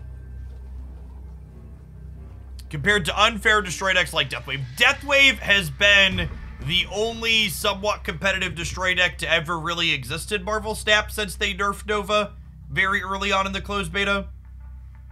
And even then, Nova was just so busted, it was largely played in decks that weren't just like fair destroy decks, they were just like splashing Nova Killmonger.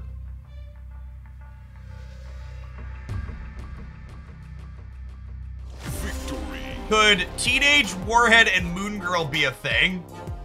Huh. Maybe?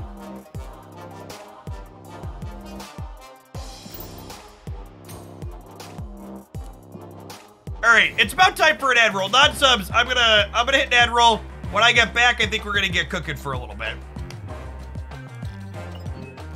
Yeah, it's what if we played it with Zabu?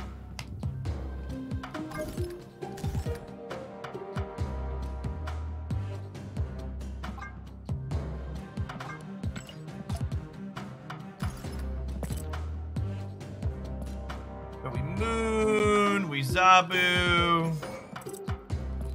Does anybody else hate, by the way, the fact that when you type in a new search, it only shows the most recent cards you searched for, and I have to like manually click back to show the other ones again now?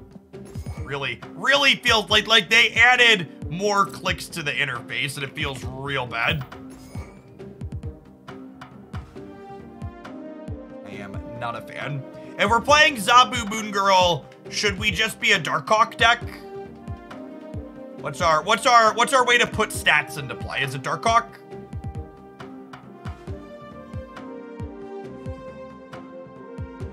Yeah, we're either Shuri or Hawk. Probably Hawk. I think I like Hawk.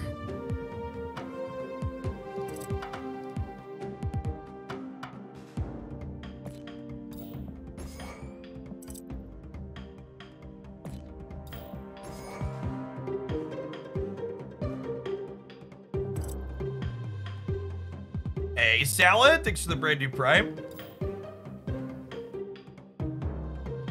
Rock seemed not good versus Negasonic. Oh, yeah, that's true, actually. Okay, hold, good observation. Look at that, Twitch chat. Coming in with the smart ones.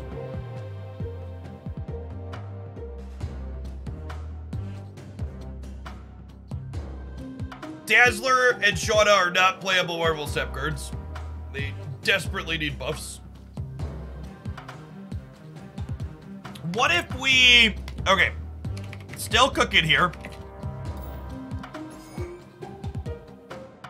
We Daredevil.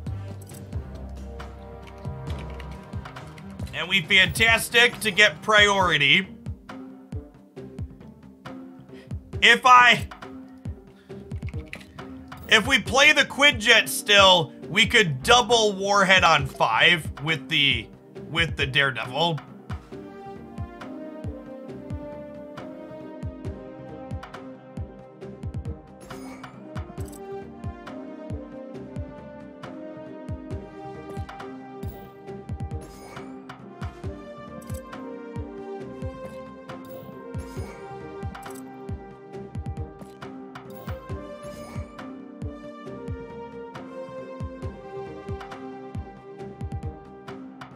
Then we can play the Dino Mystique Coulson package.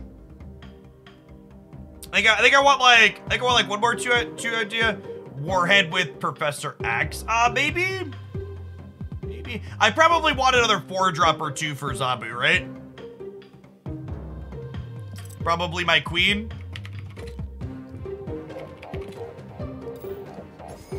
Solid one. I think 3 4s plus Coulson is probably plenty to make Zabu worthwhile.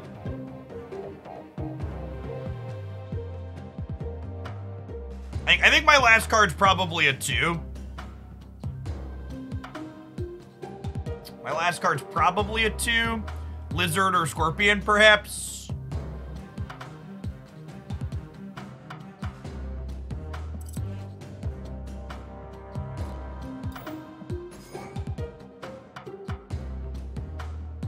I don't know that I love Sentinel. Sentinel really gums up the works with Moon Girl.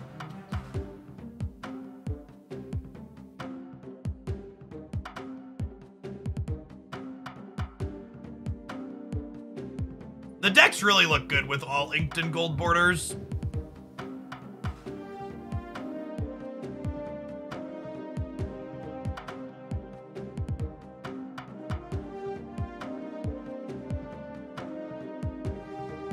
Let's do it.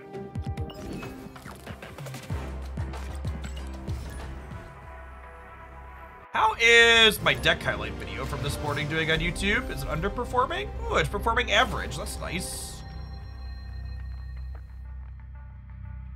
Looks good. I wonder if with the change to collector's tokens, I'm loosely optimistic that videos with new Series 5 cards will do slightly better as opposed to the awful that they did previously.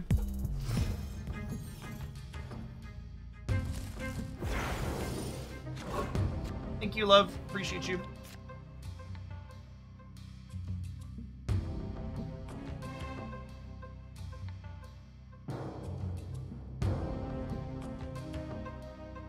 What are the top 3 Series 4 cards right now? Shuri, Darkhawk, and then either Valkyrie or Bast for the 3rd. We'll have updated tier lists out here soon.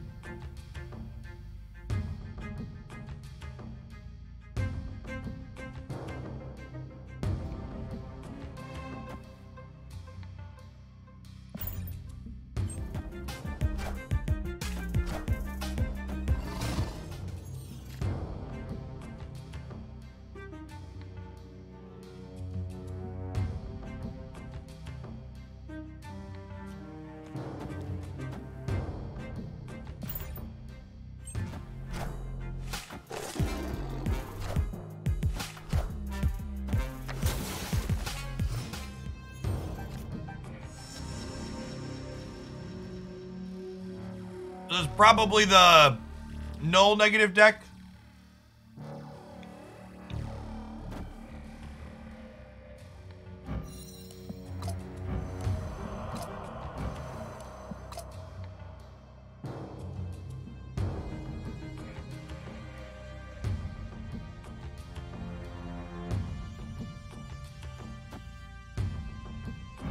Hawk is not large at all because of Nova Romo.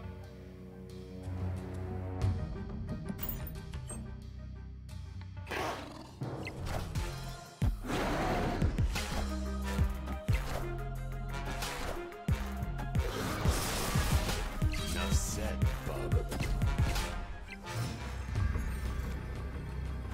Oh, I always forget Daredevil doesn't show me the bonus. That's fine though. We'll go Mystique into Moon Girl. Play for all of them.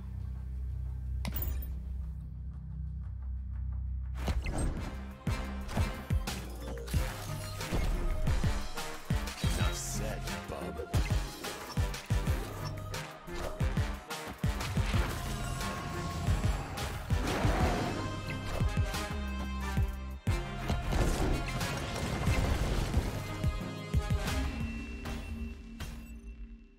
Victory. Oh, I forgot we were gonna make the Hawk bigger. That's fine, it worked out.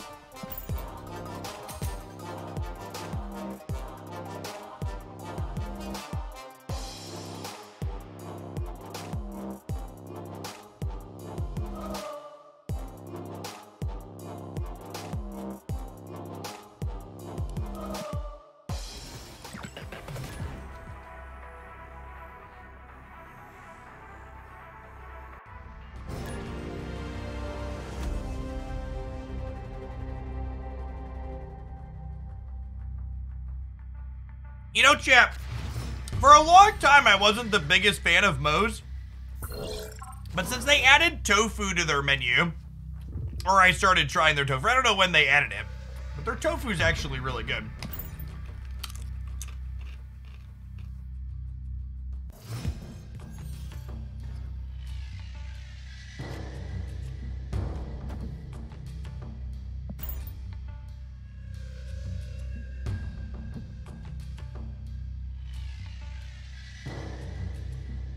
I like Chipotle's guac better. Moe's guac, I don't know if it actually is, but it tastes like tube guac. Like someone squeezed it out of a tube.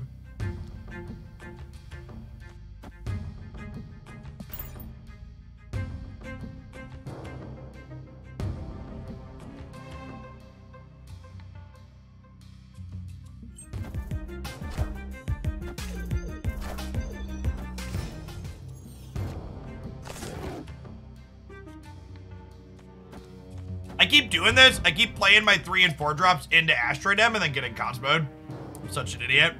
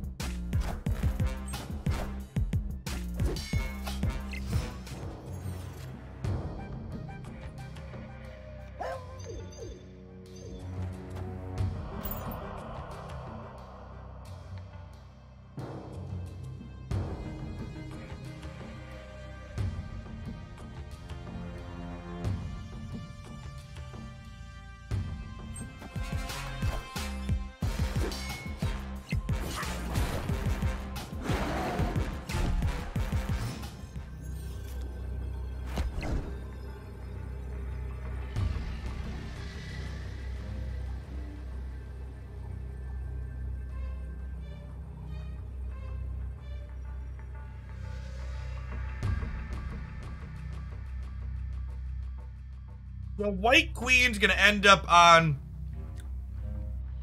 the right with Asteroid M.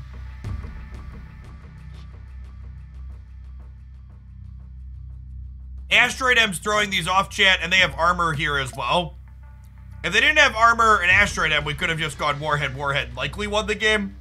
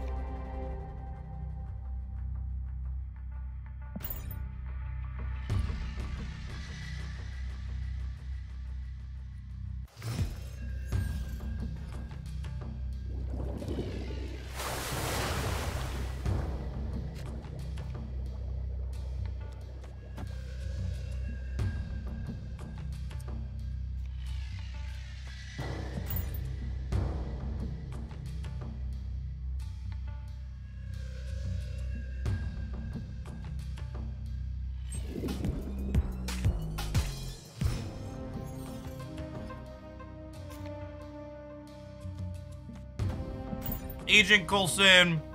See what we grab here.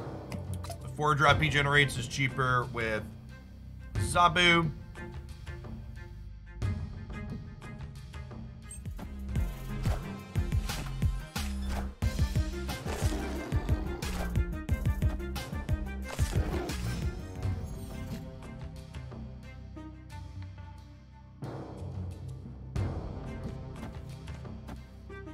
I think I want to spread out here, so I can likely have priority going into turn 5 to get to Warhead, whatever they play Shuri into.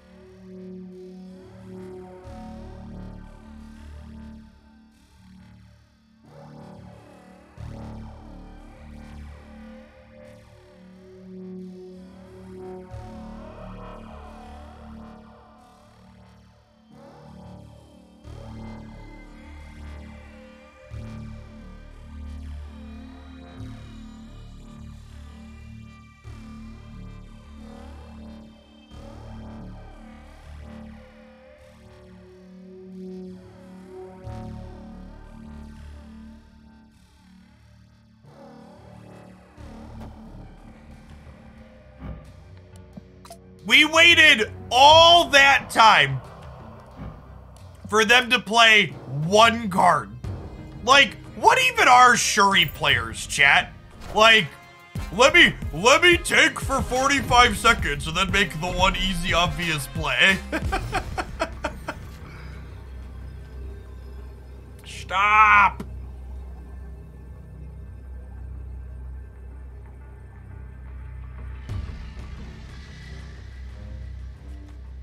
They can't Taskmaster because that card got changed.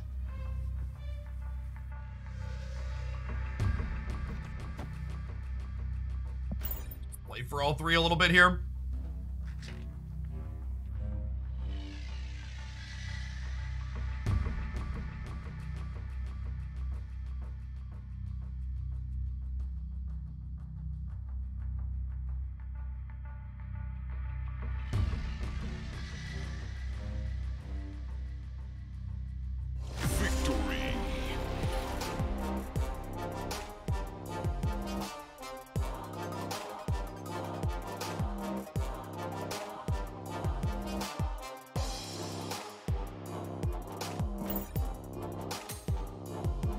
Game theory says you should wait till the last second to get a slight edge. That's true.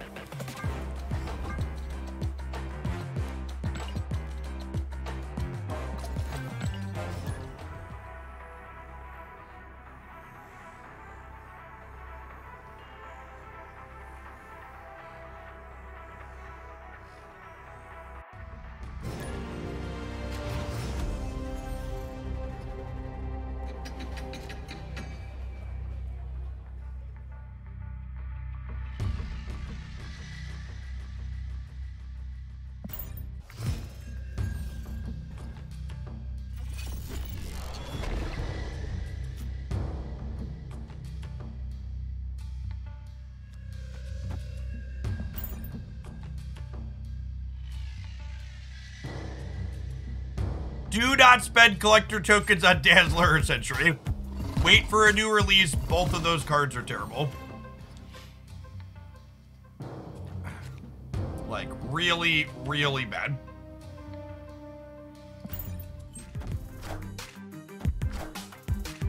Wind, aid my hand.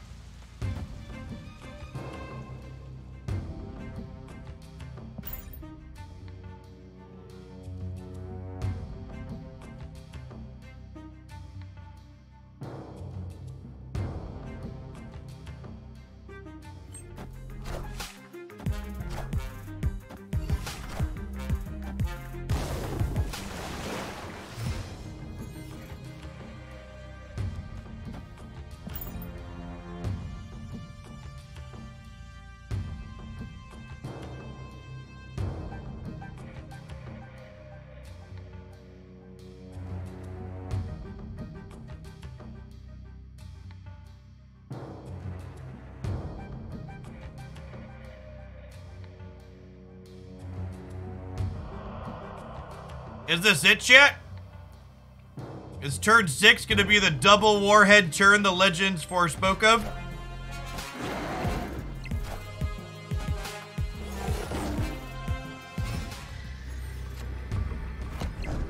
I believe. That's the chat. We didn't build this deck to not play double warhead on turn 6.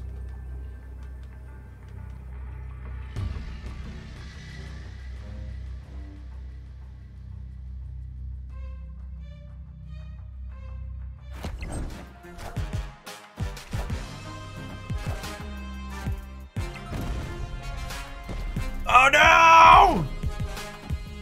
Rip.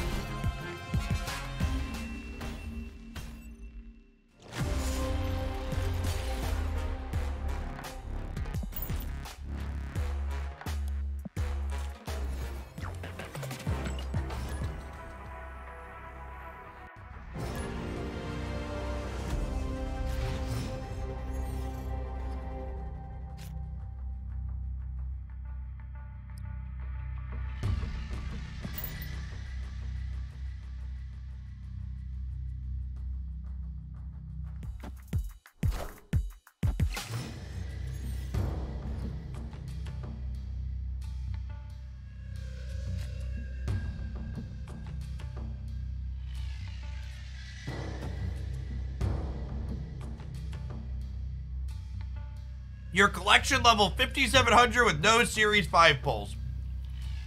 I have gained 11,000 collection levels since they added Series 5 to the game. I have not pulled any from the track.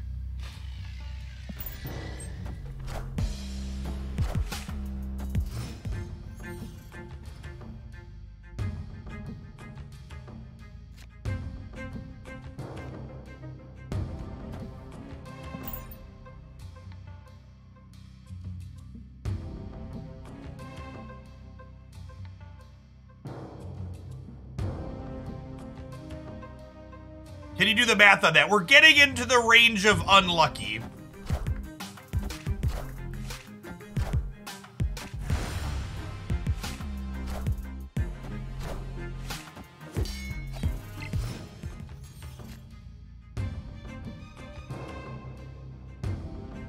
Null is Series 4 now.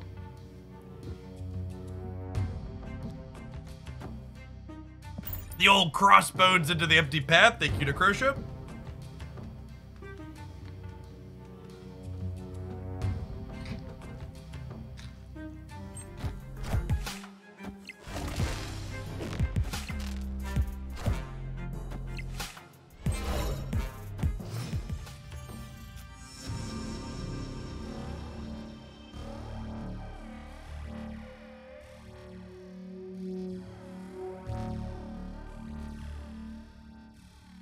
The people that were like, well, why didn't you play it into Asteroid M?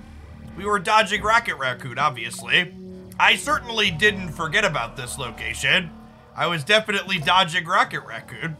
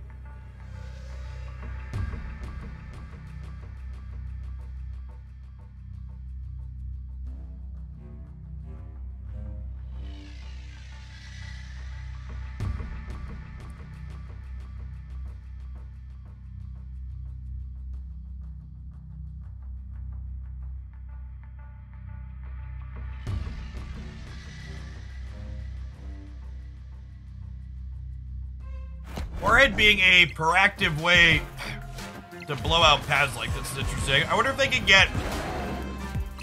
They need to generate 3 cards in their hand to beat our thing here. Oh, wait. This is what's her name? Agent 13. Shoot. Damn. I forgot about Agent 13. We'd have won if I was less cute. I could have just put this here.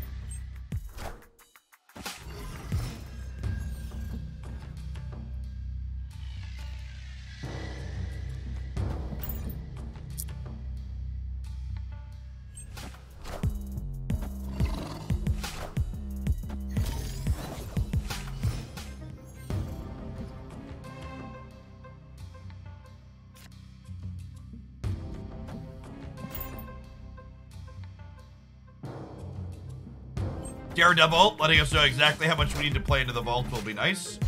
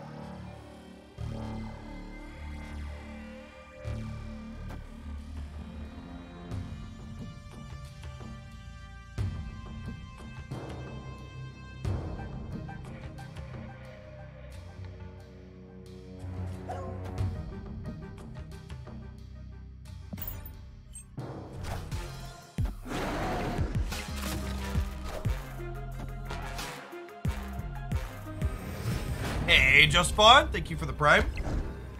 Appreciate it.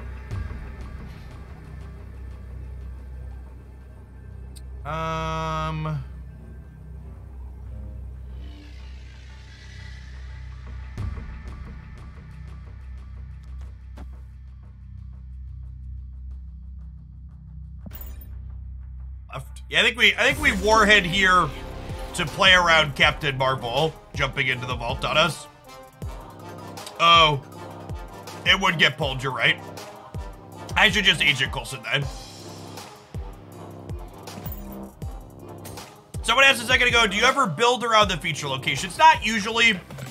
The feature locations have an incredible shelf life, meaning any content created with them tends to not have value or people don't really want to watch it afterwards, so. Especially with the big patch. Normally I have like this giant backlog of like decks that I played on stream that I could do highlights of, but I had to delete that whole backlog because of the size of this balance patch. Because I also don't want to post content that was, you know, recorded before all these changes happened. So I want to build that back up.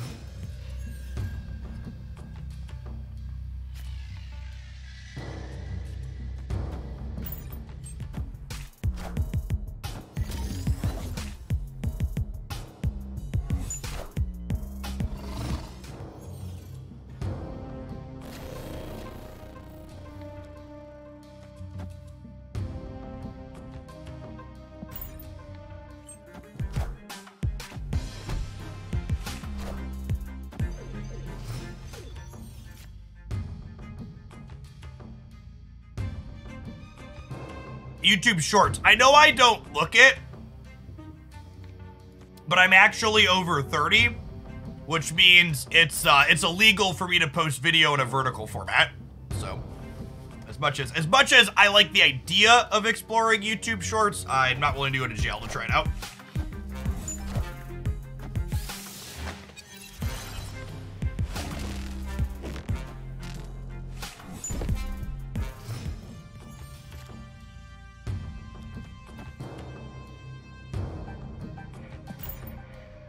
We get Devil Dino in the middle, and then we get to pull Mystique, copying Devil Dino into Asteroid M. Just fill the hand right on up. I think this would be a good time to snap if we were playing more aggressively.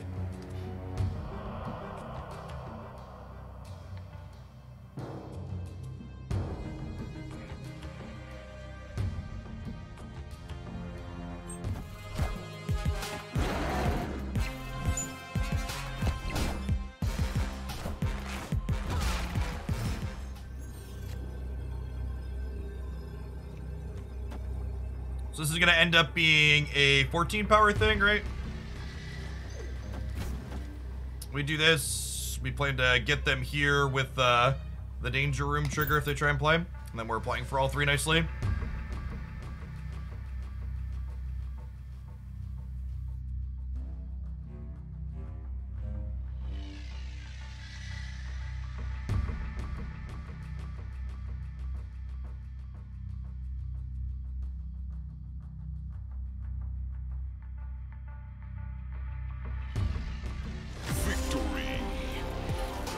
Dino is a large lad. Thank you for the armor and the Cosmo.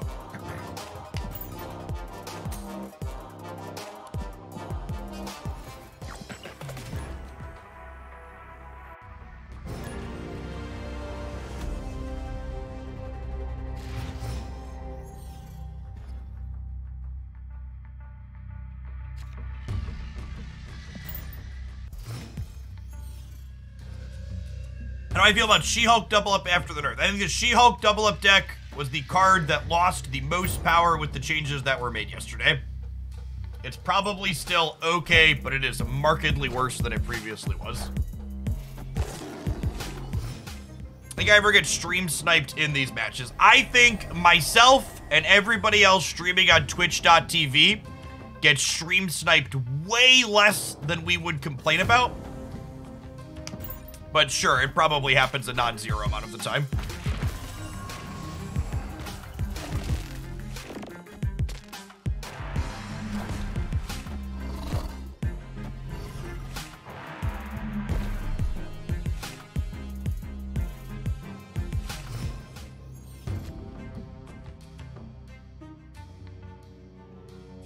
Exapelegic Squid, thank you for the 32 months. Welcome back.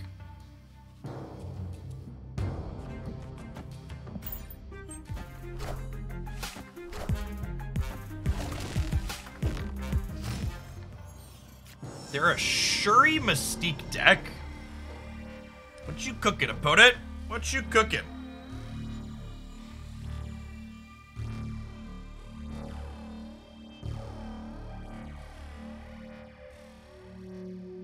Triskelion. No, the Mystique had a border. The Mystique and the Shuri were both cards in their deck. The Mojo and the Yellow Jacket were Triskelion cards, but Mystique and Shuri are cards that they're playing.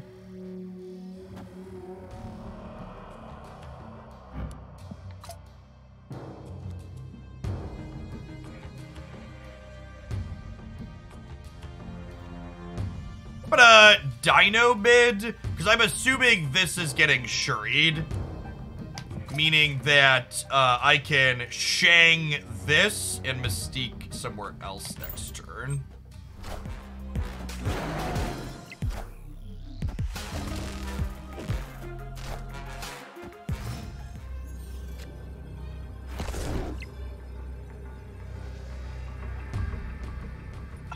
Now what's better? Is shaking this better, or is just like moon girling better?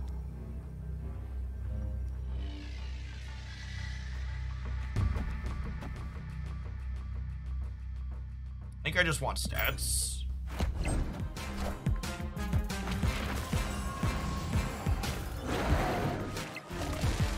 I'm aware they go left, I just want to play them right because of Cosmo. Get into the habit of that.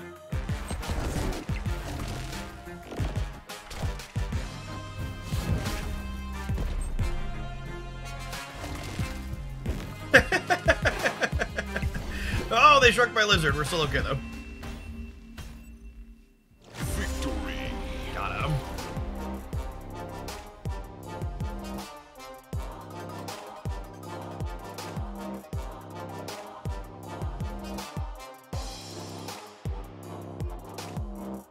When should you open your reserves? There is always going to be another reason to hold your reserves. You should open them when you would like to experience joy. Or disappointment. They're loot boxes after all.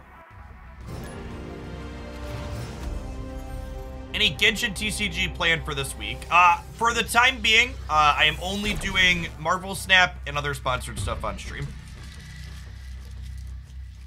As much as I enjoy playing Genshin, and I play it basically every day off stream, the viewer metrics for it aren't great.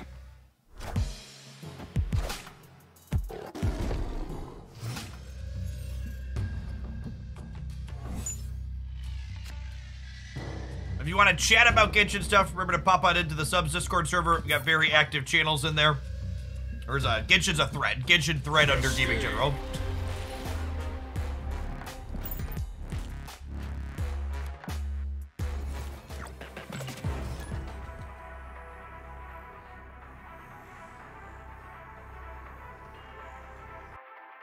I think the Quinjet nerf was awful, and it severely crippled one of my favorite decks in the format to the point where I don't really want to play it anymore, which is sad. It's probably a little bit of an overreaction, and it's probably still close to fine, but it's much worse than it feels bad that they nerfed my B tier deck harder than they nerfed Shuri. Mr. Patastic, thank you for the quarter of a year. Do I ever care about cubes enough to retreat later? Nope. In fact, I would argue that retreating later is so unlikely to save you cubes that the amount of time that you waste hitting retreat later every single game actually loses you cubes in the long run, because those are all times where you could have spent playing more games of Marvel Snap, gaining cubes potentially. One of the biggest quality of life features that I think Marvel Snap could and should implement is I think Marvel Snap should make it so there's only one retreat button, and if you press retreat, it takes you out of the game immediately, but it doesn't tell your opponent that you've retreated until they submit their play or also retreat. And then if your opponent also retreats, it refunds your cube back. I think that would be one of the single best things they could do for the game in terms of not wasting everybody's time.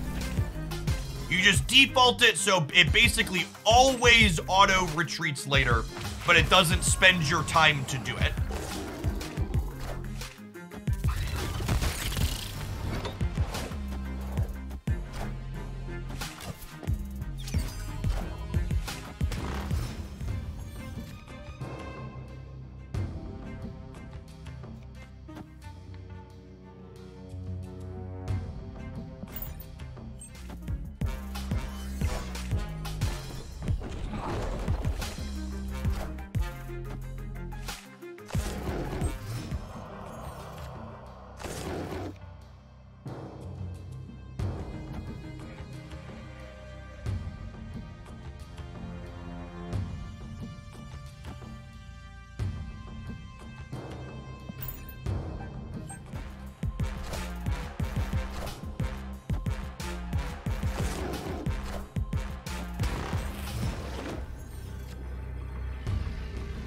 Priority here, unfortunately. They're a surfer deck. I think we're dead.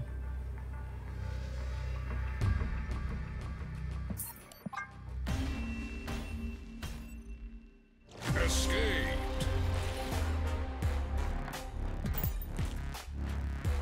Are there any plans to choose the borders on your cards? That is one of the most requested features in Marvel Snap. I have to imagine it is on their radar. I have no insight into when it would happen. It was not listed on their recent roadmap update.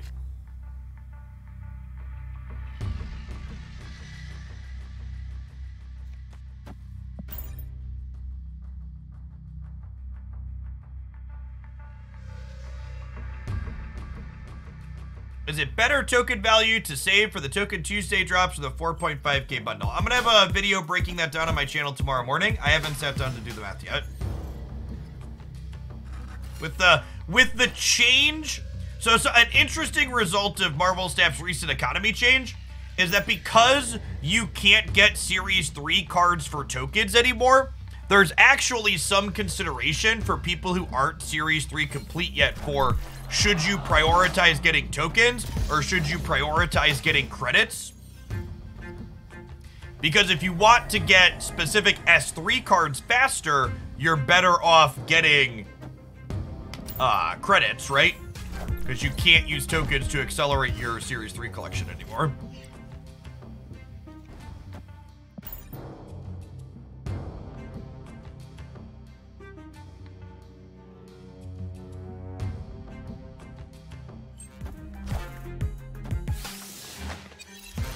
Warhead does not beat armor, no.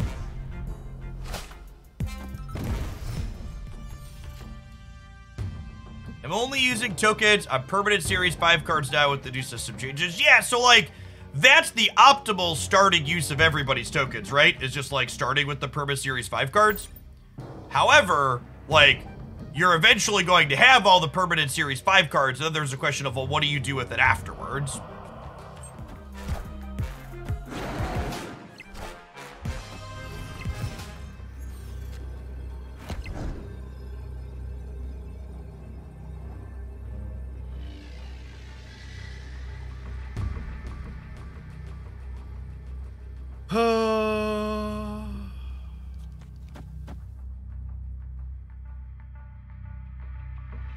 My money's on they can't beat Vormir, he says before they play 2 cards there. I think they're going to play for Mojo World, and my Mystique is going to beat them.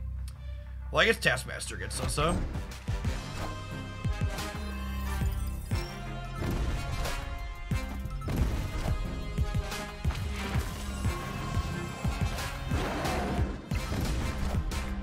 It's actually kind of impressive how many cards they changed in the Shuri deck to not impact its power level basically at all.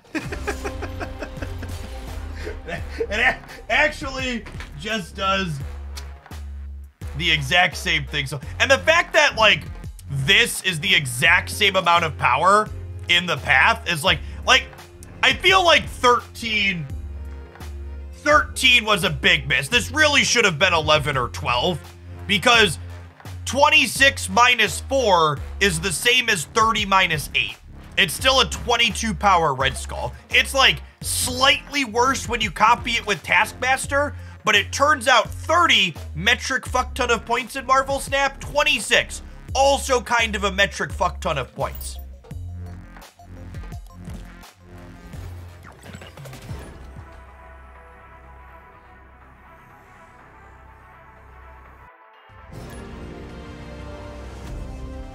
It's also slightly better when it isn't a full path.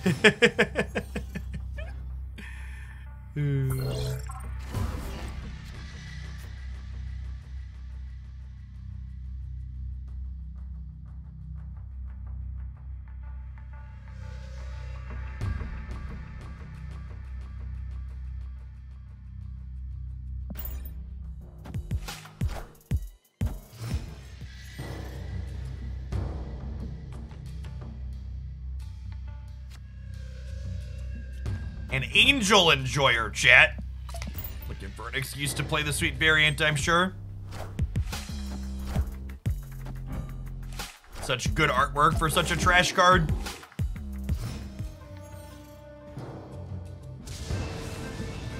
How many more variants would they sell, chat, if they made more cards playable? Makes me wonder.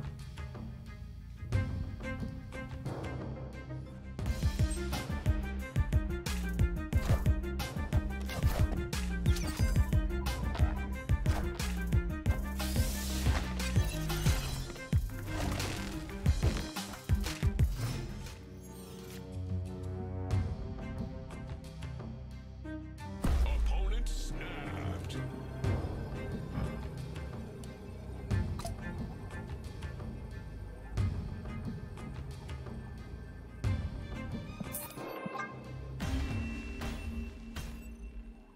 Escaped. They are in fact playing Agatha. How would you make Angel better? I think both Angel and M'Baku at a minimum should jump to the board from your hand as well as your deck. Mr. Patastic, thanks for the quarter of a year, by the way.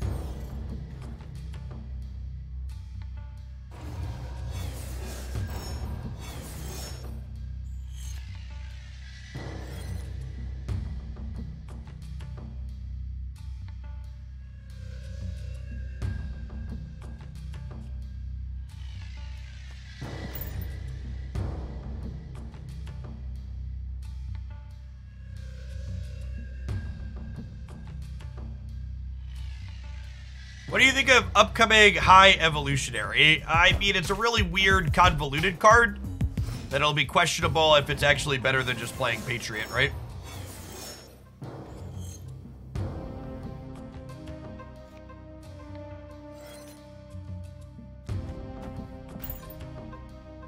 All right, our hand's good. They got a free Sarah and a Superflow. We both have Superflow, I suppose. Yeah, the initial secret abilities were data mined, but also keep in mind that, like, High Evolutionary as, like, the end of May was its data mined release date, so there's a lot of time between now and then where that card could change. I would take all of the existing May releases with a grain of salt. Their text boxes could definitely change between now and then as the format game develops.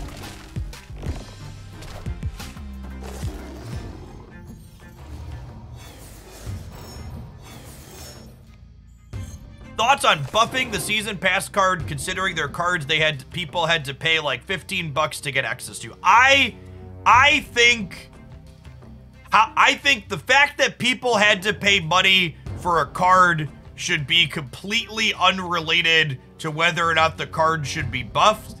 And yes, I think in general, Marvel Snap has been slow on making cards that are too weak playable. We've got Dazzler sitting here in my hand that was generated by Agent Coulson, right? Like, I've talked about this before, but every single one of the January releases basically could just not exist because they're so unplayable, unreasonable. None of those cards are cards where you're like, yes, this card is great and I'm excited to get it and play and build decks with it.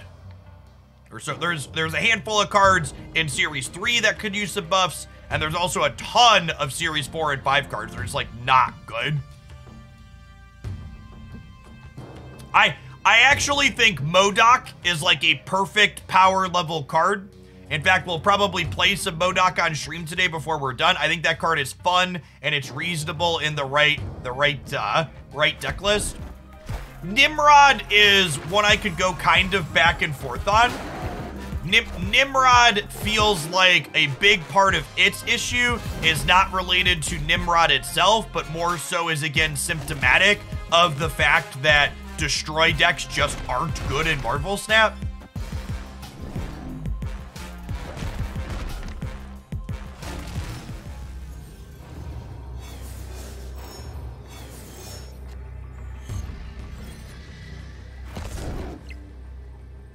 It's a good draw.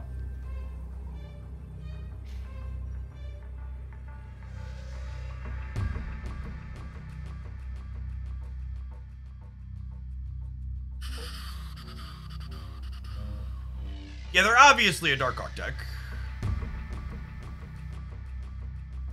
We have priorities, so we can't Shang-Chi the center.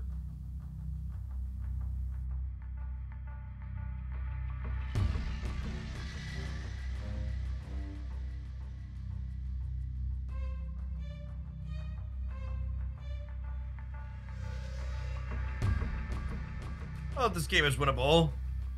You want a Gamora left? If I Gamora left... The problem with Gamora left is I'm losing to Nova, Killmonger, right?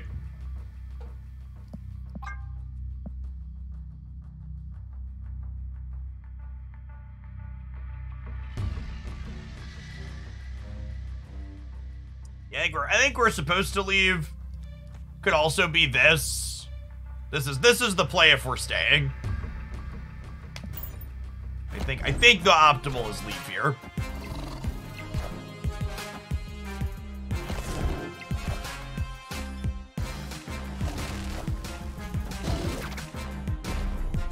Did we do it? No. Close.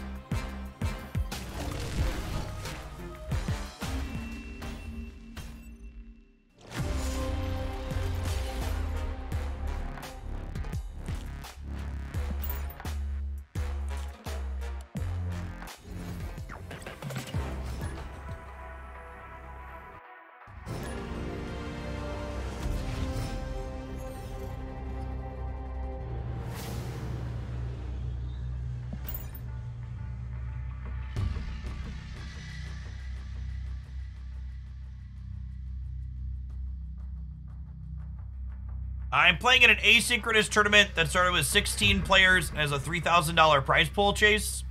And we're down to 6 players, with myself being the lone remaining player in the upper bracket who is undefeated at 4-0, and 5 other players playing it out in the lower bracket, coming back up to try and take the top spot for me.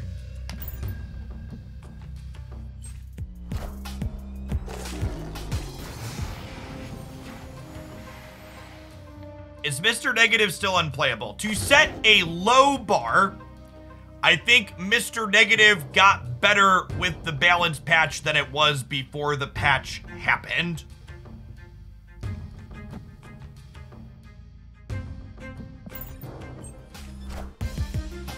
There is less Thanos on the ladder and more Shuri, and the Shuri matchup is not terrible because the Shuri matchup is not terrible considering the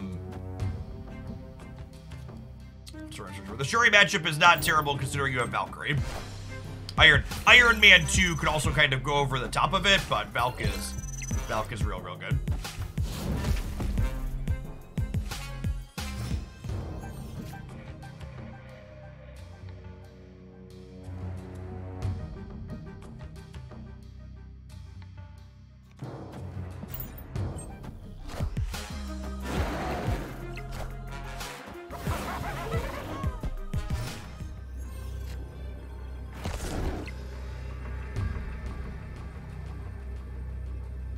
Feels like I'm getting Galactus.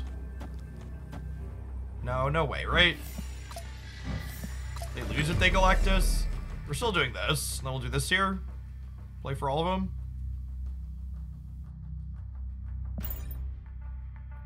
I think that was a Galactus deck we just didn't draw.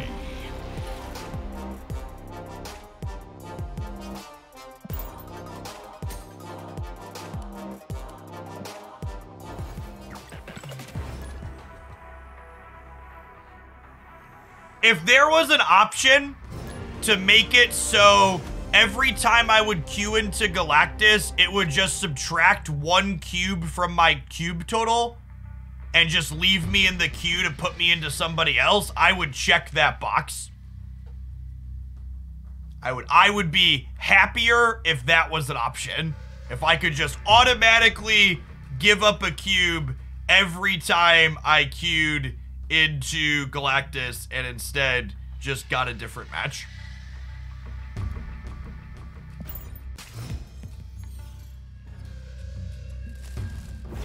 I'd pay money for that feature, Second Dinner. Get on it. You name your price. We'll work it out.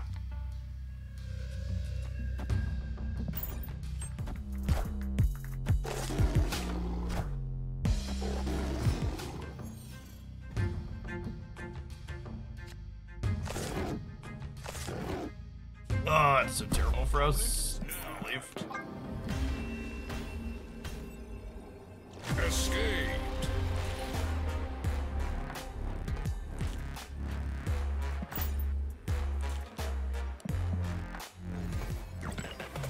All in fun insurance, yeah. please sell me fun insurance.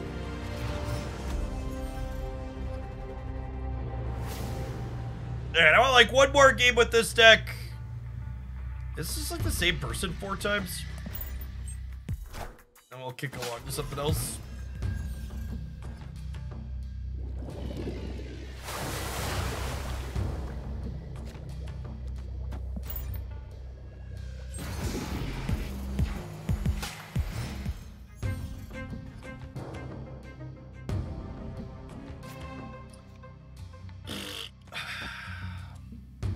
Sag. I don't want to play Coulson before I'm about to lose my hand.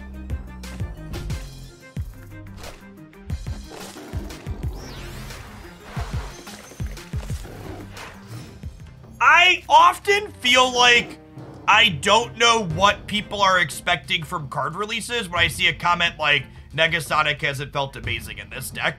Chat, not every Marvel Snap card is Thanos or Galactus, right?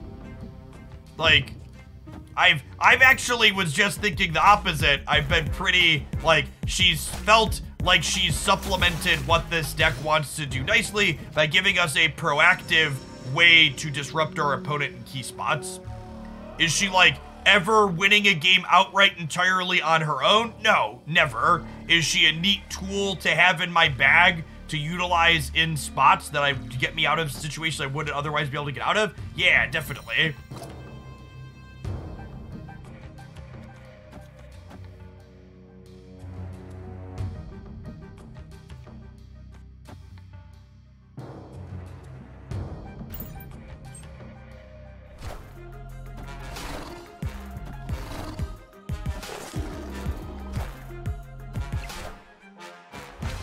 Worried all the good S5 cards will be big bats. In general, we need better balance on new releases. Yeah. Agree with that. It's a real shame we can't Mystique her. That would be fun. Let's put some stats here in the middle. This helps keep the field clear for Lizard, too. We're only going to 14 in the middle, which is a little low. Oh, I'm so dumb. I'm so dumb. Oh, my God. I'm gonna retreat in shame. Give me a minute. Escaped. Give me a minute. Obviously, we needed to play these over here.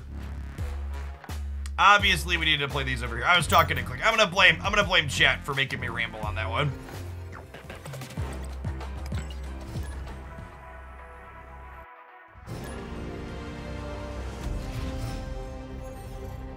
Talking and clicking at the same time is a dangerous game.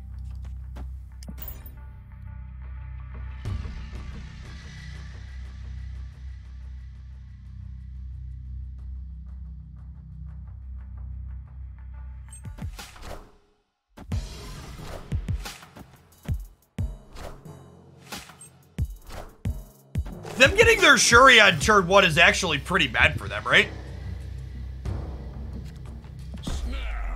I'm gonna snap you bad for them.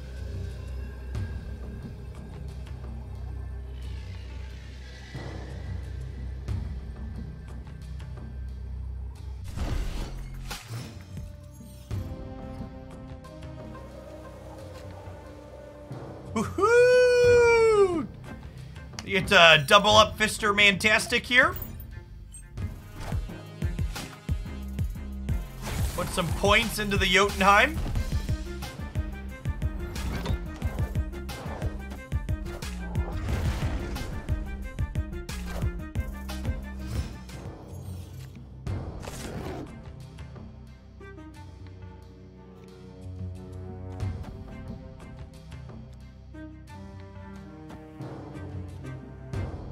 I want Shang plus Mantastic. Here's my last two. I think I'm gonna put Lizard over here. It's gonna get -3 overall, but that's fine. I think they're not gonna fill here.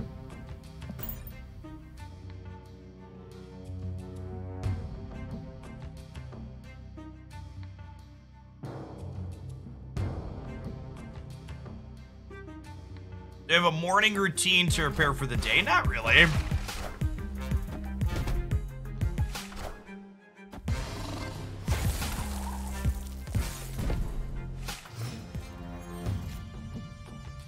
My day starts whenever my 2-year-old decides that it starts.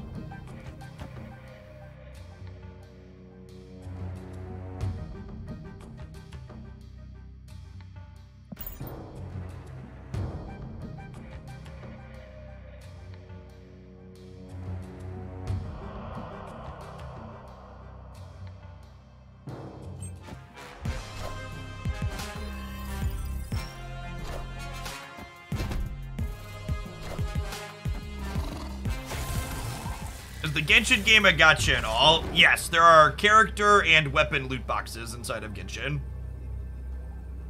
We are unfortunately dead here, huh? Opponent snapped.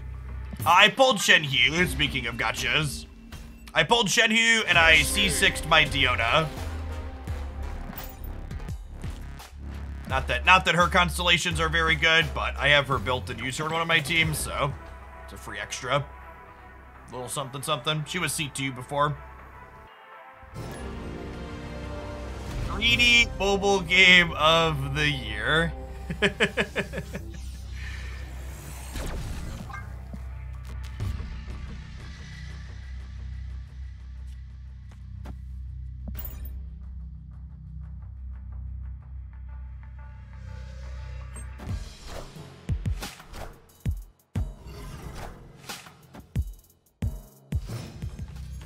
New meta seems worse than the previous. I think whether or not the balance patch made the metagame better or worse for you as an individual is largely dependent on if you prefer playing against Thanos or prefer playing against Shuri.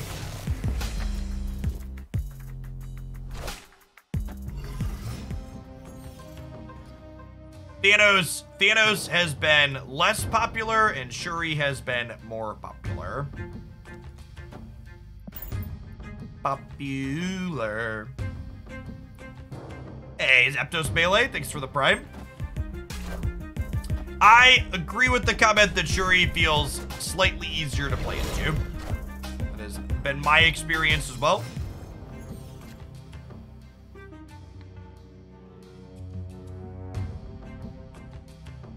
Okay, so this is a Moon Girl, copy these two, and then Dino into Double Mystique.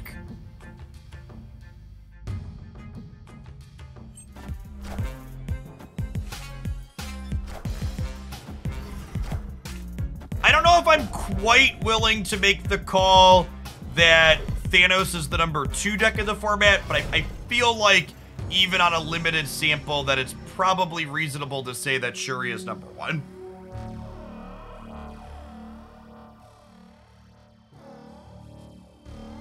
Is there a replacement for Negasonic in this deck? To my knowledge, Devil Dinosaur had never been played in Marvel Snap before I added Negasonic into the mix and created this deck list. So, unfortunately, I think you're going to need Negasonic to play this one.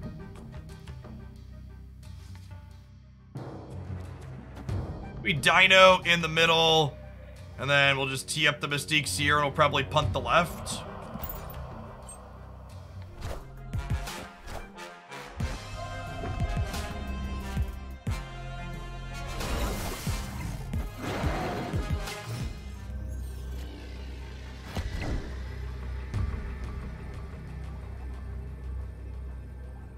So if I go Mystique, these are 10s, and then this is a 13. Whereas if I go Mystique, White Queen, this is a 12, and this is a 15.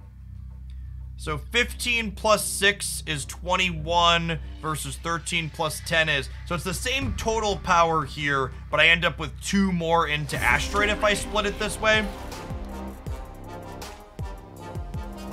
Oh, I could also Dino Mystique too. Yeah, that's true. I forgot this was 4. That's a good shout.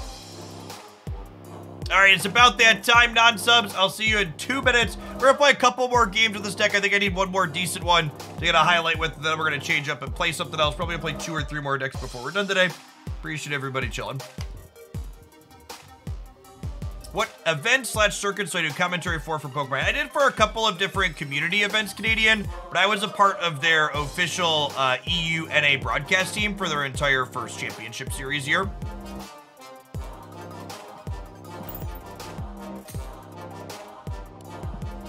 I did all of their EU NA monthly events and then their Worlds in London back in August. I actually loaded that up for the first time the other day. They announced that they're adding Umbreon as a playable Pokemon here sometime soon. So I was like, Umbreon's my favorite evolution, so I might poke back in at that a little bit in my off-stream time.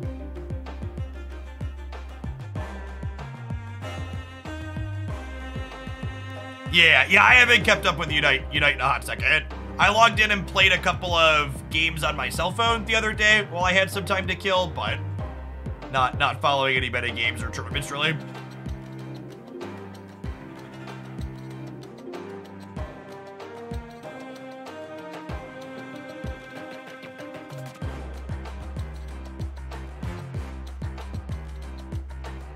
Hey, nice. TCG or VGC stuff, Chase?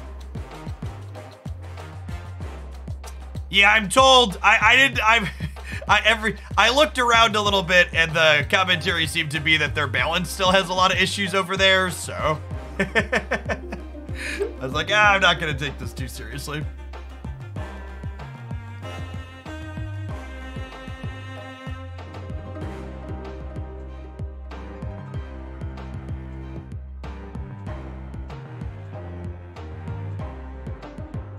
Hey, Corland, thank you for the 3rd of the year. Welcome back. Yeah, I honestly, Beck, I can't tell. Maybe my expectations are just unrealistic, or maybe all games are bad at balancing live service games. Maybe live service games just aren't intended for how much people that want to know life them play.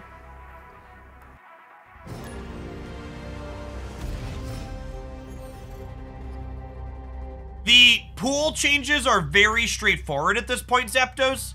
Moving forward, every single month, the oldest group of cards in each series will downgrade. So the Series 5 downgrades for next month are all of the February releases. And the Series 4 downgrades are the Shuri, Valk, Bast, etc. from that group. Your opponent is banned in most Magic formats, that's true.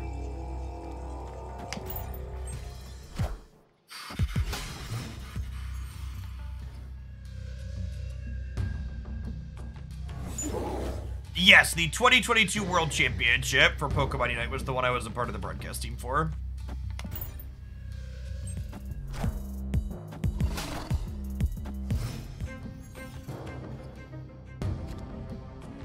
Is the Genshin card game on iOS? The Genshin card game is actually just contained within the regular Genshin TCG application, which does work on iOS. But you can't just play the Genshin card game currently without also playing the actual game.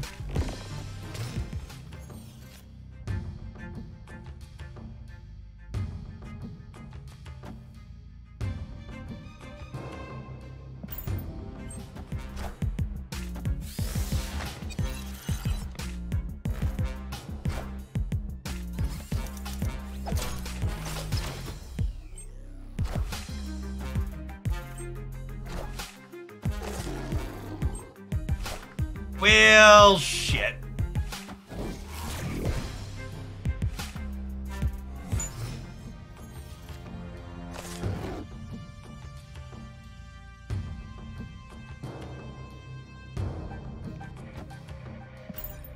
Maybe the 17 wins the left?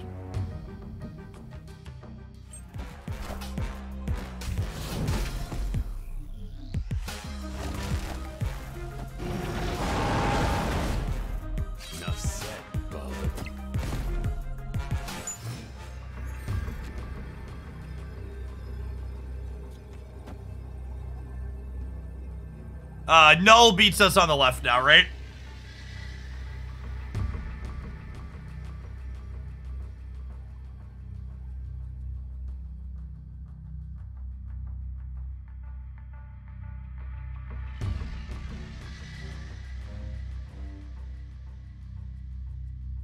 I don't believe in giving Galactus more than 1 cube, but we can avoid it. Escape.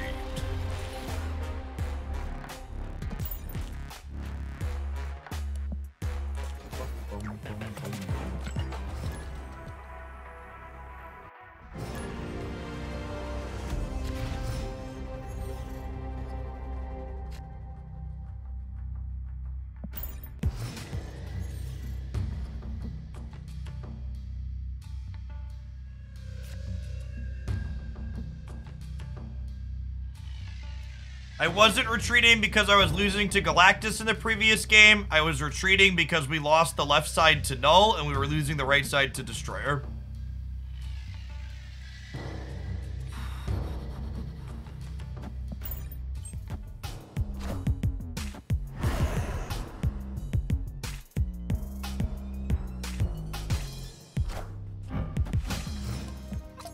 Rare instance of seeing Hulkbuster artwork on the board.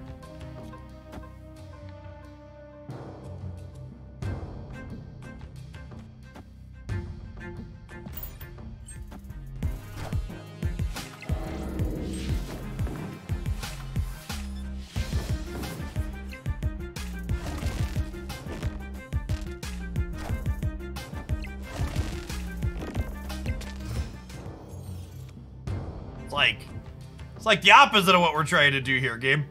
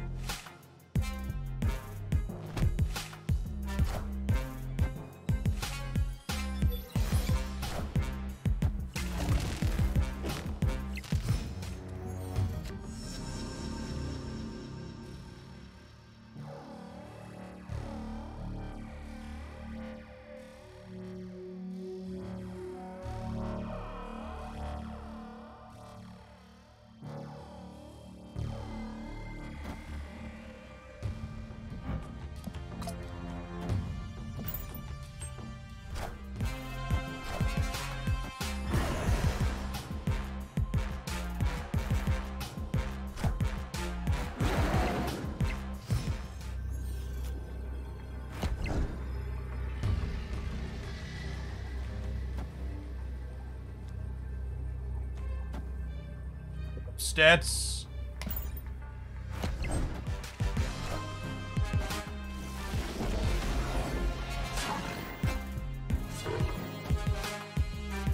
Is not nearly enough here for them.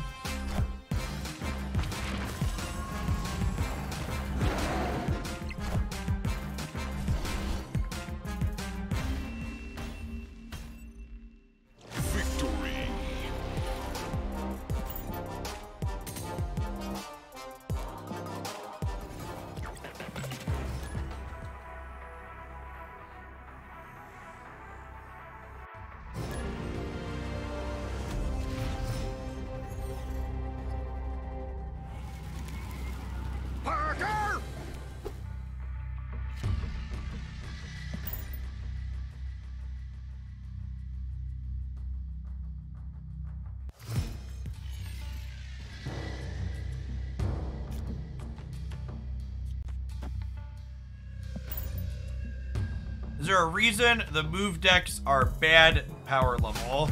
Yeah, their numbers just aren't big enough, and they're kind of in general the numbers aren't big enough, and it's kind of predictable what their biggest play is going to do.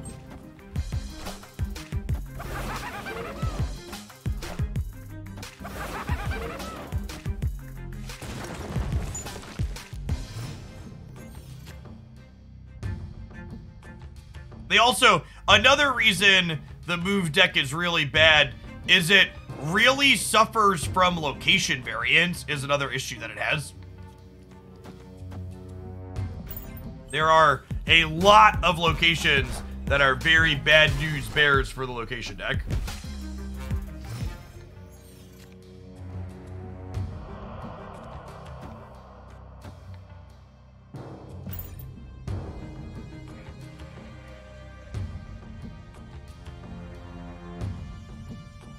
Like, people, back in the olden days when Cerebro was a playable Marvel Snap deck, people always used to make fun of it and be like, it's fine, Cerebro loses to locations. And it's like, well, at least Cerebro was somewhat playable to begin with. The move decks lose so bad to location variants, they just don't get played at all.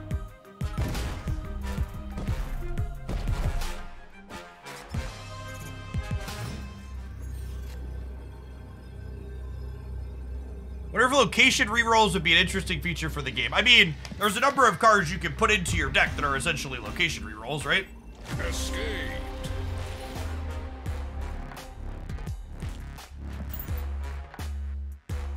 I am looking forward to brewing a bunch with Miles Morales again when Jeff the Shark releases here in a few weeks. My money's on Jeff the Shark adding a much-needed consistency boost to triggering Miles Morales. Like, Nightcrawler, Jeff, and Miles are going to be a 1-2-3 package that I shove into a lot of decks. Very, very excited for the potential that they're going to have. How will Jeff work with Professor X? I assume Jeff's going to get to slip into Professor X.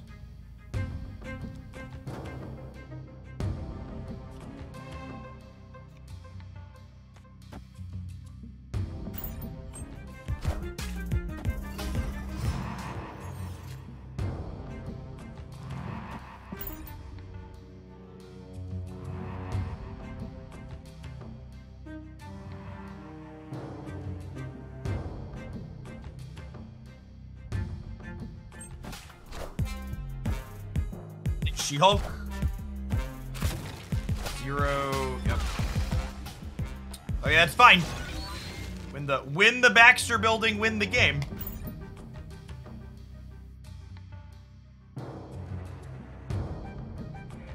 Ready to drop bombs, chat? Ready to drop some bombs? Drop it like it's hot. Drop it like it's hot.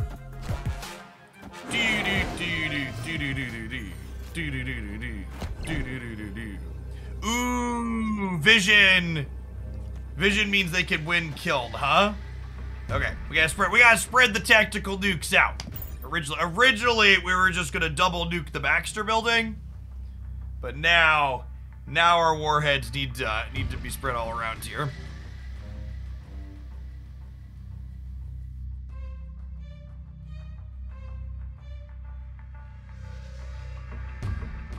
Oh yeah, you can't double nuke the Baxter building, can you? Listen, chat, I haven't done this before.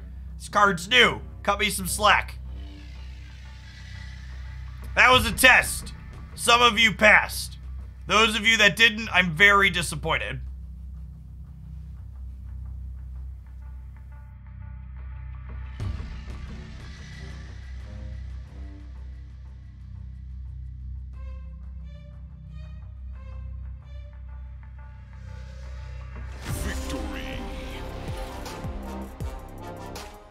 They know we got the bombs, shit.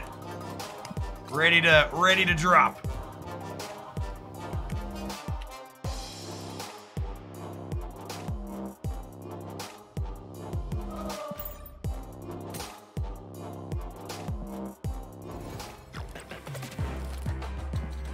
Alright, what else were we playing earlier? Need some more games with? I need one more game with Mr. Negative for a highlight. It's been a second since I posted a Mr. Negative highlight, right? I don't like to post the same deck lists within 2 weeks of each other. It's been over a month since I posted a Mr. Negative highlight. Excuse me? Oh no, come back! Come back! Opponent! Come back!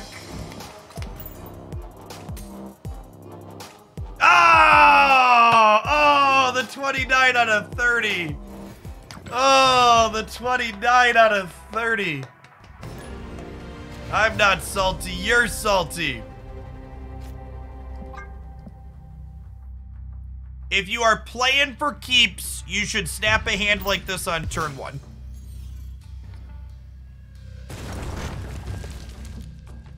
Oof. Oof.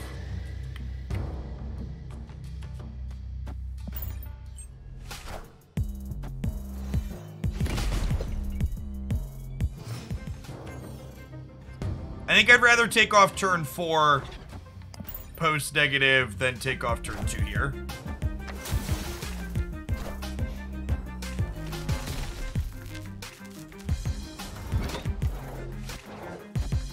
Now, the good news, yes! Who's a good boy? Yes, you are. Yes, you are.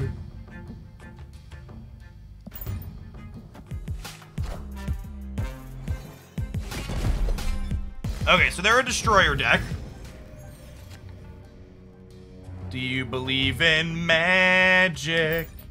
And this turn 7. Do do do do do do do do do do. They could be a Galactus deck. Yeah, I mean they're assuredly a Galactus deck. They just like they can't Galactus this game, right? Because of the locations that are out.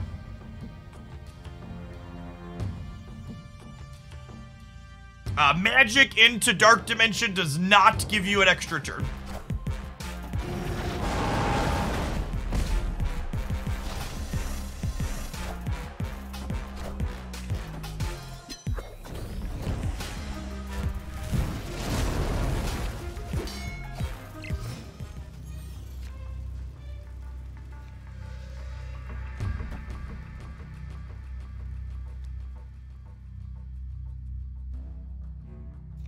I think I'm just playing this here.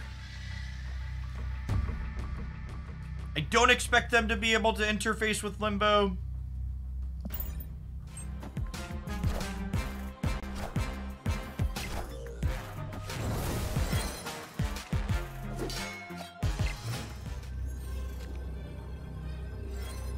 That's a solid pickup.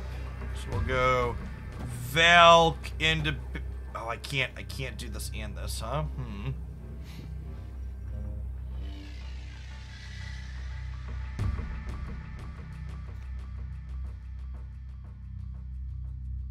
Do they play for the Dark Dimension?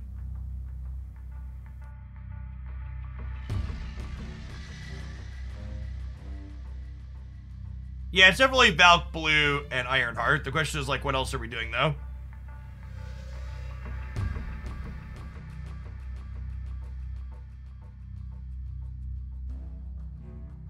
Do we think they're playing for Limbo? Is this crazy?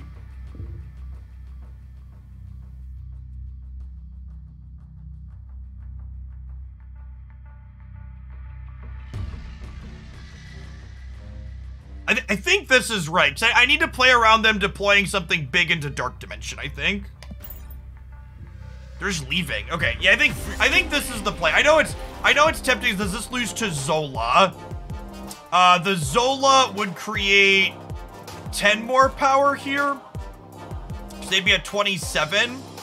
I would be at, this is +7 up to 21, +3 up to 24. Yeah, they have priority. If they had Zola, I would need 2 Ironheart triggers to land middle to win the game.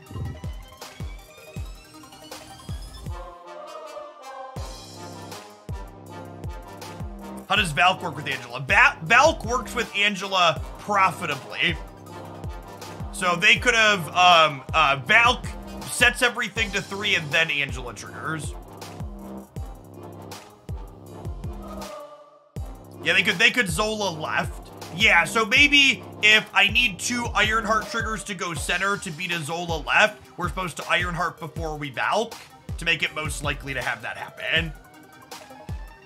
Yeah, I like that. So I think this play is right because it beats a lot of stuff with this being switched here to play around that possibility. Heyo. Another gold on gold. You can tell we played a lot of Mr. Negative on this channel because this deck is gorgeous.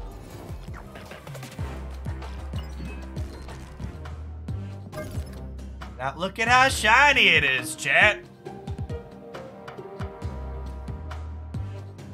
I need credits to split him a couple of times at some point. I have enough boosters to split him almost 4 times. Magic. We're waiting on a magic variant. Someday they will release a magic variant that I want, and we'll spend boosters on it. And then Valk, I actually haven't played that much Valk yet. Don't have many splits for her. Everything else is golden ink, though. Oh, Bast juice. Newer card still. What variant am I waiting for? I don't know. I just don't really like the pixel or the mic slashing one that we currently have. This is the best 3-card opener you could have in this deck. You should zap this every time if you are playing for keeps.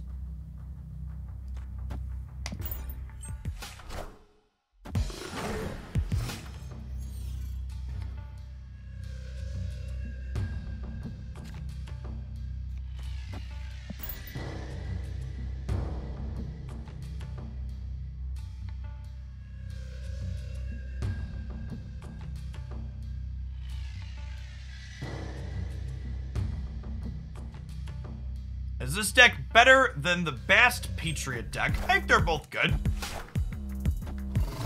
This and the Bast Patriot deck are my two favorite Valkyrie decks in the format at the moment. It's actually really unfortunate that we just drew Magic because of the stupid Dream Dimension. This hand would be absolutely insane if Dream Dimension wasn't in play.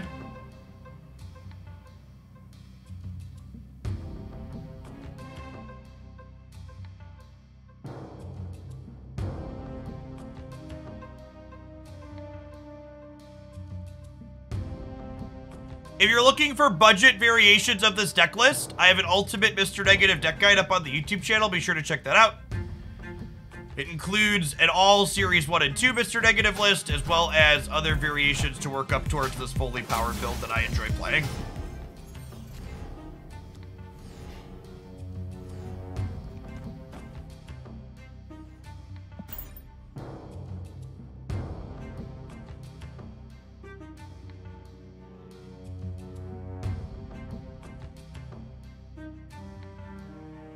You can ladder with this deck in the current meta. Yeah, I think the balance changes we had recently make this deck better, because this deck was really bad into Thanos, and it's actually pretty reasonable into Shuri.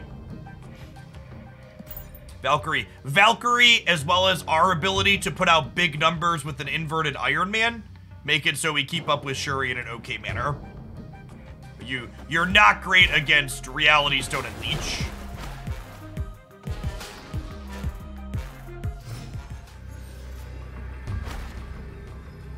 You're also not great against Wave, and Death Wave's not super popular at the moment.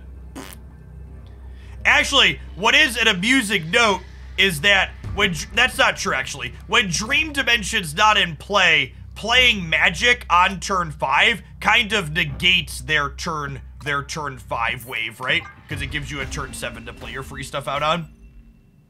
I rescind that comment. We got hosed by Wave in this particular game because of Dream Dimension, but often this deck doesn't mind Wave late. I will say that the prevalence of Galactus makes this deck a bit worse. Not because you're 0% into Galactus, but because you're bad enough that your early snaps can feel really punishing if they end up being on Galactus.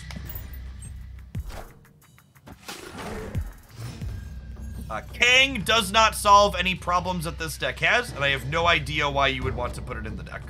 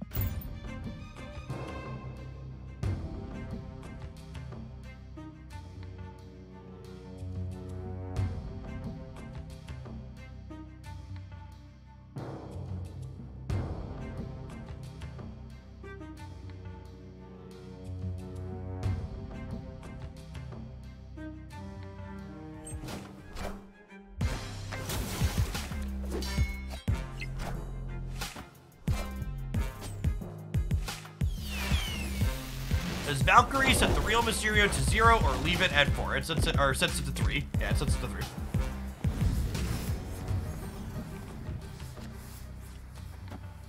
Alright, well, I am Iron Man.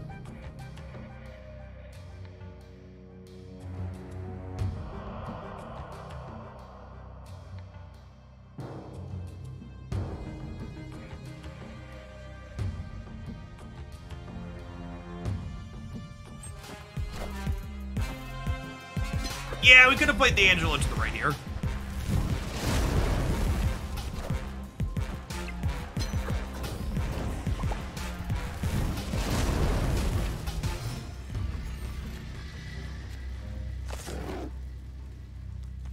Sarah sounds lovely. Who's going to be Series 3 first, Valk or Bast? They'll both drop next month at the same time.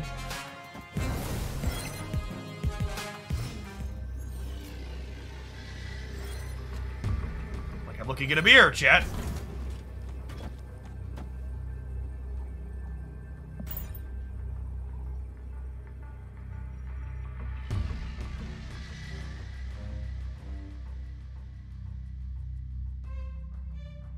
Once more with feeling. I am Iron Man. Alright, let's see if they're playing a copy of Rogues. It's like the one card that beats us here. Rogue's pretty bad in the current metagame, so I'd be surprised if they were, but we'll see.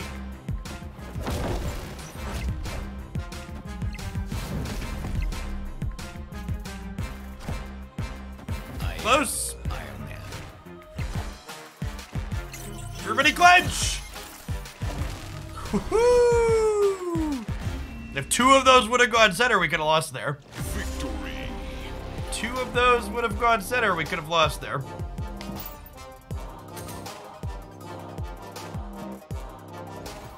Your Series 3 complete before the monthly drop. Does it make more sense to not claim the free card to get more tokens along the track? To not claim... No, you should always claim the free card. The claiming the free card basically gets you 100 extra tokens.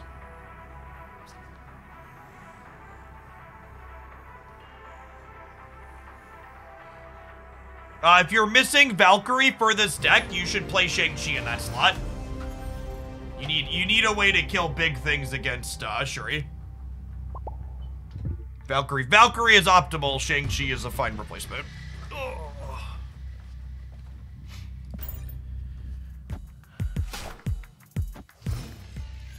In your Valk decks, do you build thinking about curves and ensuring losing priority at 5 and 6, or just build for synergy and play for losing priority? In my opinion, building decks around Valkyrie doesn't seem to be very good a lot of the time. And I prefer to just slot her organically into decks where she's incidentally good. If you are missing Bast, I think this deck is significantly worse and I would not recommend playing it. Your average draw becomes much weaker without Bast.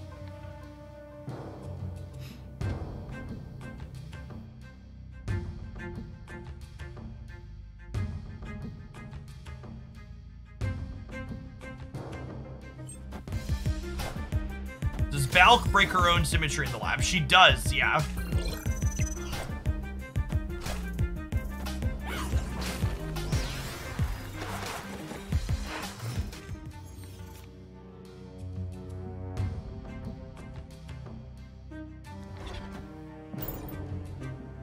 Oh, I guess this technically, we made our Iron Man worse with the Bast now, huh?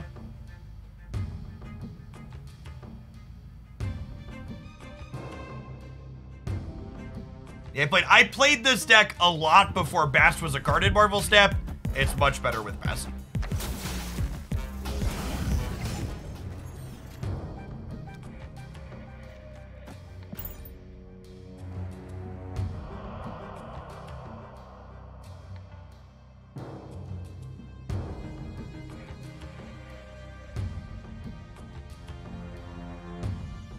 Mojo World's a good counter to Shuri. I don't know, I think they'll probably fill it. Especially with the 7th turn. I don't think Mojo World really does a lot for us here. I'm not really worried about Magic on the lab because I need to draw Valkyrie to beat them in the lab anyways, so even without the lab, I need Valkyrie.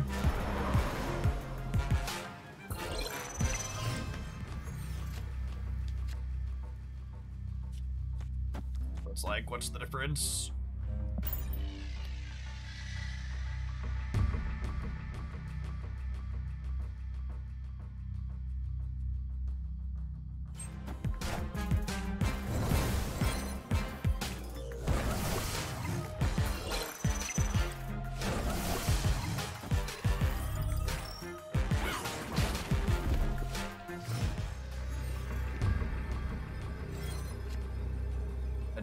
Diba, that's all, folks. Escaped. Bum, bum, bum, bum.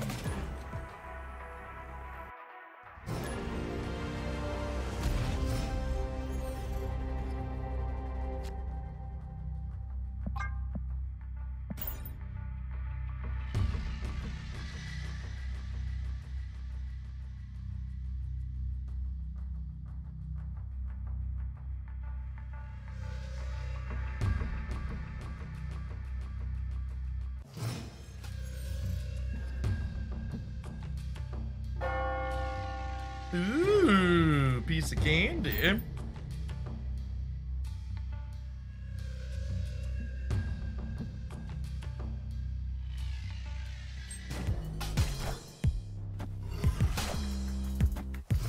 Bast tends to be an archetype defining card that, generally speaking, is not replaceable in the decks that want to play her.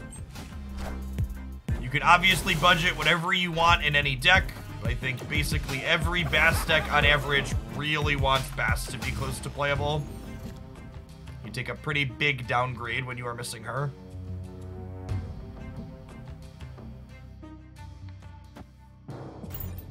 I'm not going to play Sarah into the Baxter building for now because I think I want the flexibility to be able to Valk there.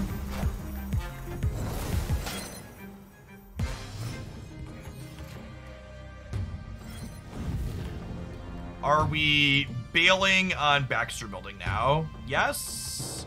Yes. Yeah, but it's definitely playing a hazmat deck. Yes. Everybody out.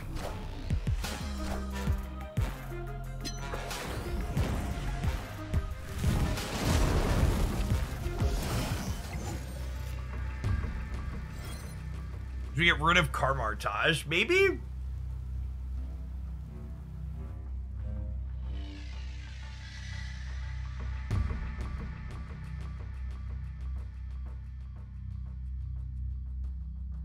Karmartage helps us if we peel our Iron Heart.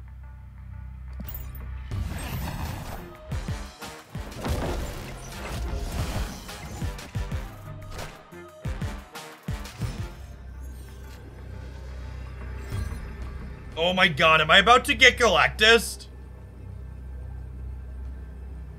Holy fuck, I'm about to get Galactus. Oh my god. Oh. Just the incredible amount of additional Galactuses we've had to play against since this patch. It's such a... I am looking forward a month from now. Every free-to-play player in Marvel Snap is gonna have enough tokens to buy Galactus and Thanos and the others, and I'm excited for them to all get to start experiencing what I experience every day.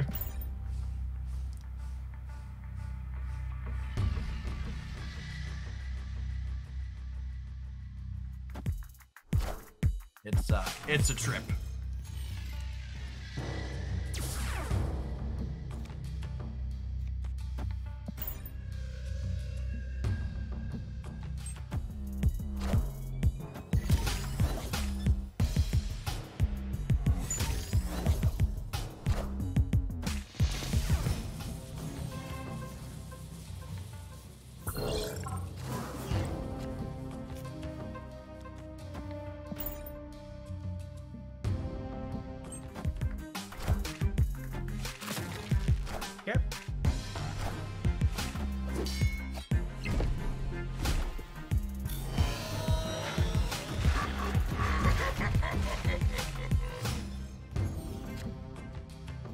Double Sarah going here. We're kind of waiting on Bast, huh? So we can play big Mystique and Iron Man out. Like, do I even Mr. Negative here? I don't know that I do. I think we're just like with the Sarahs, we're just cast whenever we draw anyways, right? It doesn't really invert much. It doesn't do anything. I don't have to worry about the Shuri deck interacting with us outside of Cosmo. There's a little bit of a concern if we're hoping to Valk.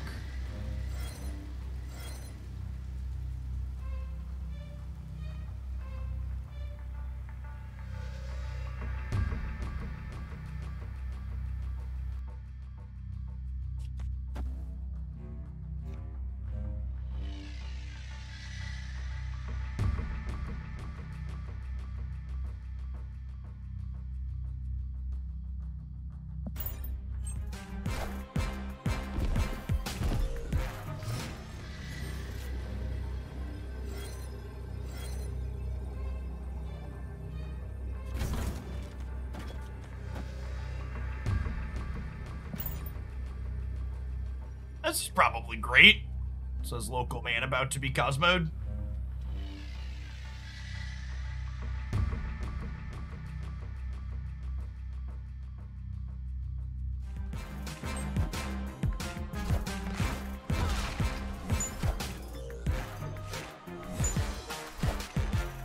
I am Iron Man.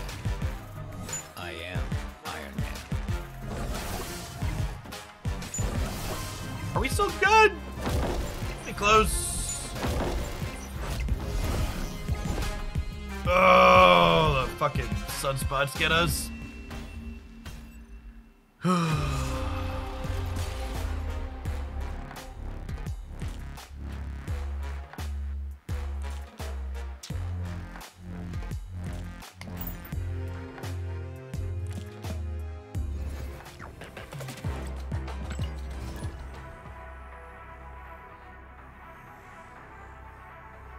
Imagine if you had Dazzler there.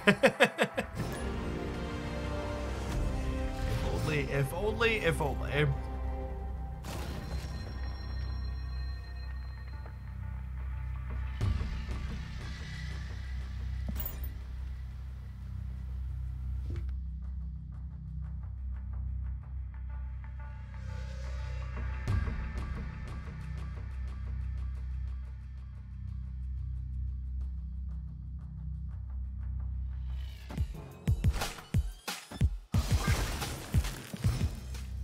Ooh, Thanos leading on Iceman.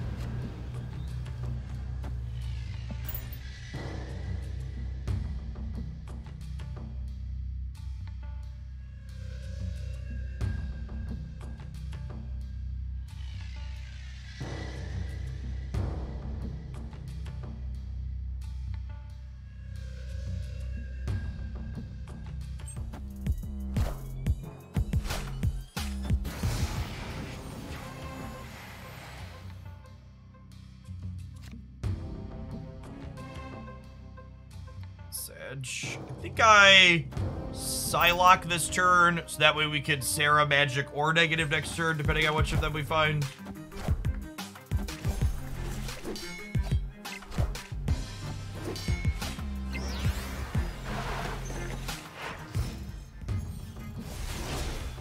Is Angela my most played card? Second most played. My most played card is Hood.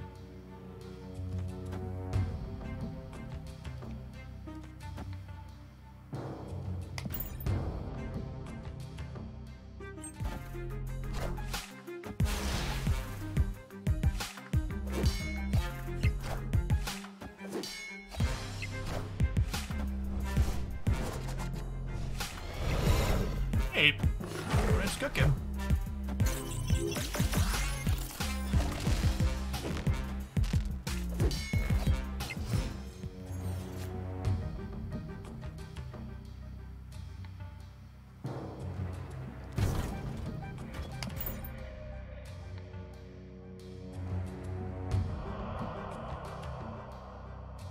Yeah, it is weird that Psylocke or Typeson has animation and Psylocke doesn't.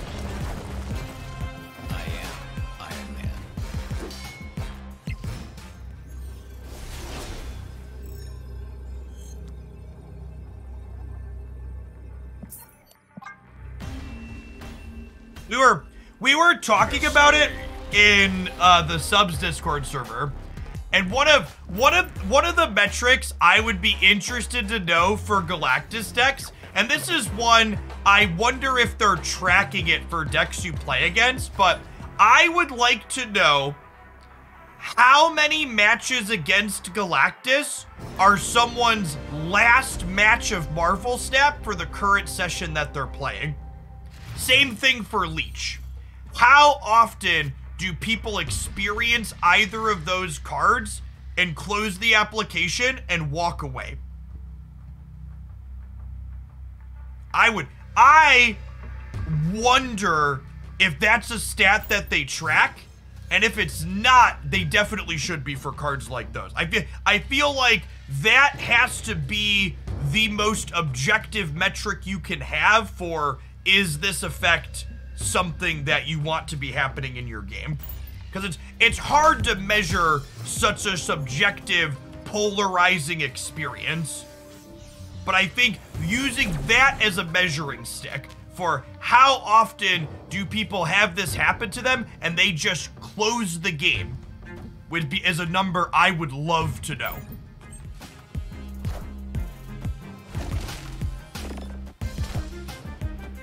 Sure, not everyone who gets frustrated by it is going to close the app, but some amount of them do. So they track player retention almost assuredly, but I'm talking about player retention specifically in proportion to that deck experience. I've never heard anybody in any of the industry talk about that, like, we monitor this experience and see what rate it makes people leave at. And maybe they do, and they're way ahead of me. But I never thought about measuring experiences in that way.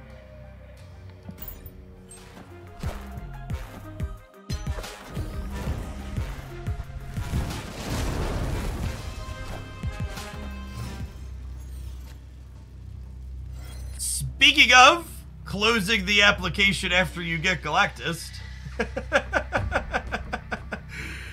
Hello, darkness, my old friend.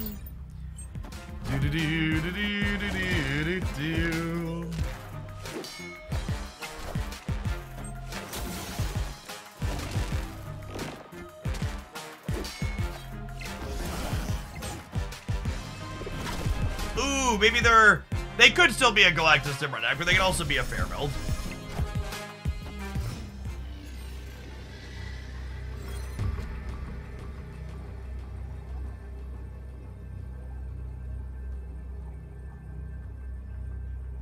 Okay, so I'm expecting something to blow up here. It could also be Destroyer. Zola. Bucky implies... Oh, they could Zola mid. Fuck me. What happens if they Zola mid? What ends up where? So... Venom eats here first. And then it goes here and here. And then Venom eats here second. So they end up with a 33 power Venom here.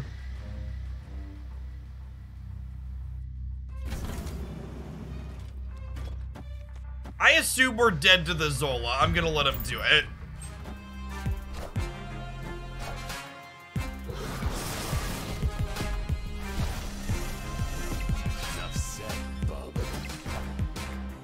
Are we good against that? We might be good against that.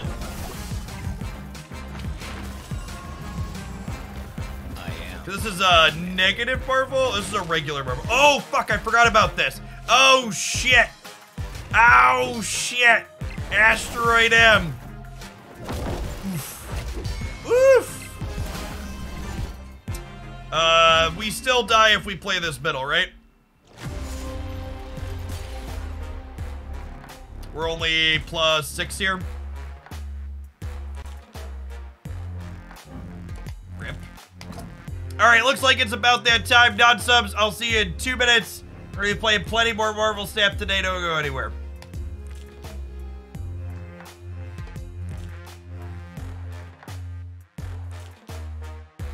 I played a move deck today. Nah, I don't really like playing move decks. I don't think they're very good. And making decks specifically for the future location isn't really content I could use for the YouTube channel. I need to build back up a backlog of YouTube content, since I had to wipe out my backlog due to the patch.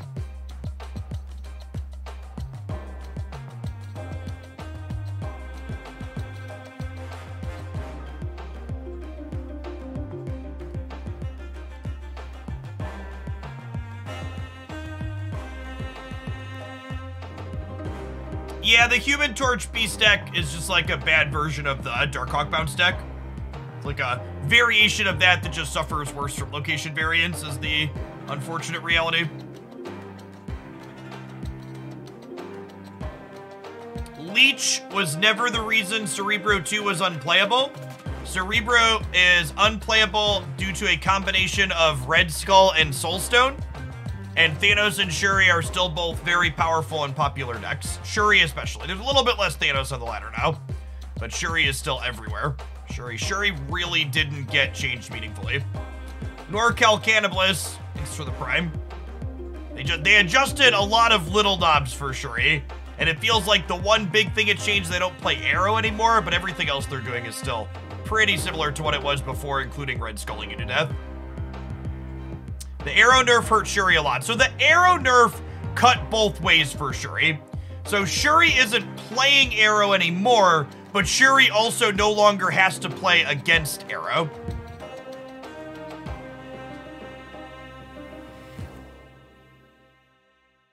Eric the Eel, thanks for the quarter of a year. Welcome back.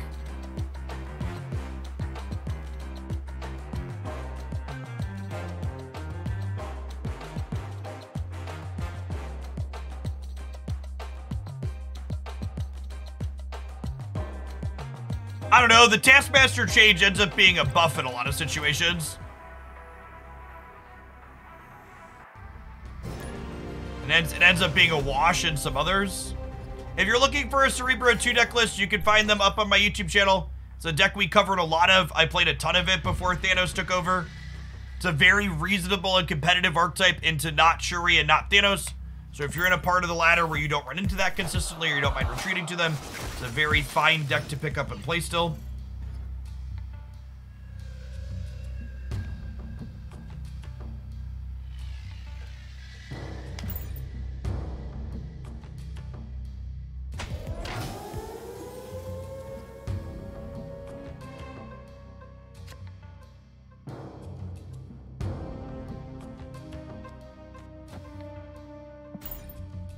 Anyways.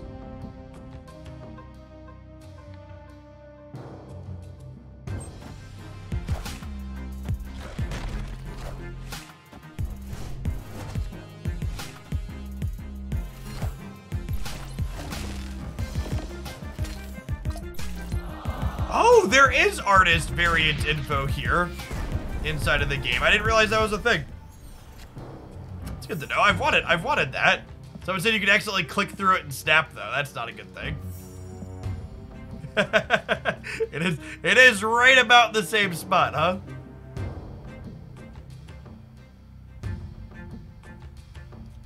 They just added the artist info last patch. I mean, it's been in the client for a little while, but you can only get to it in the collection editor.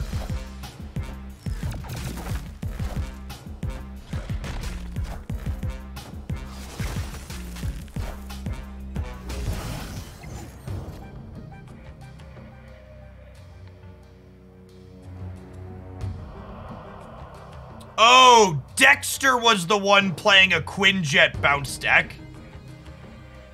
That explains all the weird questions. Yeah, he like O2'd, right? And he was playing like Nick Fury in it.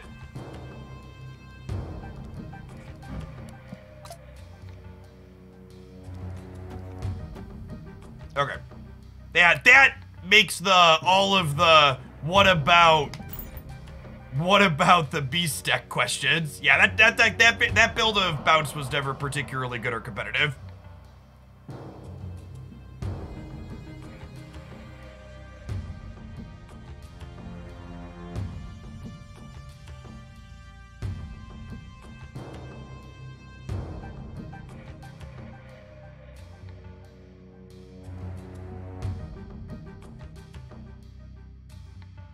I like these 12 cards for Mr. Negative. I think any other cards are inoptimal. I have played this archetype a lot. In my opinion, these are the best 12 cards you can play in it.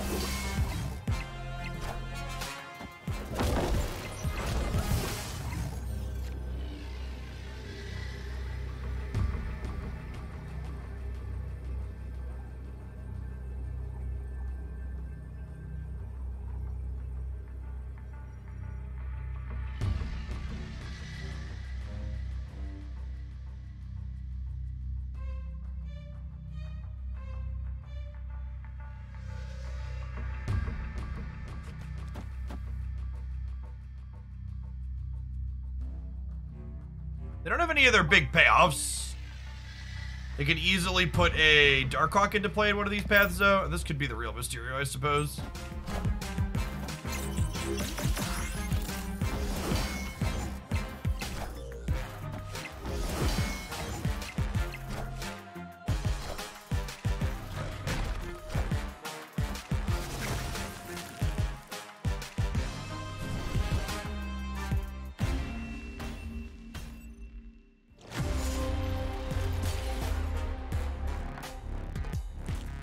We lost the tiebreaker by a little bit.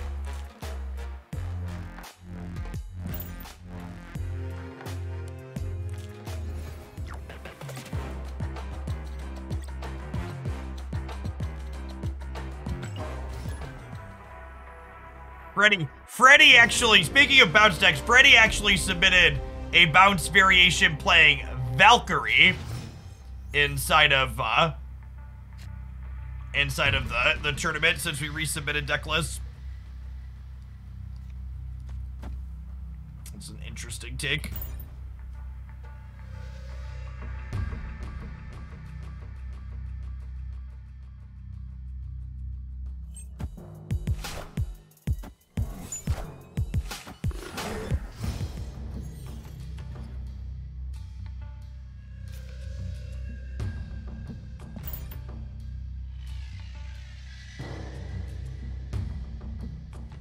If we could draw one of our zeros on turn 5 into the cloning mats, that'll be fantastic.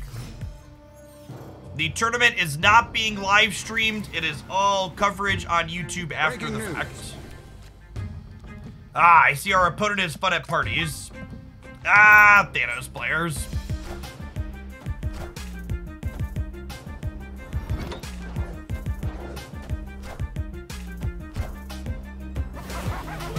A little bit of an expansion diff in our favor.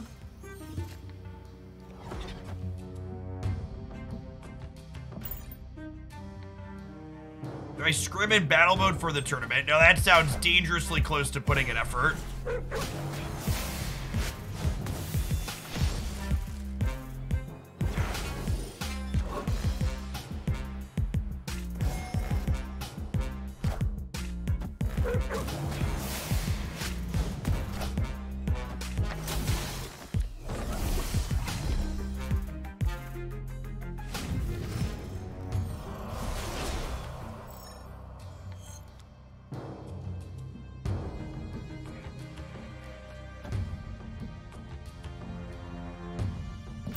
I assume we're just dead to the leech. Jeff already put in more effort than he wanted trying to pick a second deck today. Truth.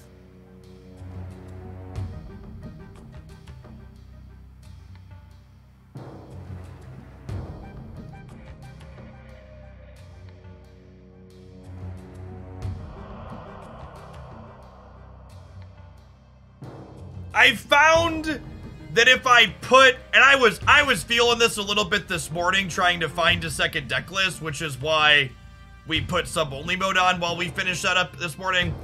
If I care too much about working to do well in a tournament, it sucks every ounce of fun out of the game I'm playing for me.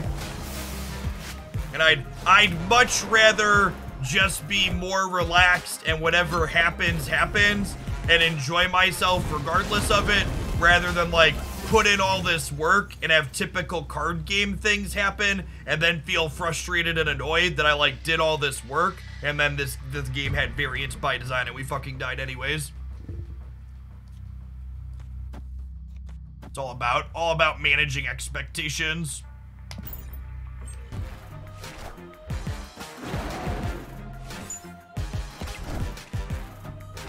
Yeah, like this, right? Like, imagine caring about the result of this game. Get leeched.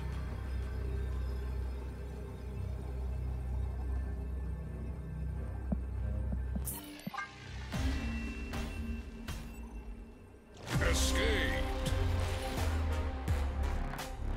H-Tark, thanks for the prime. Yeah, the balance patch was especially frustrating for me personally because they barely changed the two best decks and they made one of my favorite decks that was fringe playable significantly worse. that was a pretty disappointing result of the patch for me personally.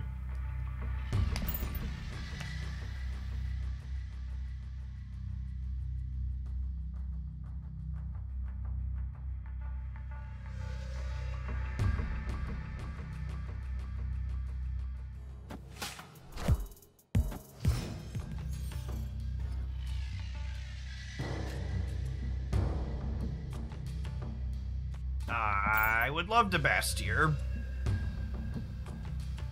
We'll Bast on 2, Bishop on 3, Negative on 4. I would snap before this Bast flips up if I was playing for keeps.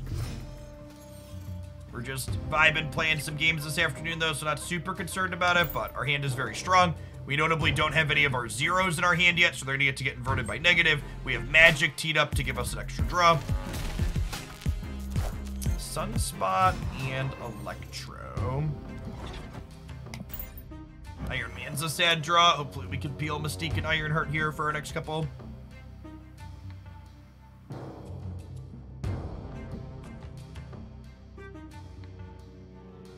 Yeah, the bounce deck is also worse as a result of the metagame changes from this patch. The bounce deck is better into Thanos than it is into Shuri, and the bounce deck is not great into Galactus. Oh, they probably are a Sandman deck, speaking of. This is the same split I have on my Chavez, just like the best in the game. So good. Alright, Sandman isn't real and cannot hurt me. I refuse to play around it.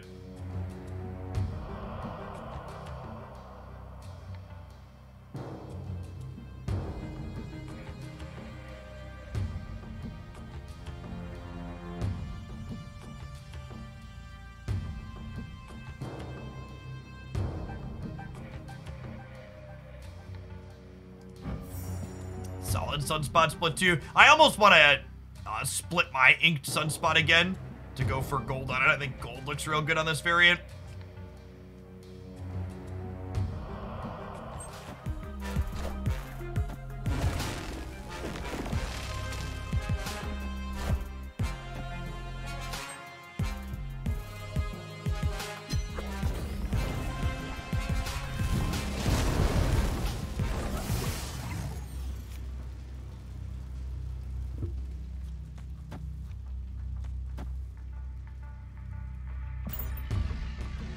Energy here, have 8 going into next turn.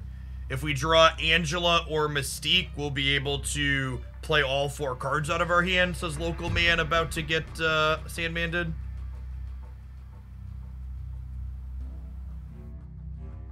You actually can't buy black and white versions of the cards in the shop. You have to get them from splitting your cards using your boosters.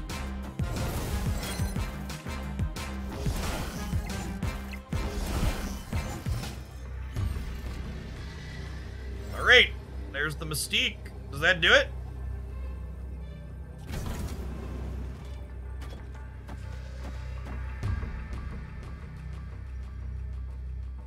I actually don't need Ironheart triggers to hit here in order to...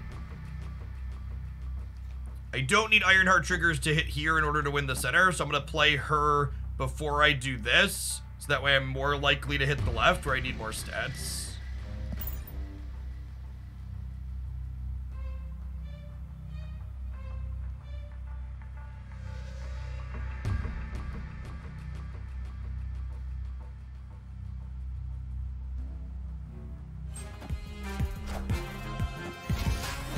Oh, they have the soap too.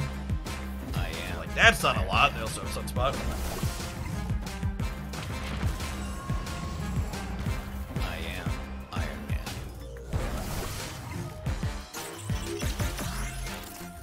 Sequence Ironheart first. I think that's a wash, right? Shout out to TLSG for letting us do the thing. I appreciate the cube for the show. TLSG is someone that I often lurk on in the evenings when I am not streaming. Be sure to give them a follow here and on Twitch. They also do some YouTube stuff as well.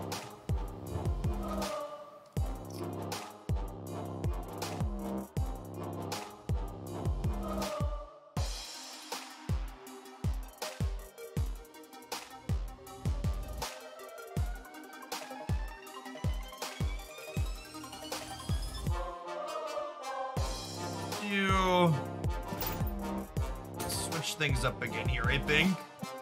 We haven't played any of the bounce deck today. Should we play the bounce deck today? And that is gonna be the first deck I play. We've said it's gonna be a little bit harder. We should probably get some games in.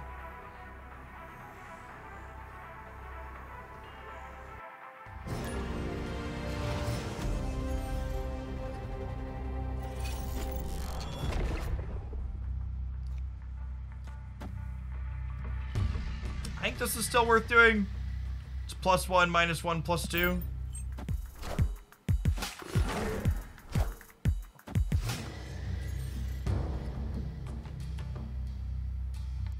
We're also playing a deck that, we're also playing another deck that doesn't like Sandman, though.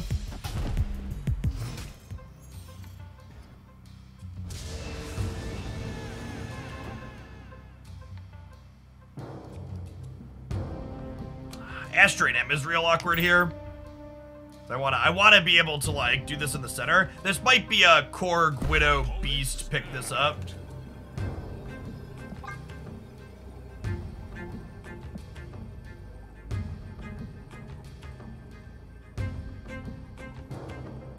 We're supposed to retreat here for what it's worth. Although they didn't, I thought that was gonna be an Electro into Sandman Snap. They don't have that. So what do we got?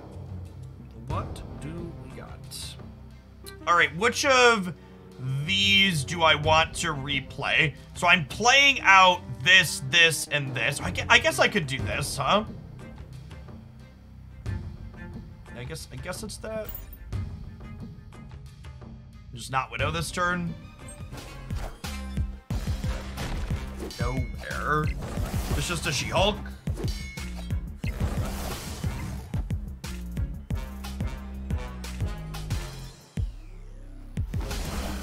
So Falcon's the best draw in our deck here.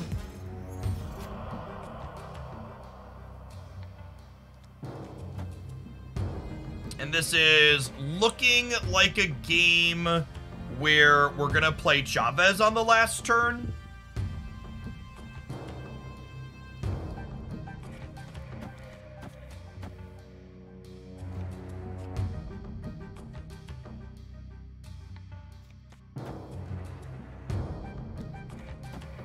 Where am I? Where am I committing this Iceman?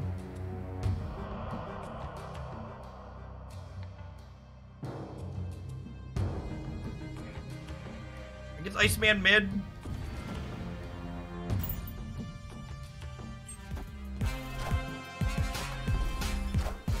Yeah, there's Sandman's a little too late here.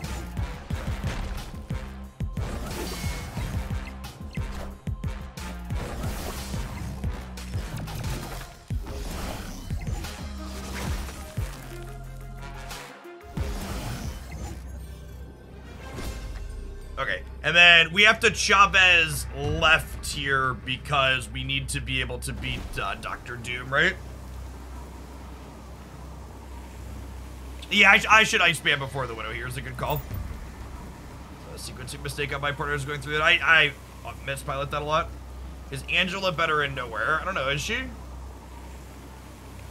Am I afraid of Shang-Chi? I think Dr. Doom's more likely than Shang-Chi.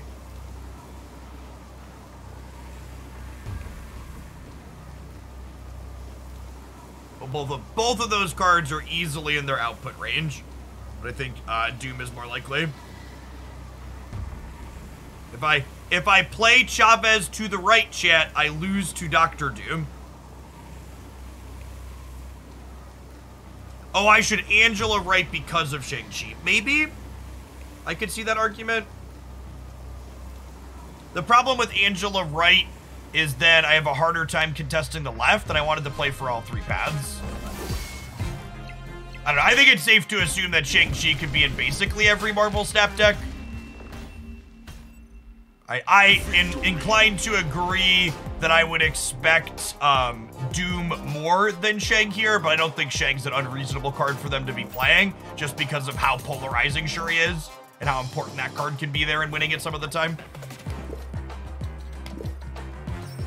If you're someone that's waiting on a card in your Marvel Snapshot, those just rolled over about 10 minutes ago.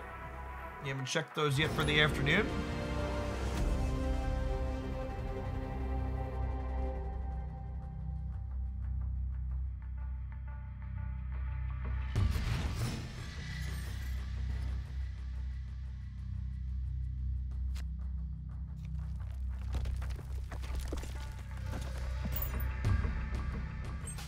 I'm sure the other list posted the tournament after spreading it. Maybe.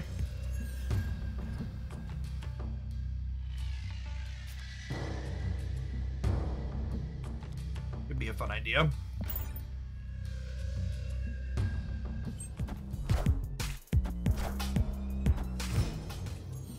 Our nice and shiny rock. Good old rocks. Nothing beats them.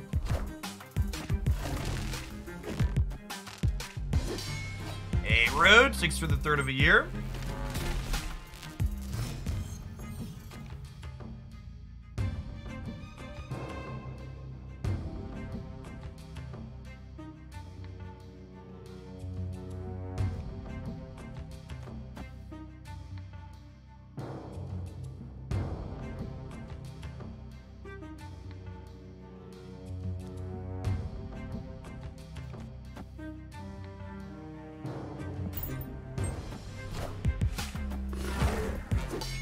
The Mindscape makes my what's it called, basically unplayable. Yeah, I was actually just gonna ask Precipic if somebody wanted to give me importable deck links. If you wanted to do that and give it to me, I would totally jam a few of those.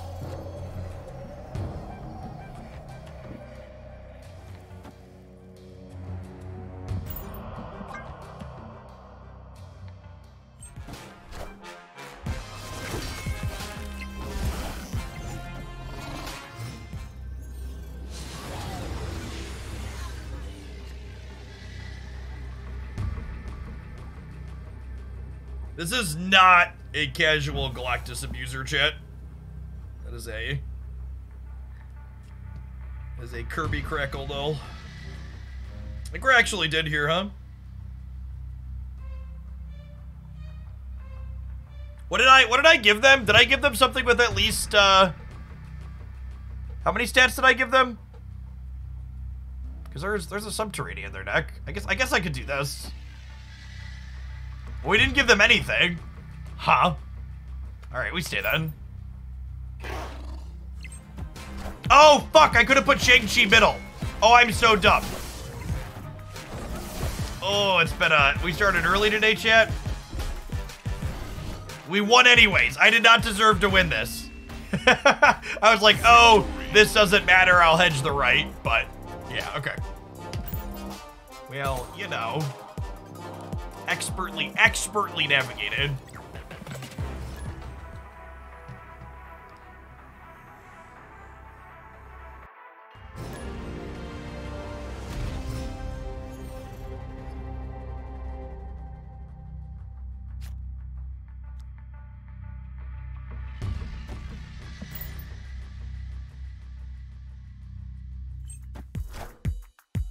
The best Negasonic deck that you've tried so far. The Daredevil variations have been the best Negasonic decks that I've played. There's a highlight of one of those up on my YouTube channel from this morning.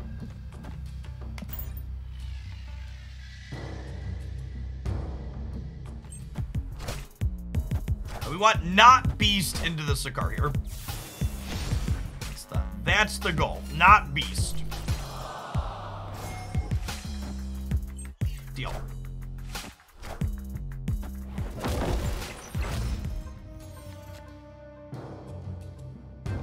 Picked probably the best draw on my deck here.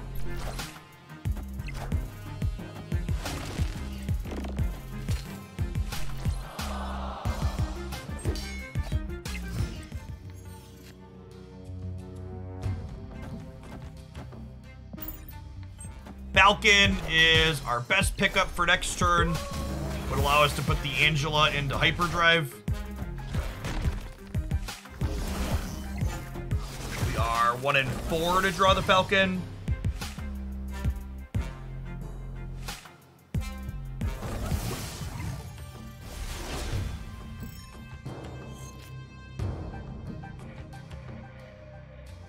Darkhawk's not terrible, but it also just means we're going to be winning Asteroid M by a lot, so we need to figure out how to win Mojo World.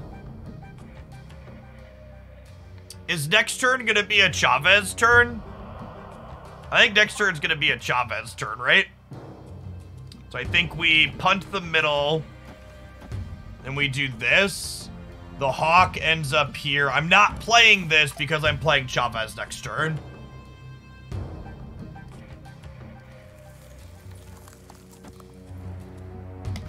Yeah.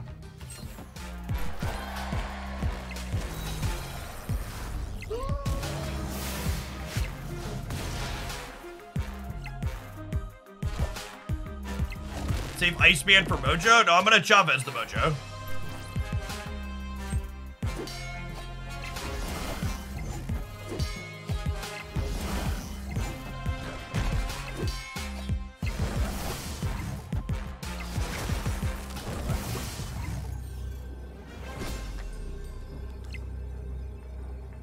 Or am I?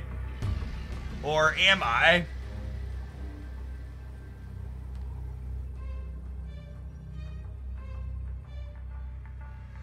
Is this crazy? Call me maybe?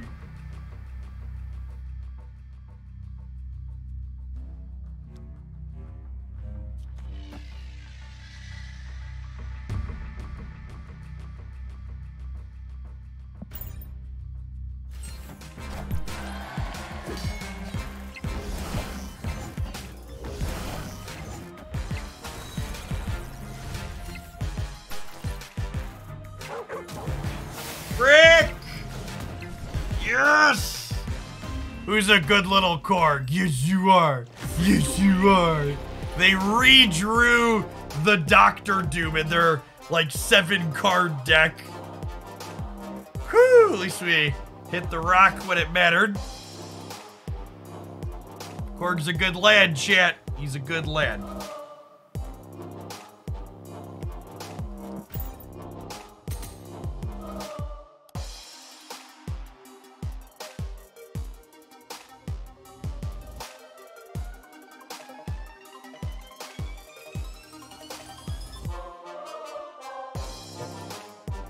Crucifix got some deck lists. I think that's a good idea. Let's play some of the other deck lists that people submitted for the tournament.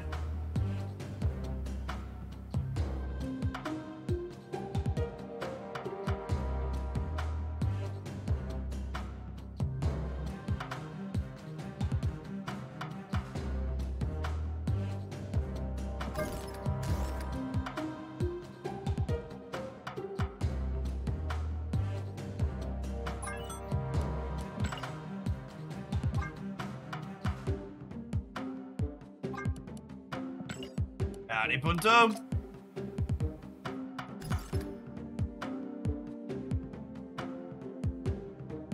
Alright, let's give it a go. Everybody got to resubmit deck lists for this. The other 5 players each had 1 deck list because they're in the bottom bracket, and I had 2.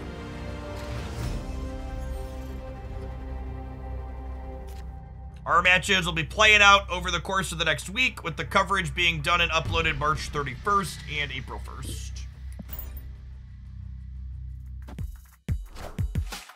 Is there any good Pool 3 only decks anymore? I've highlighted several Series 3 only decks on my YouTube channel in last week. You can check them out there.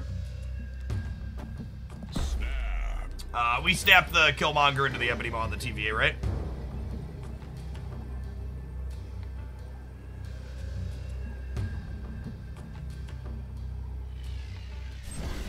All the deck lists are, it's open deck list, Samps. I submitted the Wave Hulk deck from this morning.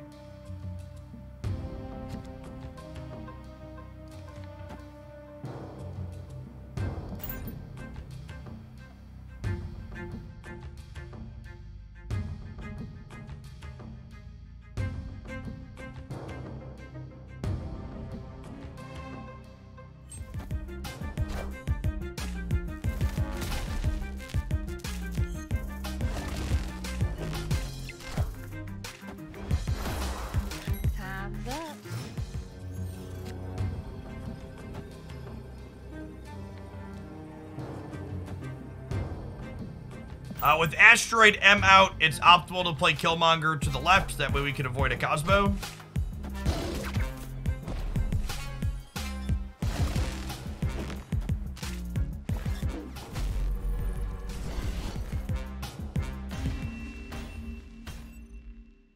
Victory. Thanks, Prospect.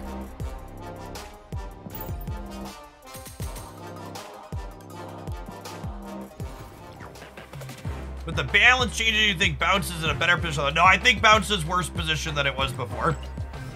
Bounce is like is worse into Shuri than it was into Thanos. And there's definitely more Shuri than Thanos now. I wouldn't say it sucks versus Shuri, but you're definitely worse into Shuri than you are into Thanos. Inspector Sand Panda, thank you for the 2 months. I love Asteroid M as a new location. I really like that Asteroid M is a location that changes how cards are played out onto the board, but it doesn't change how cards are played out onto the board by locking you out from playing cards onto the board. Really, really phenomenal design, I think, as far as locations go. All right, if we were playing for keeps here, I would snap into the Carmartage. Because not only do we have Mr. Mold here, but we have the old Scorporino.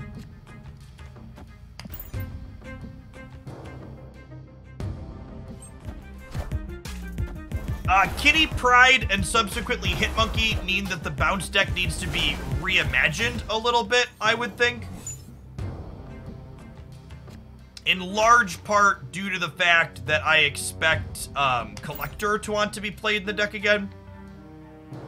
So I'll probably play with Kitty Pride, the bounce deck, a little bit, but it's going to change again the following week when Hitmonkey releases, so be a couple of rapid succession changes for sure.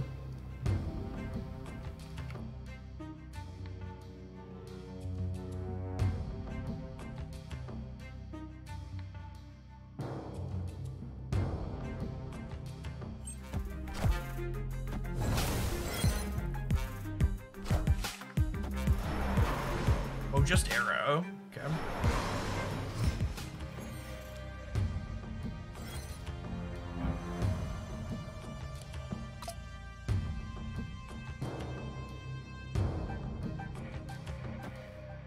I mean, what if we do this and then we just like run a Mystique on the last turn, huh? Seems great.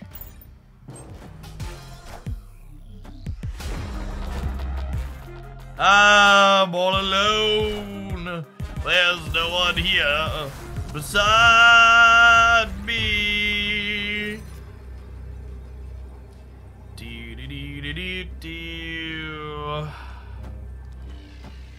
Hello, darkness, my old friend.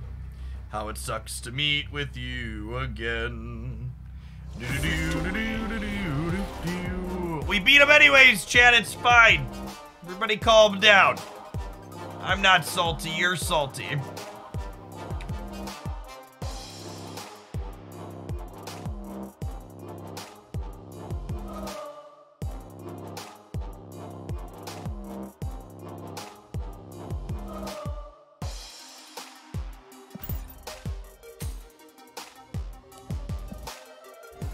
Then what will I do with these pitchforks? Asking the real questions.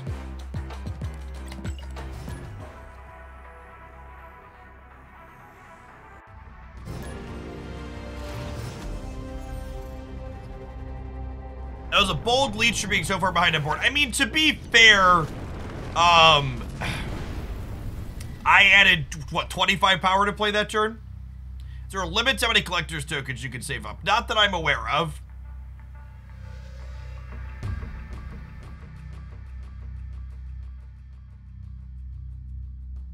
I don't know. When Leech is done fairly, your game just died too.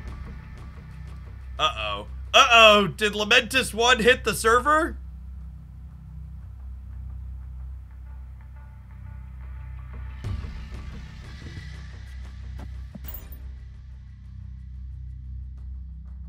The servers got leeched.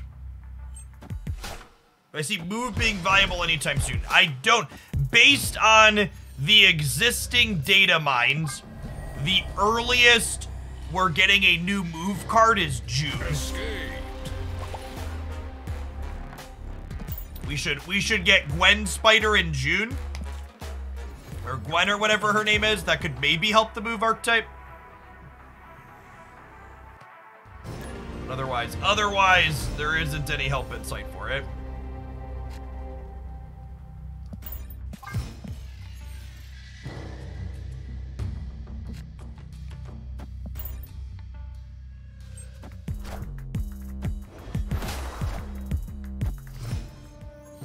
Stagorn is a move card. Stagorn is not a move card. Stagorn is a move your opponent's cards card, which is not a move card.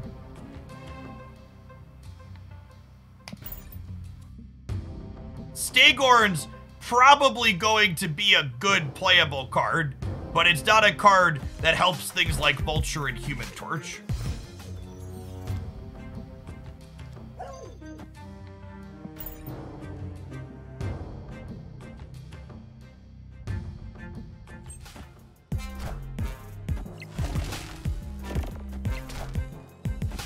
Glenn said they're very careful to make move decks too good because they're too thinky.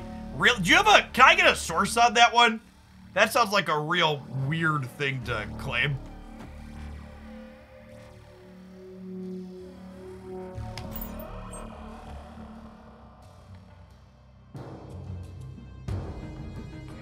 This is actually a pretty interesting curve for us, huh?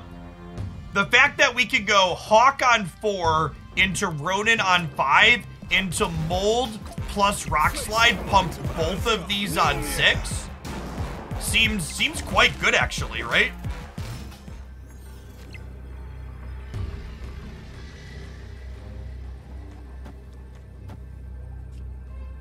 Huh?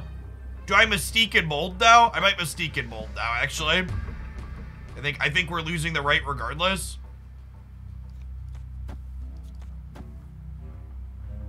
Oh, actually, this puts Mystique into the right, which probably means we win it, right? That's actually just better.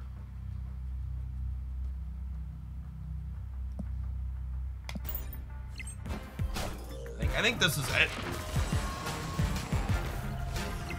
This is moving over to here with 10 stats.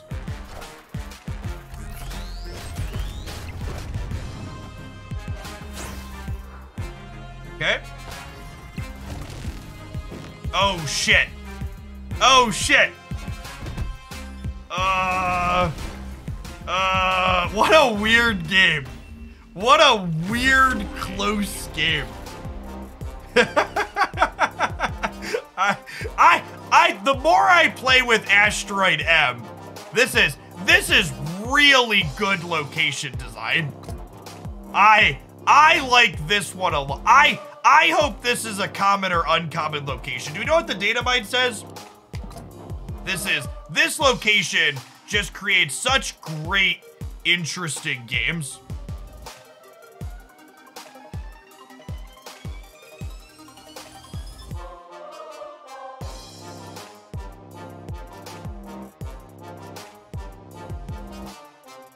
I would take anything you see from the creator Eggs with a grain of salt. She is someone who has intentionally misrepresented things that I said in order to farm rage bait and clout on Twitter on more than one occasion now.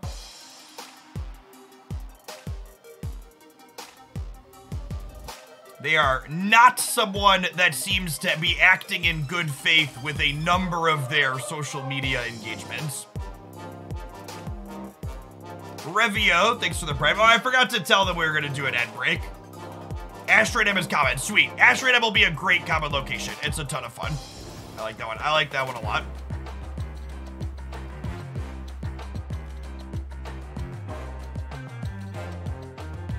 I like Asteroid M a lot.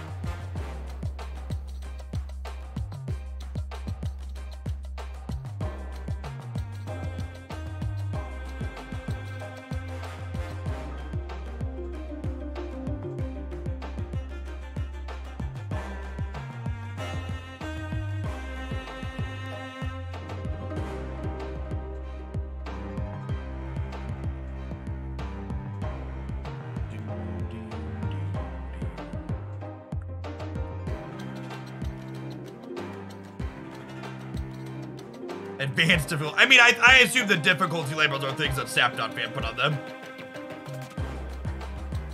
Yeah, I've enjoyed how this location is played out a lot. Here's the dev comment on move we were talking about. Okay. Thank you.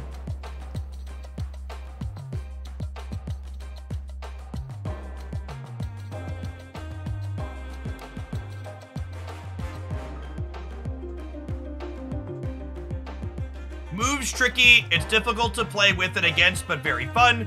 We don't want to risk constant movement becoming the expected Sap experience. That said, I think move fans have plenty to look forward to this year. Yeah, that's true. I think there's a couple of good move cards that are gonna be coming out.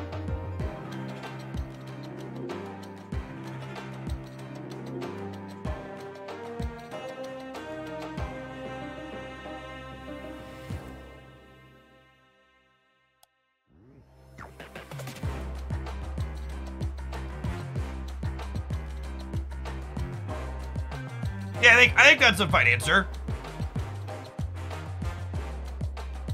I think, what's it called?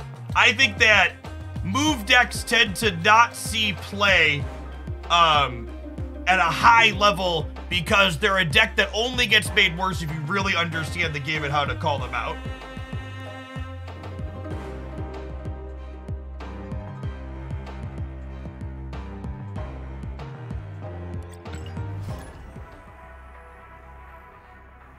Yes, the actual quote. As someone who frequently has his comments taken out of context and misrepresented, that is what someone just did there with talking about the comment from Glenn. which is one of the reasons why I always ask for first-hand sources when someone makes some kind of "that doesn't sound right" claim, because usually it didn't sound right because it isn't right.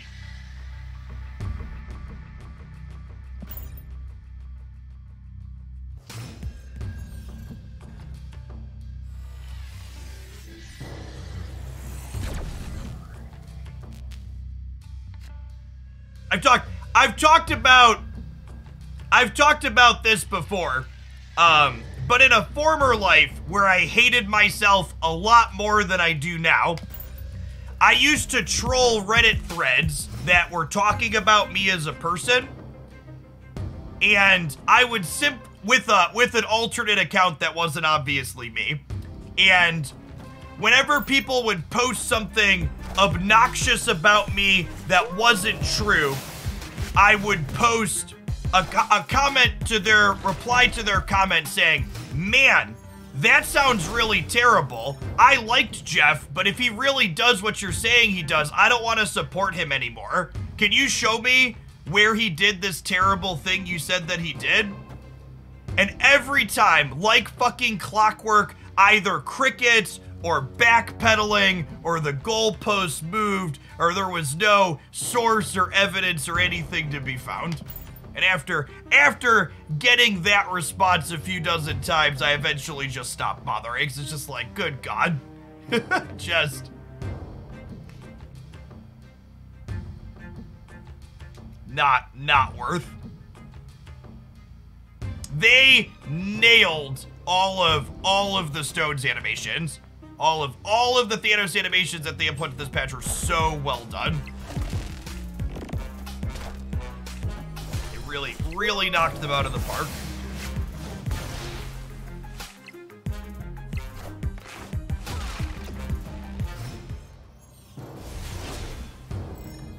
Yeah, that was my favorite. On the post that Eggs had created trying to start shit to farm rage bait and clout for herself, someone responded, "They didn't need to have a reason to dislike Jeff.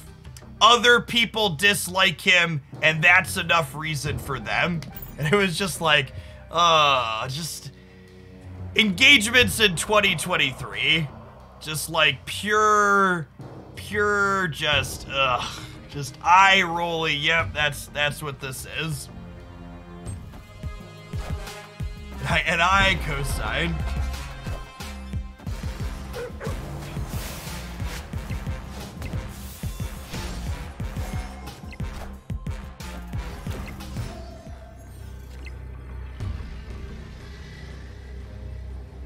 What time is it now? It's currently 2:30 where I live. What did eggs do? So, a few of you on stream probably heard me talk about this at the time, but so I'm currently playing in a small invitational tournament, and I've talked at length about how the current invitational tournament that I'm playing in is not a good representation of what's optimal or competitively ideal in Marvel Snap, right?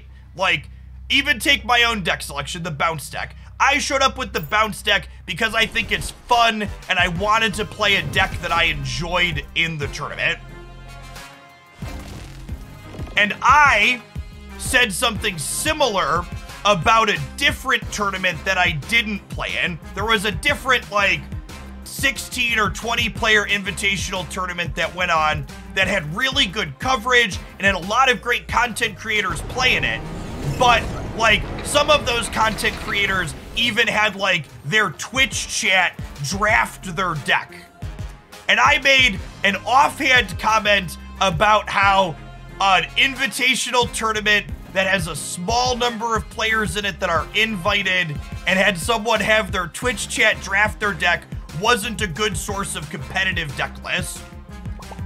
And Eggs and someone else on Twitter decided that that was me saying that the tournament was bad and the tournament organizers didn't do a good job, and I was tearing the tournament down and being unfair to them and trying to destroy the community. And it was just like, what the actual fuck is wrong with you people? That is not remotely what I said.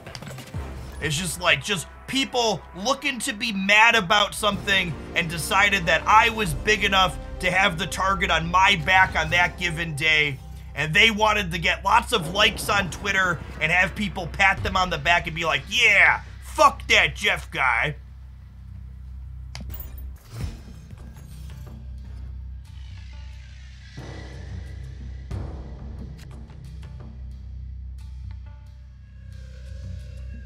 So, yeah. Yes, there was a Reddit thread about it too, which, if you wanna, to give you context for how badly that was taken out of context, the Reddit thread got deleted. It was so bad that even the Reddit moderators were like, okay, we shouldn't leave this up, this actually isn't okay. And if you see the type of shit that gets left up on that Reddit forum, like, you know that I was 100% in the right if it even got taken down off of that message board. Like, they leave fucking everything obnoxious up.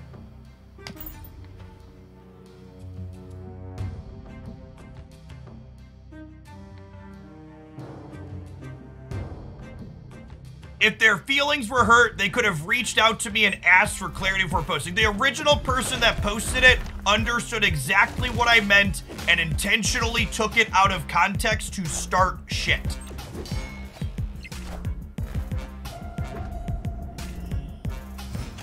There was no confusion. On one of Egg's streams, she was implying that my Twitch viewership is made of bots. I mean, if there was a way to make bots pay my mortgage, I think everybody on Twitch would do that.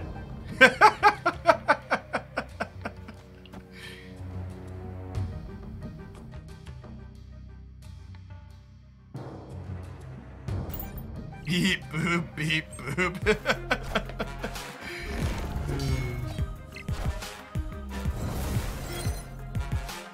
All systems go. Alright, can we beat a copy of the Destroyer here? They have 7 cards in their hand, so we certainly can.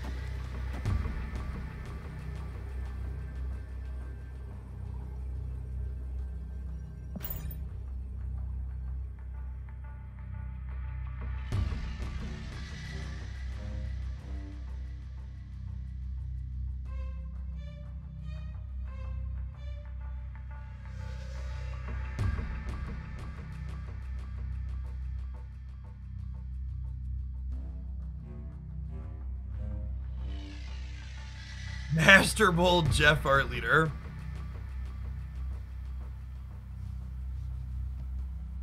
Yeah, actually, if you want a good, this is just because, you know, people don't understand how this stuff works.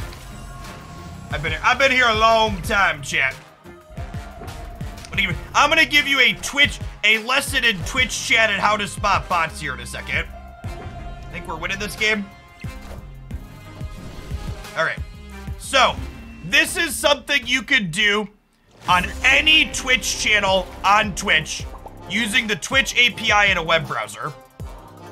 So this is a link here, and you just replace Jeff Hoagland with any stream that's currently live on Twitch. Any Twitch username that's currently live. And you can see here, it says my chatter count is 1,943 people, and my viewer count is currently 2429. The way if you can tell if someone is botting their viewer count on Twitch is the chatter count will be significantly lower than the viewer count.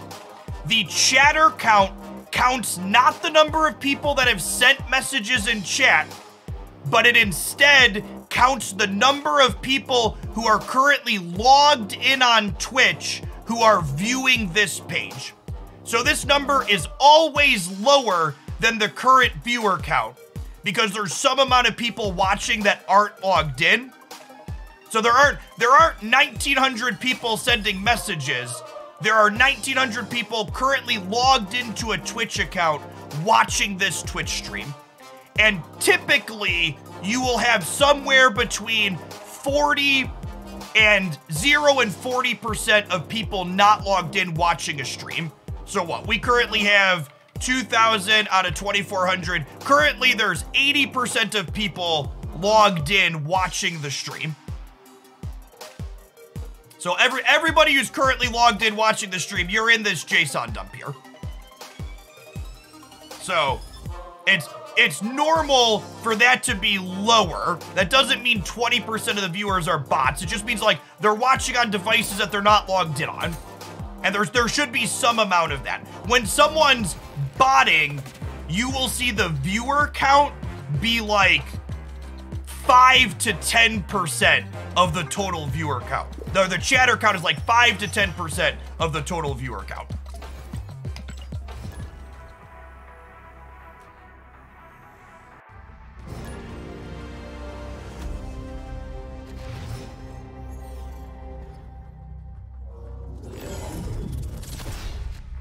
This has been your lessons in ranges with Jeff. What are these ranges based off of? The ranges are just based off of my anecdotal experience. For example, big esports style of events tend to have a higher ratio of not logged in people watching them. So like a big tournament will have 30 to 50% people not logged in on average, whereas a regular Twitch stream like mine tends to be somewhere between 10 to 30% not logged in. And that exact number can vary day to day, but usually if someone's channel has like more than 30% people not in the chatter list, there's typically something screwy going on, like a front page embed.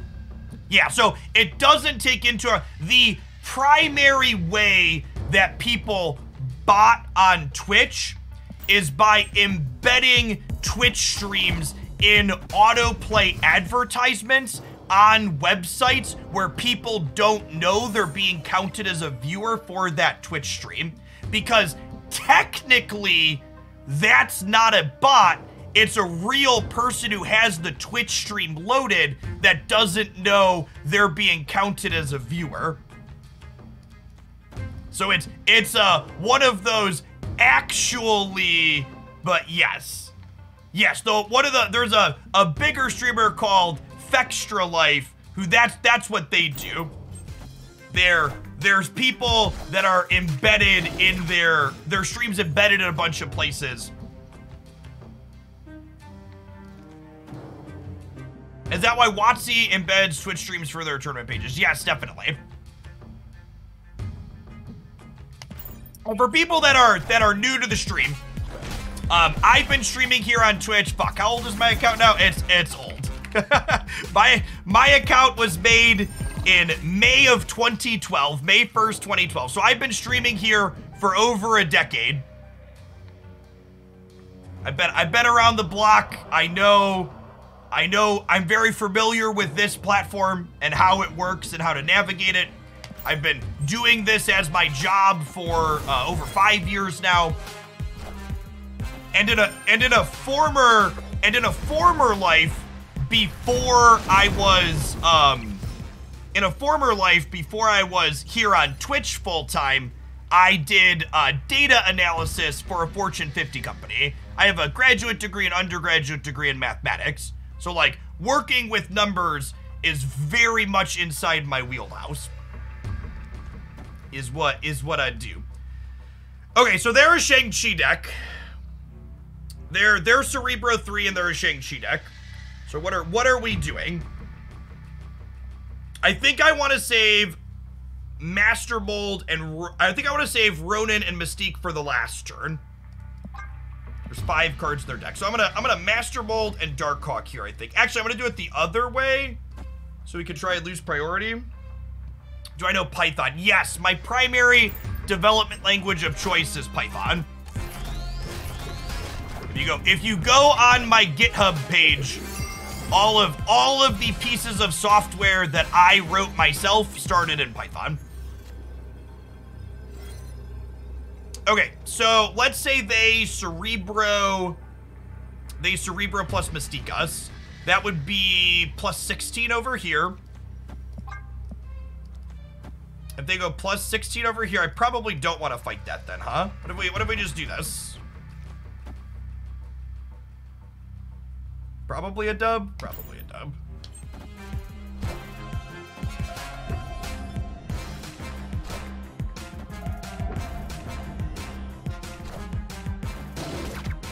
Dexter, I am not a lawyer or providing Twitch advice, but to my understanding, embedding your Twitch stream on a web page is not against the Twitch TOS. They give you tools to do that. Like I have my Twitch stream embedded on my own website. You go to jeffhoagland.com right now, and my Twitch stream's gonna autoplay on the front page for you.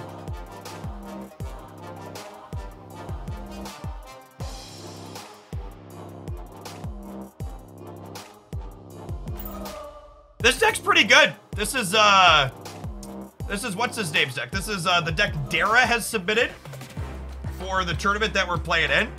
It's felt pretty reasonable. Revol, thank you for the brand new Prime. Speaking of, I think I missed that one a little bit ago.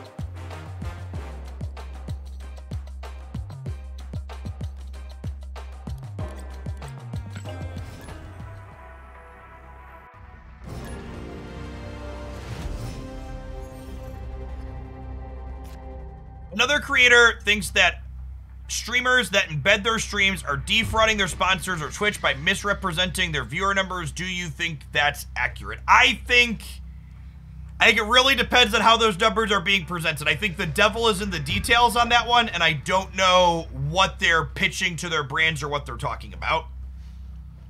Which is why, actually, when it comes to like sponsorship stuff too, one of the metrics sponsors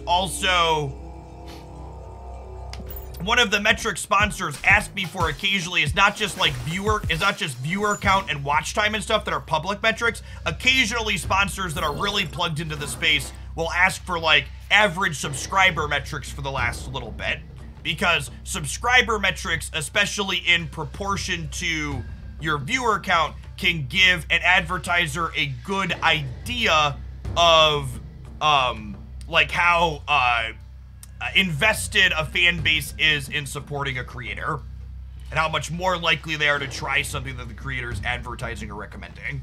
Are we scorpioning the VATs? Should be scorpioning the VATs. Actually, we don't have priority. I think I'm gonna Master Mold. Try and cut them off a draw here. Yeah, I'll take a second on these.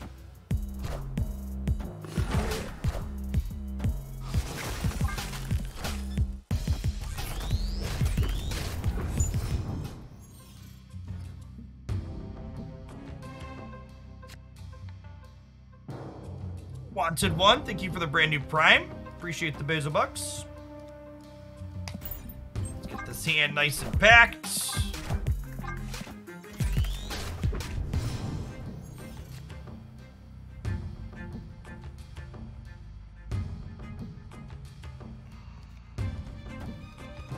Where did I get my shirt from? It is neat. Speaking of sponsors, the shirt's actually a sponsored thing. Into the AM does a lot of nice graphical designs like this. They're all very colorful and well designed. The shirts are high quality products. You can check them out at the link there to support the stuff. Get some nice swag. Probably the bounce deck here for our opponent, he says, realizing he hasn't clicked the end turn button yet.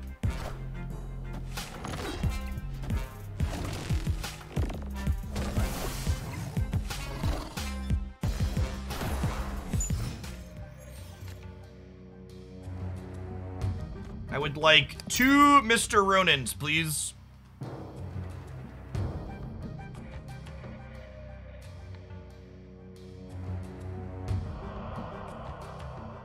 Is the shirt comfortable? Chat, I'm a heavy-set man over 30 that lives comfortably. I don't wear clothing if it's not comfortable.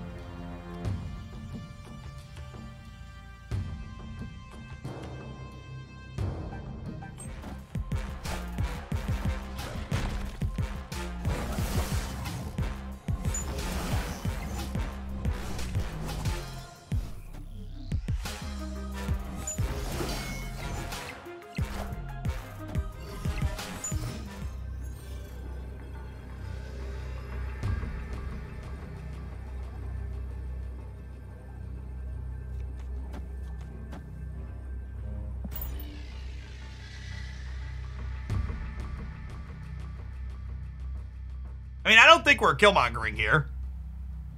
We're just like Ronin into Korg. Because anything they play into the cloning vats keeps my Ronins large.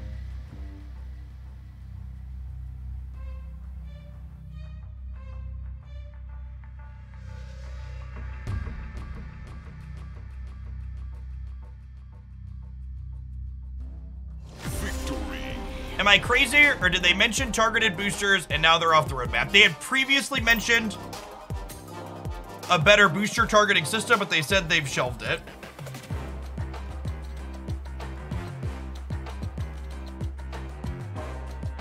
They said they are happy with their recent change, making you 2x more likely to get boosters for a card that needs upgrades, and they might revisit something better, different than that in the future.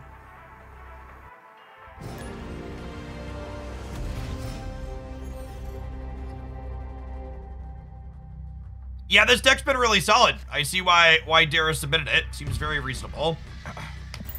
A lot of good things going on here.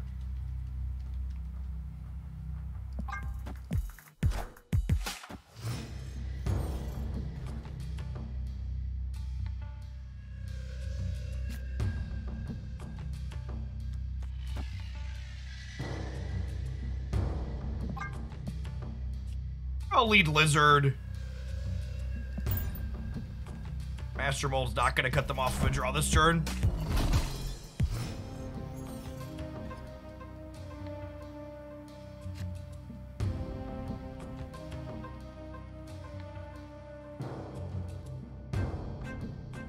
Yeah, for sure, Burgle. Big agree that they are fleshing out archetypes the longer we go.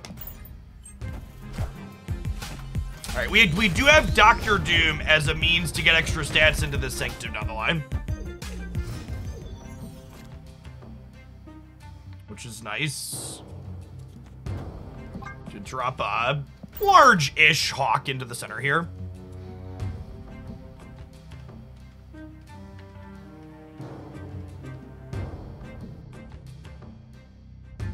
There's 2 more draws this game, so it'll be at least 8.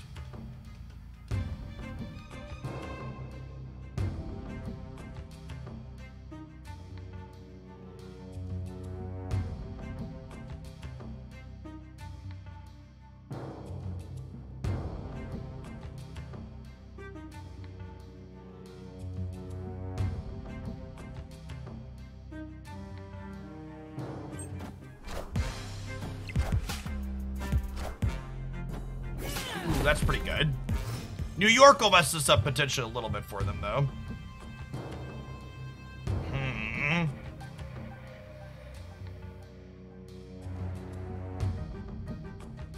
Do I Ronin or do we Sarah? If I Sarah, we can technically Mystique and Ronin, right? On the last turn, let's do that.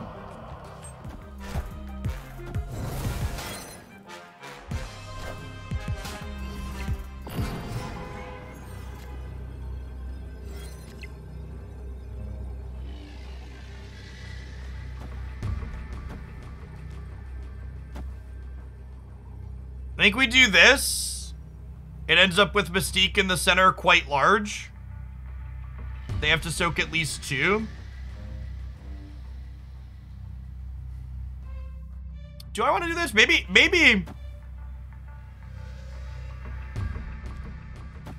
I think I want to move this just to screw with them. If they move Cosmo, we have priority, so Mystique will happen before the Cosmo moves.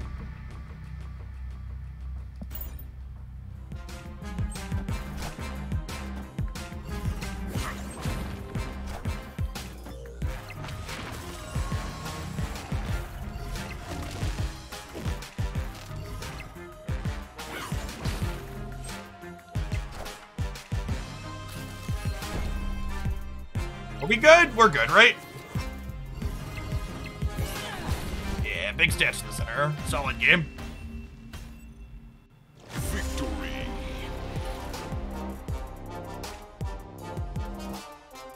Yeah, leaving the Titania in our center with New York is a fillet. A little sus.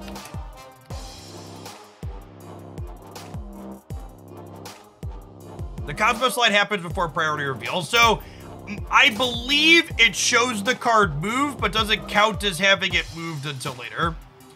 Did you despise corporate America? I actually really didn't mind my office job. I actually find it pretty satisfying doing, like, building things and doing process automation. And honestly, I don't really find the processes and stuff that tedious. Meetings suck sometimes. When my oldest son was born 9 years ago, my wife's job had better benefits and a little bit more job security, so I quit my job and she kept hers, and I did the stay-at-home dad thing for a little while. Ray, thank you for the sub gifts. That's super generous. Appreciate it. Wanted One, thank you for the brand new Prime. I never intended to do what I do now as a full-time job. It's just always something I did as a hobby, and then about 5 years ago it started taking off, so I leaned into it because I was enjoying it. Because I was doing it because I enjoyed it.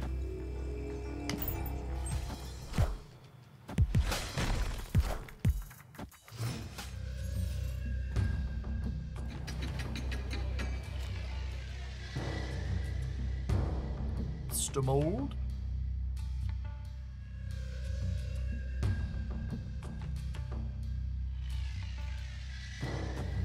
Why do you think it was that my content originally took off? Right place at the right time. I was streaming Magic the Gathering in the early to late afternoons when my toddlers were taking naps at the time.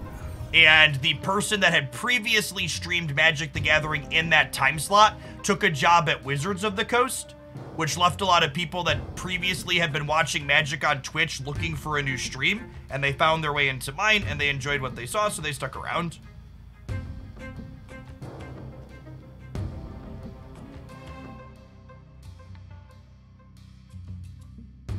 Who was that? Paul Chion was the person that had previously, yeah, it was Humph. He had, I think a lot of my initial success is related to the fact that he took a job with Wizards of the Coast. Obviously, I'm also good at what I do. Like, I'm good at making content, but I am also understand this industry enough to know that being good at what I do isn't enough to be successful on its own, right? And that's not to diminish the importance of hard work, but it's just to acknowledge the things that I've been fortunate to have break my way.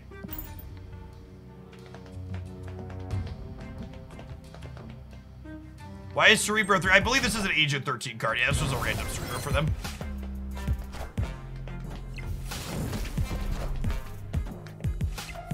My poor hawk, chat.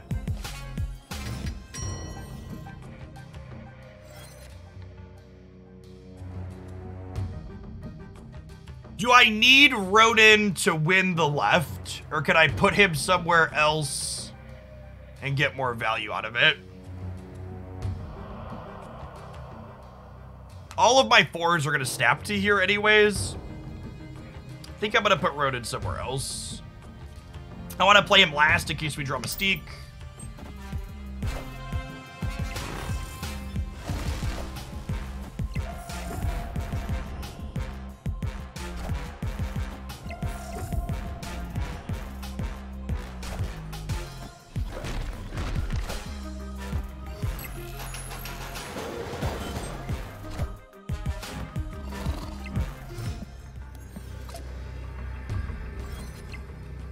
Hey, that's Dr. Doom.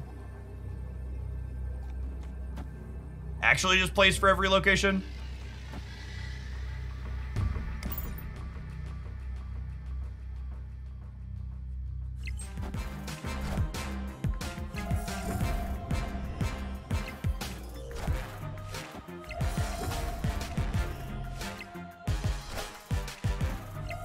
Dr. Doom looking pretty good here.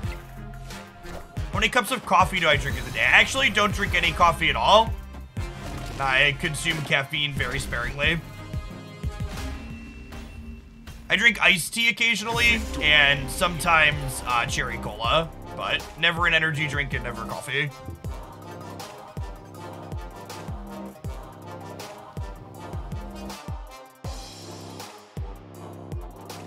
People often comment on me bouncing and vibrating and dancing around a little bit.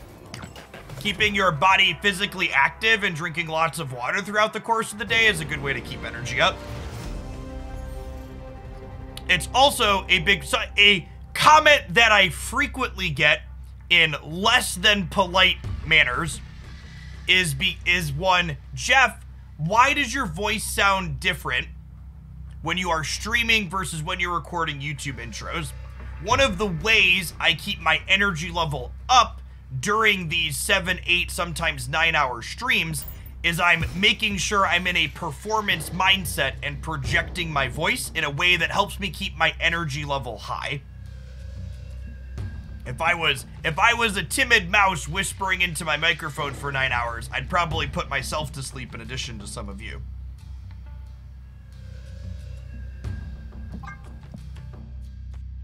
I believe we should master the mold, chat.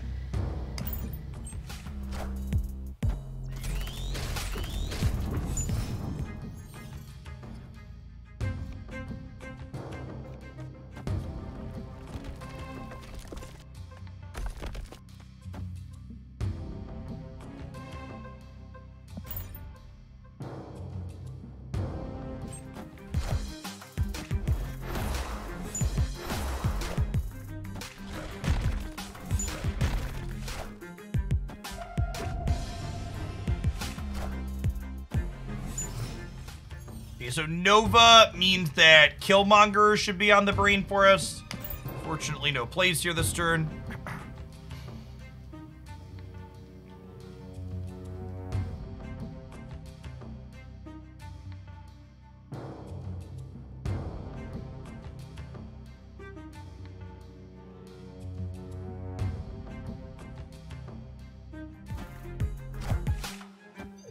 Cosno!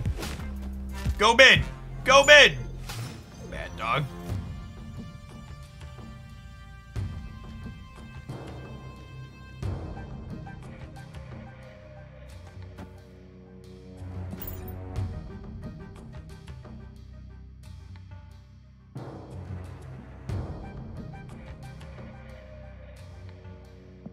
We're hoping to draw Ronan next turn so we can go Ronan into Mystique here on the Sinister London. Just kind of crunch him down.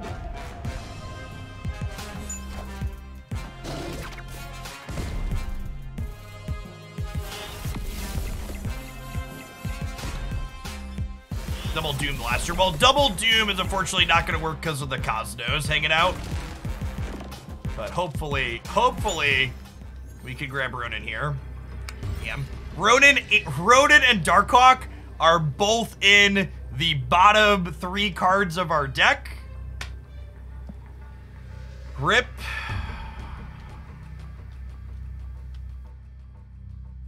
I think we just lose here more often than not. Shame. Alright, chat. I'm planning to stream for another hour or so today at least. So don't go anywhere. I need to run to the restroom though, so I'm gonna hit an ad break while we do that. See you in just a couple of minutes. BRB.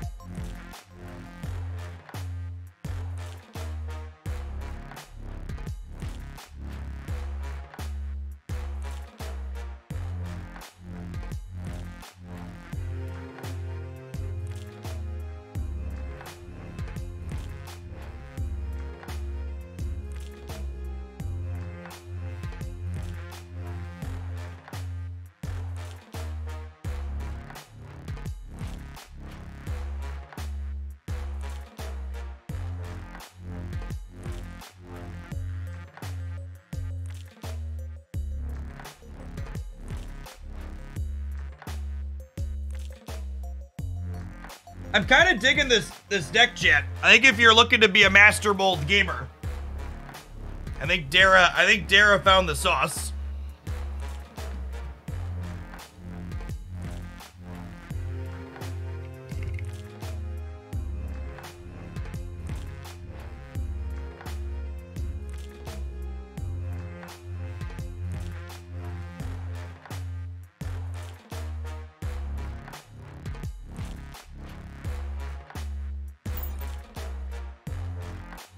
Is Darkhawk coming in a series next drop down? It is not. Darkhawk's going to be series 4 for 2 months still. Two of them from now.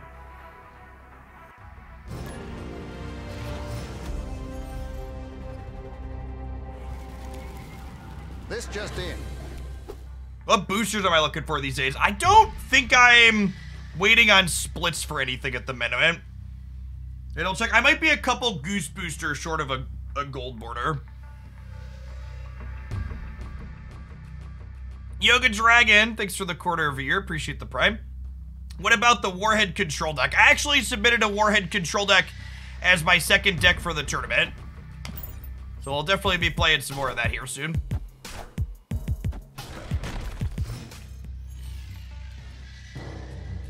Hey, Thanator Macto, thanks for the prime, appreciate it.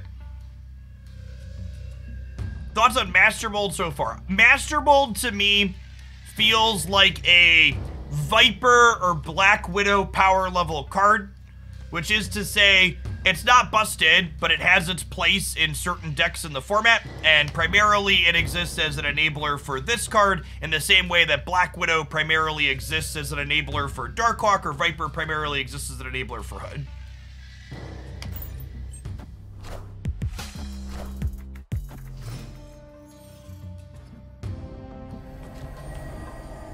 Punished.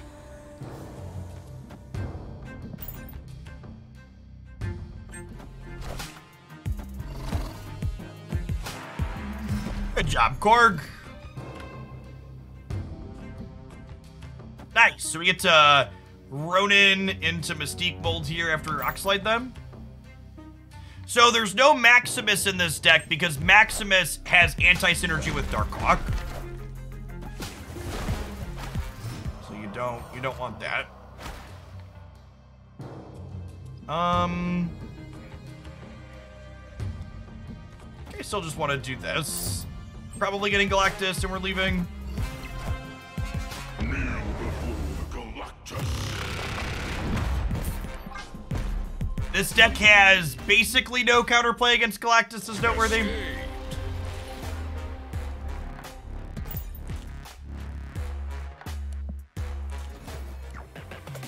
Widow be good over Scorpion. So Widow hurts Ronin.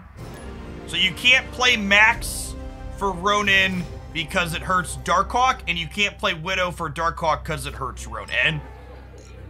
Are noteworthy considerations.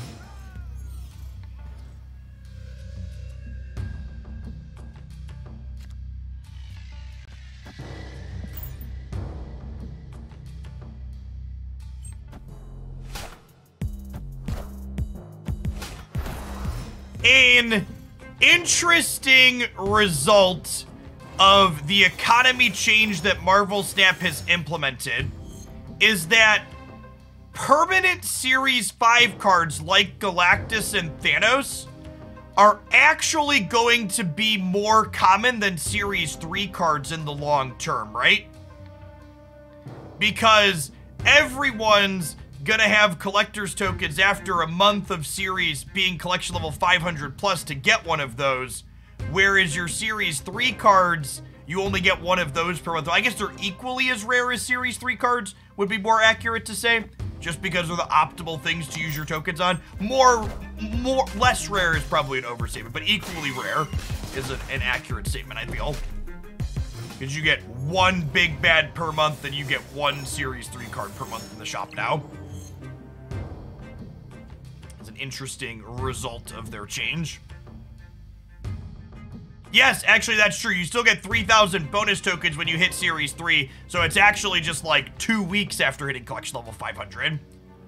So, basically, someone starts Marvel Snap from nothing free to play, in 6 weeks you'll have Thanos or Galactus without spending any money.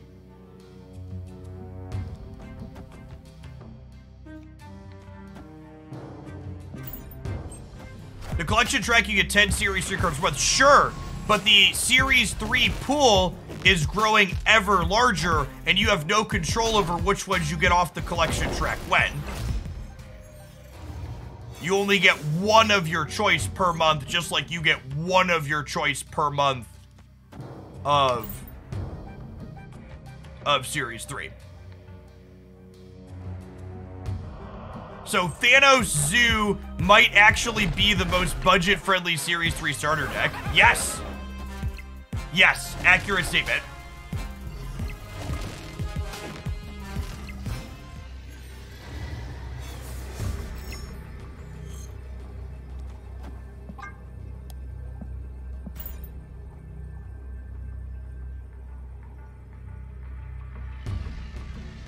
The one per month is assuming you see the cards you want in the rotation. Well, you're guaranteed to see the cards in the rotation show you every card before they show you repeats. So if you're logging in to check, you're gonna get the cards you want each month.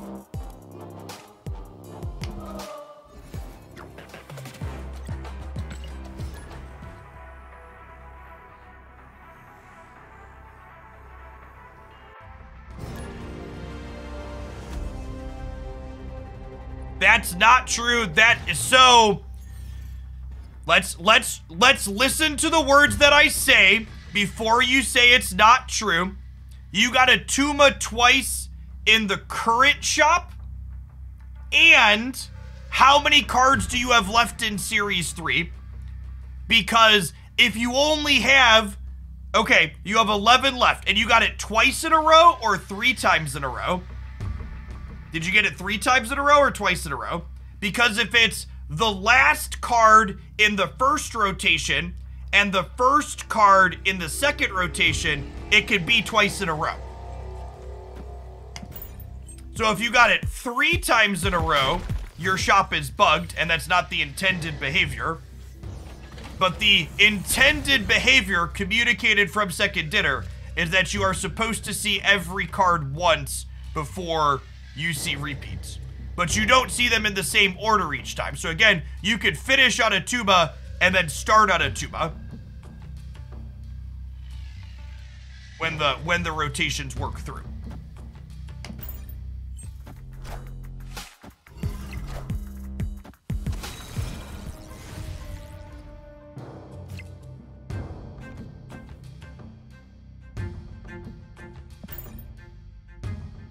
If you are not experiencing that behavior, you should file a bug report with Second Dinner.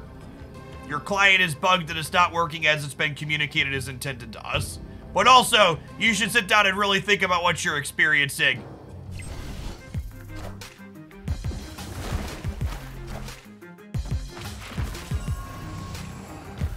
Because 9 times out of 10 when someone tells me their client is bugged and then they sit down and explain what happened, it's like, no, it's working as intended. You just didn't understand what we're explaining was intended.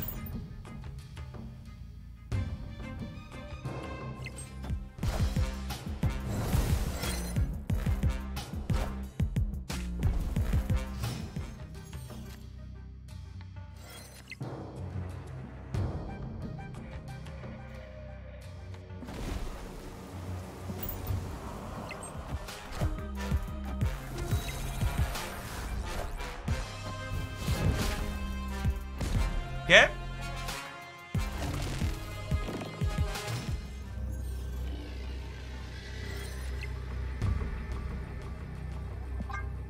Four cards in deck, so this is 8. This puts us ahead in all 3 locations. We do die to an Odin. This beats an Odin. This is going left. It is going left, isn't it? Fuck. Yeah, we have to leave because of Asteroid M. Escaped.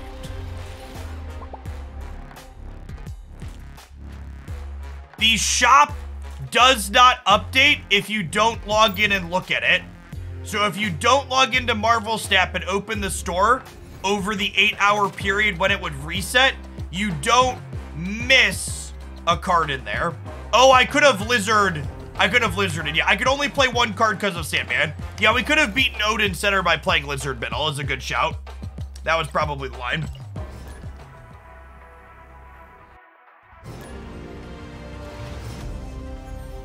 I'll have a video summarizing my thoughts of the Datamine cards when I get to it, probably early next week. I have a couple, I need to do a bundle breakdown tomorrow. Maybe that'll be Friday, actually. I need to do tier lists, too. A few different videos in my backlog at the moment. I need to do updated Series 4, 4, 5, and then Series 3 tier lists, and then, among other things, the new Datamine cards, and then bundle breakdowns. I think bundle breakdowns are going to be tomorrow morning.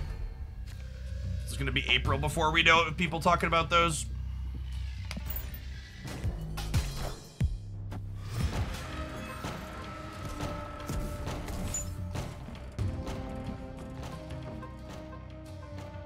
None of our 4 1 or 2s in our opener feels bad.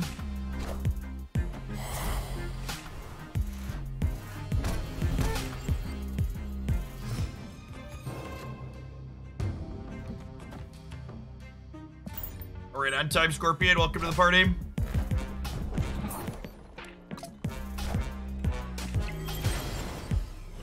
Can I stay because of the Subterranea? I feel like I'm supposed to stay because of the Subterranea.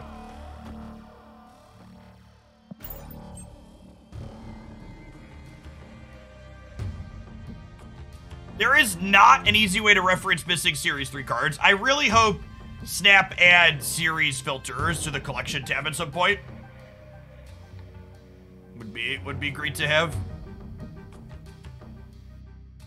Can I update the packages section of the spreadsheet? Yeah, I should get around to that at some point. Definitely a few more of them now with Master Mold and friends. Yeah, if you're not using the collection tracking spreadsheet, that's a good tool to know exists. I'm gonna play the rock out just in case they try and arrow us.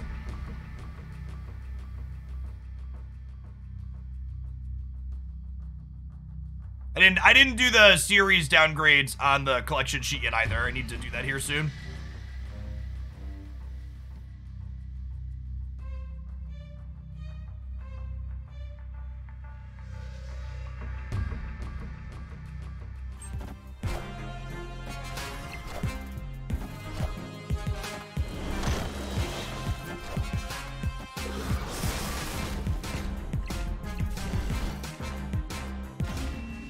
That's pretty good. I thought we were kind of dead there, but our opponent just like didn't put any stats into play.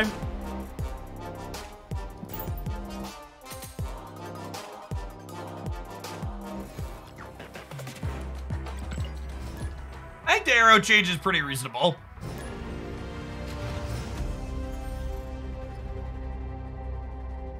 I submitted Arrow in one of the decks that I'm playing in the tournament. I think she's still a reasonable and playable card. Wish there was a way to see unowned cards in the client. You can. Check the unowned box. There's literally an unowned checkbox in the filters. Oh, Twitch chat.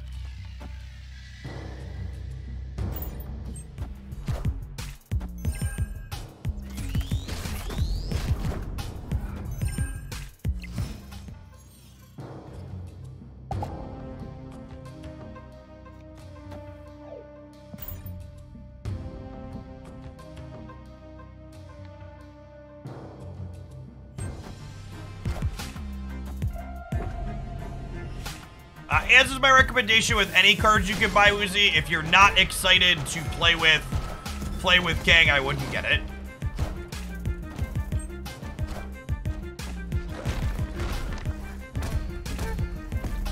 He says here as Kang wastes 60 seconds of everybody's time.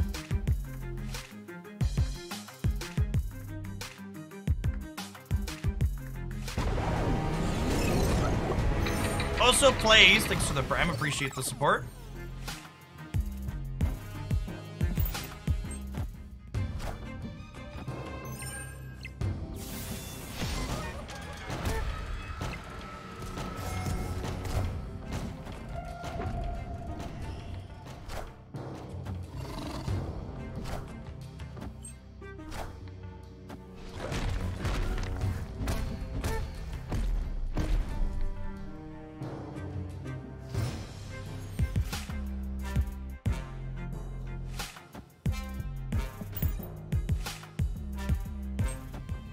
I thought I had a misunderstanding of how Kang worked. I thought the RNG changed if they changed the inputs on it. So I thought changing to a different location would make it a different random, but apparently that's not the case.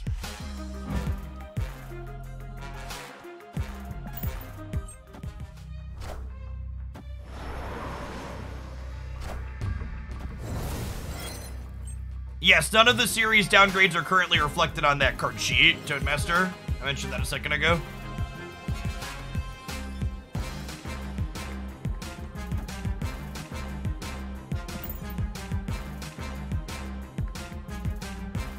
Oh, you know what? I should probably put Killmonger in the center. How to tie there? Yeah, they're leaving anyways. Victory.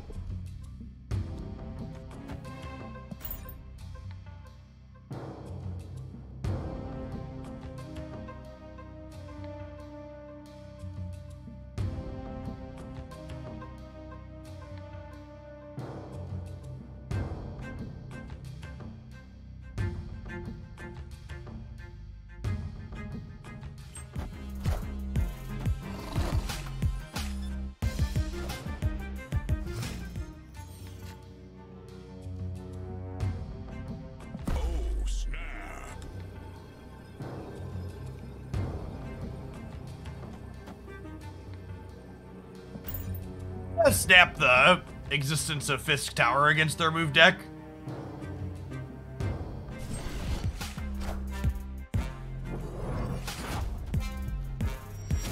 Hey, thanks, Drunk.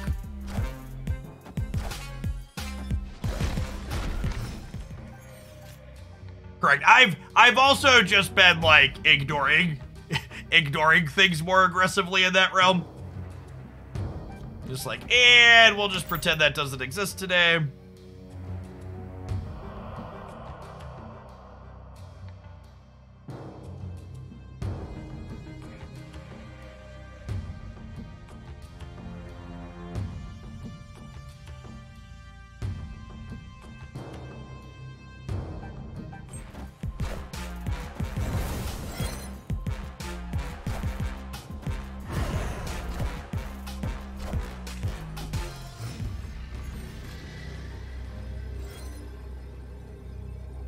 Huh? How many cards in their deck? 5? 5 cards in deck, only 2 cards in hand. So Hawk is better than Ronan here by a good bit.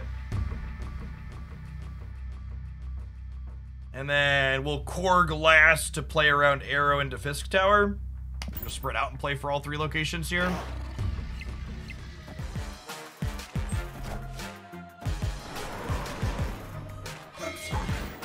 God, it feels good to be able to play around shit, chat.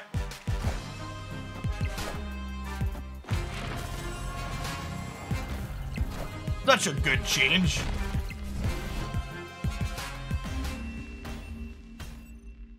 Victory.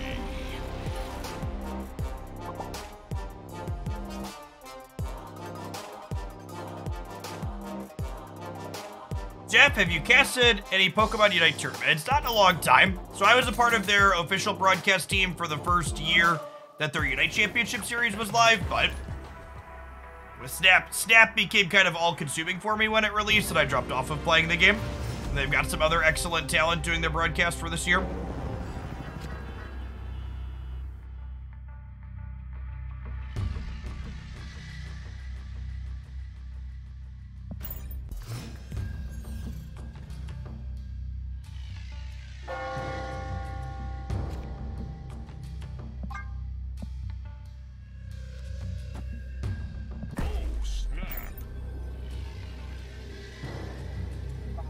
The mold. Who is my main on Pokemon Unite? Blastoise, Sylveon, and Decidueye were my 3 most played characters, I believe. I played a lot of that game. I think I logged like 5,000 matches or so on it.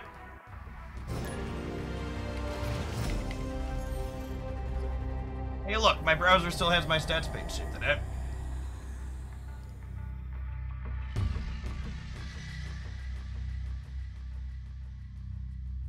Yeah, almost 5,000. So, there's a link.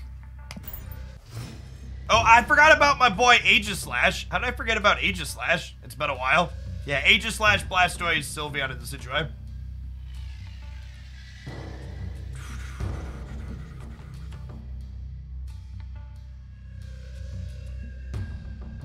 A stature any better? We could try some stature at some point this week for sure. Probably not today. This is probably going to be our last deck today.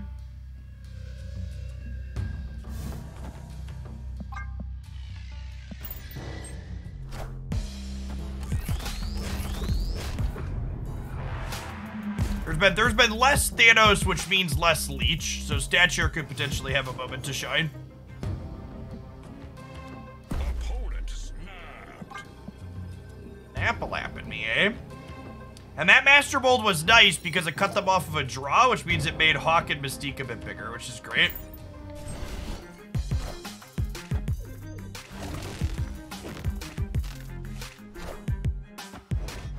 Am I still doing subscriber submissions? Periodically, but not today.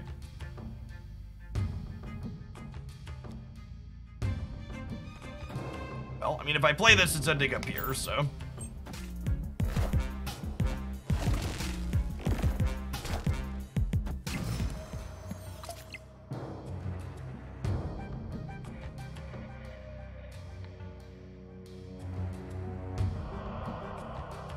So...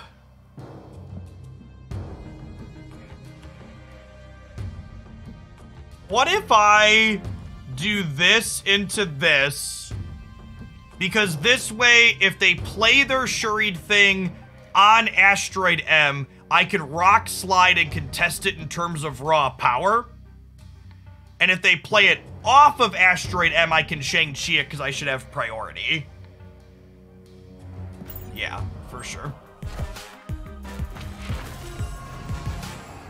I'm aware Mystique gets pulled middle. That's what we want.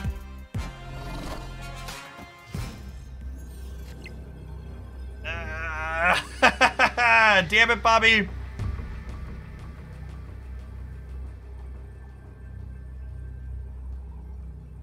Well, shit.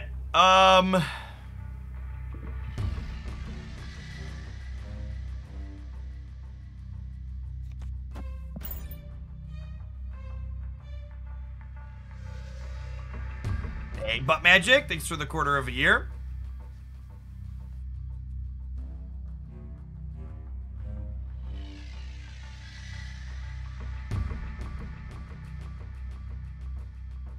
Ronan left would be good. Maybe I'm actually supposed... Actually, I think I'm supposed to put Ronan right. If I put Ronan right, we're winning all three.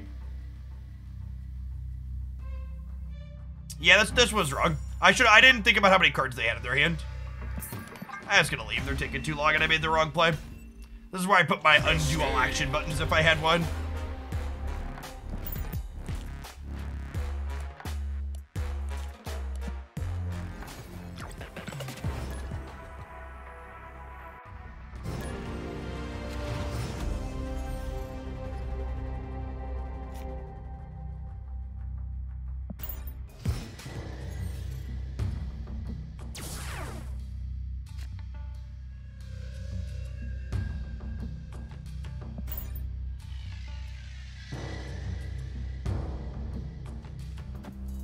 Some people are playing Vision even with Arrow. Like, we were playing Captain Marvel in that slot previously, personally.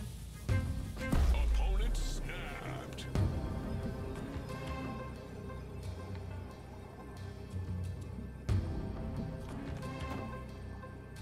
This is the same person, yeah. Their deck's not particularly good into Kiln, which potentially bodes well for us. So we have Shang for these Gamma Lab. But they also potentially have Armor and Cosmo for the Gamma Lab, so we'll see. Hey, Chandra, thanks for the third of a year.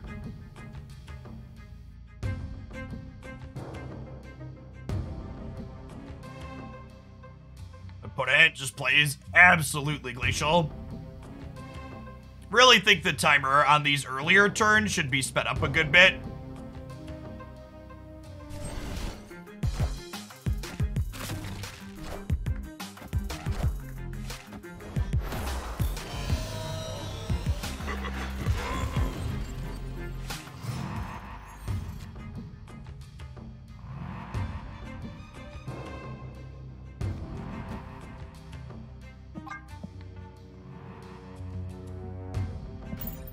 I just try to make sure we draw the cards, otherwise our Hawk gets real small.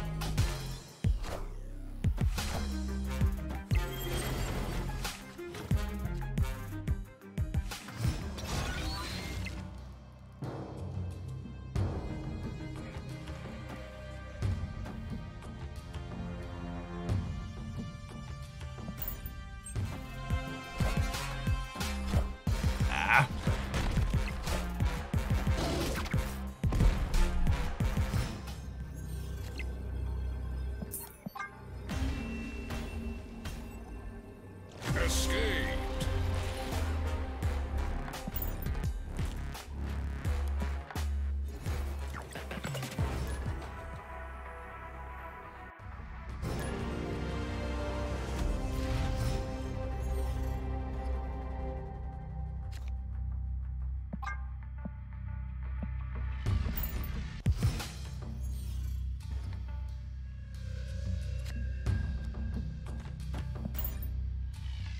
Mr. Mold seems not great in the TVA. Is Warhead not good? I think Warhead's very reasonable. I just always try and make sure that I play a big range of things when I'm showcasing decks here on stream. I have to try and grab a different deck list every single day. And I try not to post the same deck list 2 to 3 days in a row on the YouTube side. Variety is key. Have that. This is because of TVA. If I snap here, it's basically a boomer snap, so we'll just stay and hope they limp in and give us another cube. Yeah, they're not even staying for that. Victory.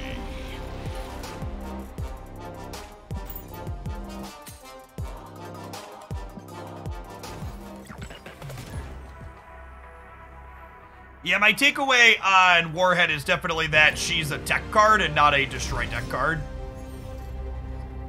Which is also a symptom of the fact that the destroy decks just, like, aren't very good. We actually didn't get around to MODOK today because they posted the deck list for the tournament that I'm playing in, and we're playing some deck lists from there. Probably gonna do that the rest of the week, too. There are a lot of fun ideas in there.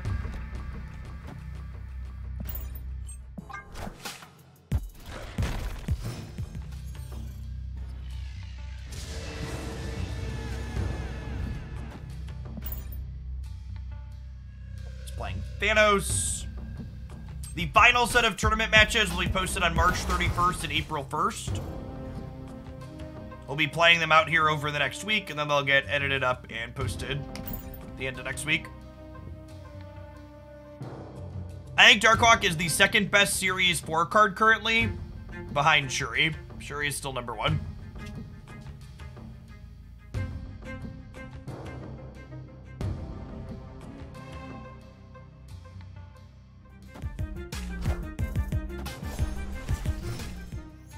What's my favorite Darkhawk deck? Definitely the Beast Bounce deck.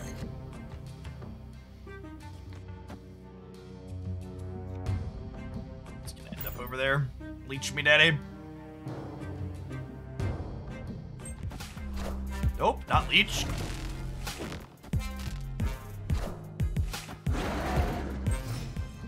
Oh, chat! That's a Scorpion Devil Dinosaur? So my Rodent is one bigger. Oh, maybe I'm supposed to Lizard Killmonger here on the left to grab my Raft card.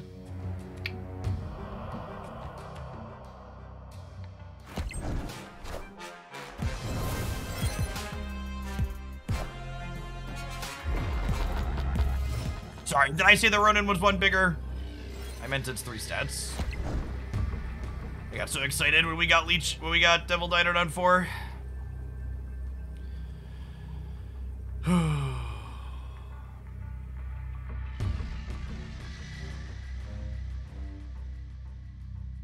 That's on me. I should have played Lizard Killmonger and filled the Raft. Then we would have had a big stat stick. Probably lets us win the game.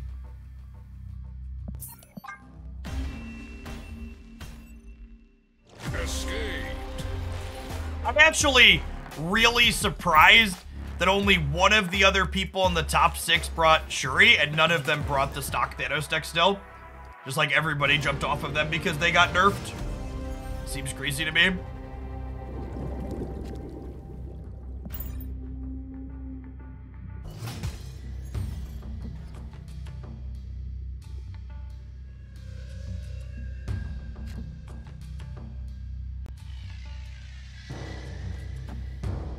There are a lot of people I'd Shuri Thanos to beat with. There were Burgle.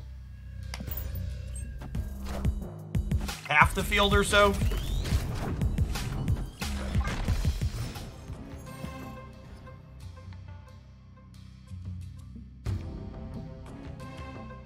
Well, he had originally submitted Thanos for the bottom bracket. Yeah, he played Shuri in the top, but he'd originally submitted Thanos for the top. Or for the bottom. He pivoted off of it.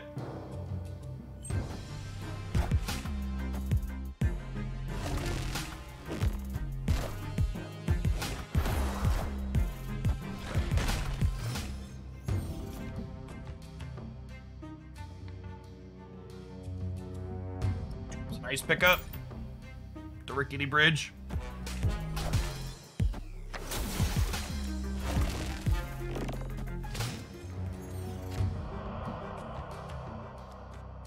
It's definitely awkward overall that the tournament had us change decks in the middle because of the drawn out nature of it. And the coincidence with the patch. How does Beast cost reduction work with Sarah? Beast cost reduction with Sarah can make something cost 0, I'm pretty sure. Kneel before Galactus.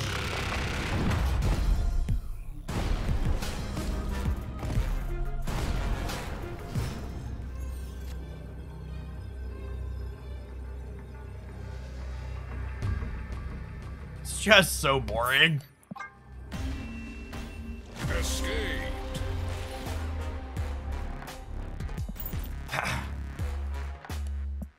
Their deck often plays Wolverine.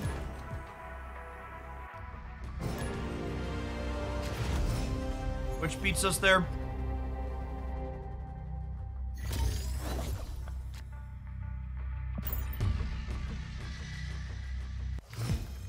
I mean, it couldn't have been communicated ahead of time because we didn't know when a balance patch was coming.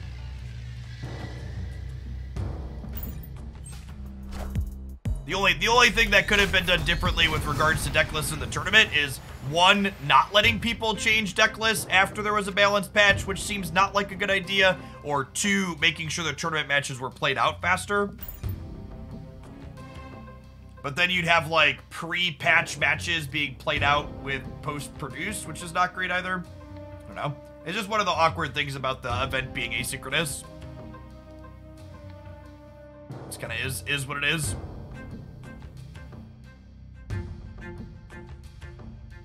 There has been a significant increase in Galactus in my anecdotal experience since the patch was changed, yep.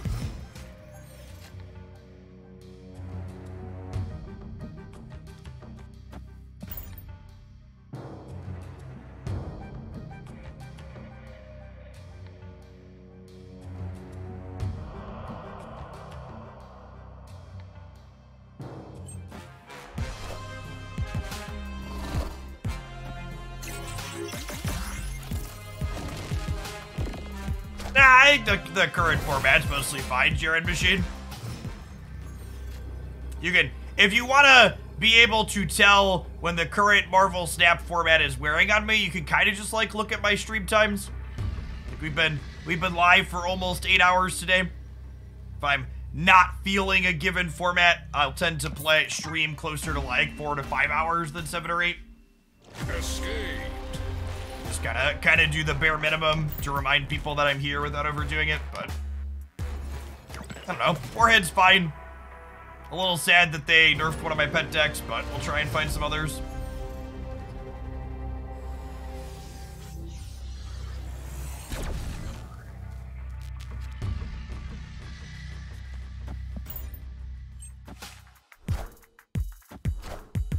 Ronin's a pretty big boy, Burgle. 15 to 17 power Ronin's no joke.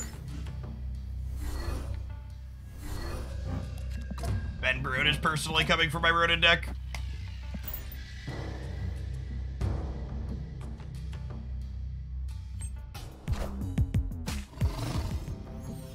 The double up She-Hulk deck's still playable. It depends on what you mean by playable. Are you allowed to play games with it? Yes. Is it worse than it used to be? Also yes.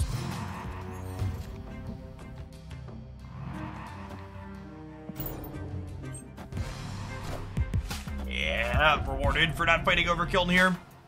I think even with the Dr. Doom, counting on 11 to beat a Bishop in there is not a good game plan.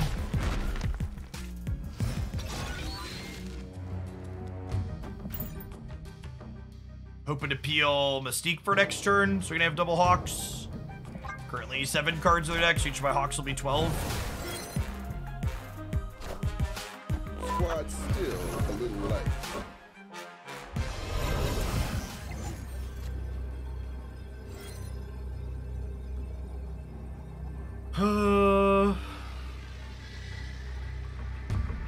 They have priority. Plus wins the game, right?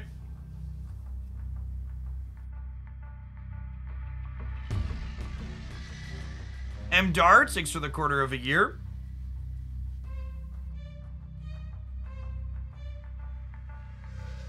We didn't have priority, we'd bounce here, but we're plus 12 on the left, and we're Shang-Chi in the middle. Probably dead.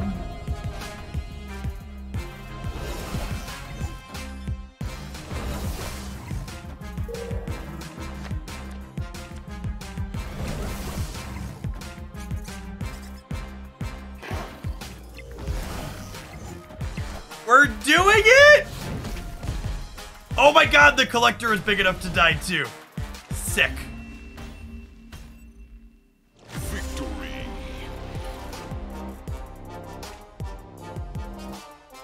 Got him.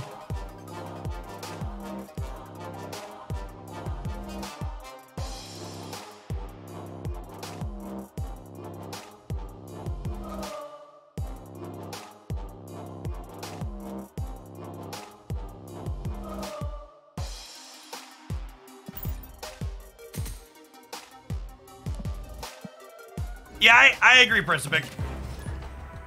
I like that we could just like put big numbers into play. The Doctor Doom at the top end just felt good.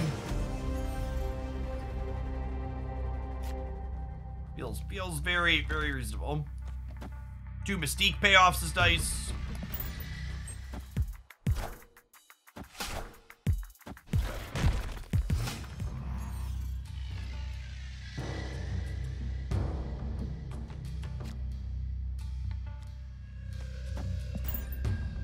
We shall master the mold together. Fly free, my children, fly free.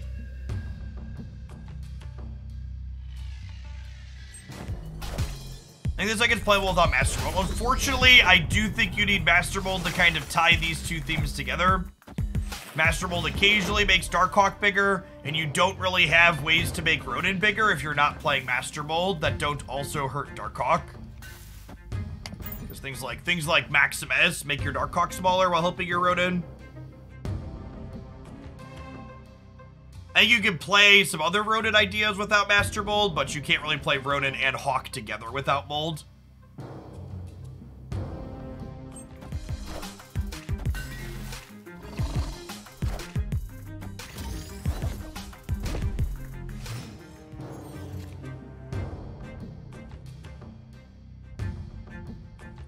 Black Widow makes Ronin smaller. It doesn't make Ronin bigger.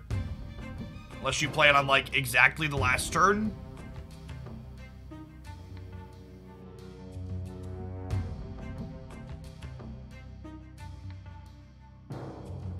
If you don't think Maximus has a drawback here, please take a second and read Darkhawk.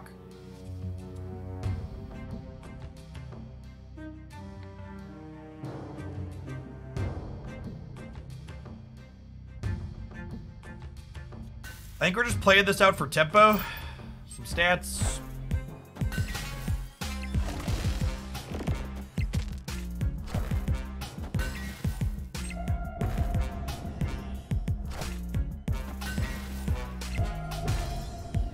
Where'd they get all these sentinels from, chat?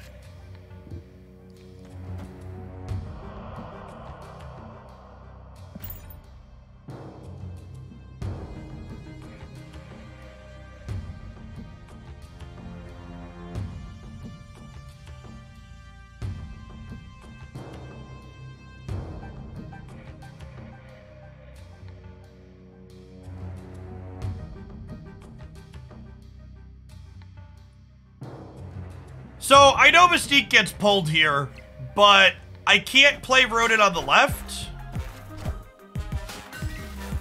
And I don't think playing Ronin on the right wins the right? I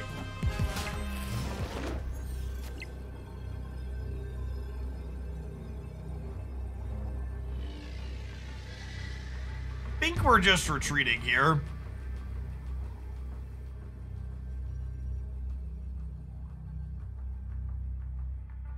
Maybe Ronin on the right would have been enough. Maybe Ronin with Mystique and Scorpion was enough here. I don't know. They're going to play some cards out of their hand too, though. And we probably don't win the middle.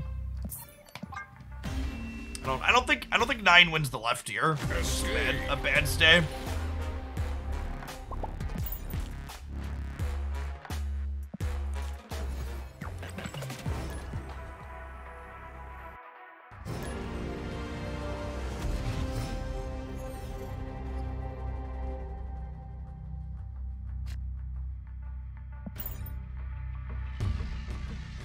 No, we ended up not getting around to MODOK today. Maybe tomorrow. We're gonna revisit all of the old favorites of the new patch. Get some highlights queued up and see what works and what doesn't.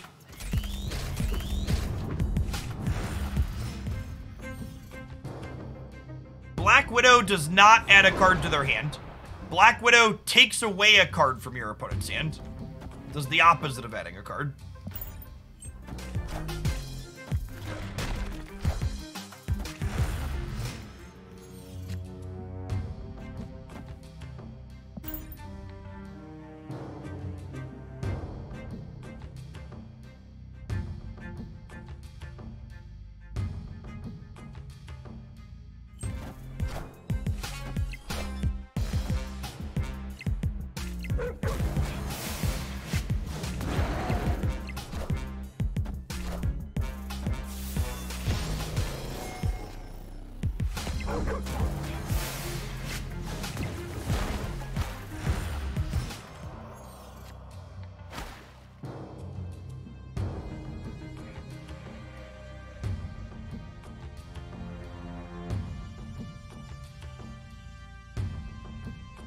I just Dr. Doom.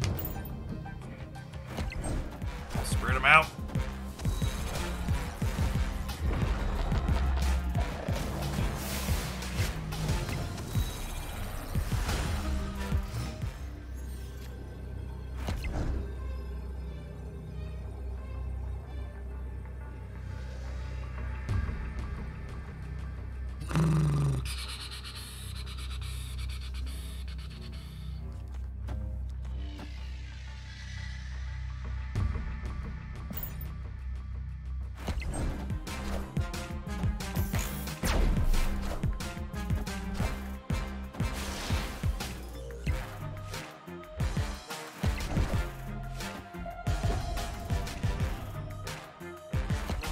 Like I said, I am absolutely, I guess we just didn't have a lot of time for people to test, but I am fucking shocked that nobody submitted the Thanos deck post-nerf. Wow, we actually would have won if I'd have played the Lizard Center. I'd have thought they put more stats out than that. Could have played here and had a chance.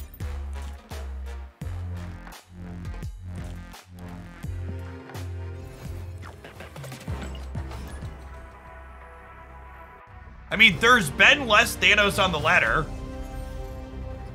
It's like, I know we just played one, but there's been less of it. Ah, yes, randomly generated Sauron. We'll get right on playing that one out.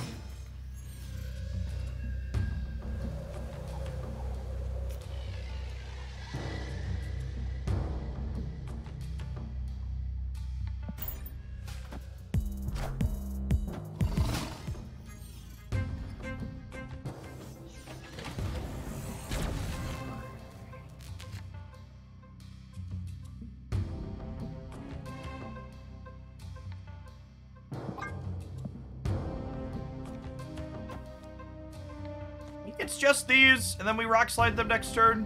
Oh, actually, let's go this, sorry, other way. This, and then we can play Mystique next turn on this if we want to, or save it for Ronin down the line, depending on what they do.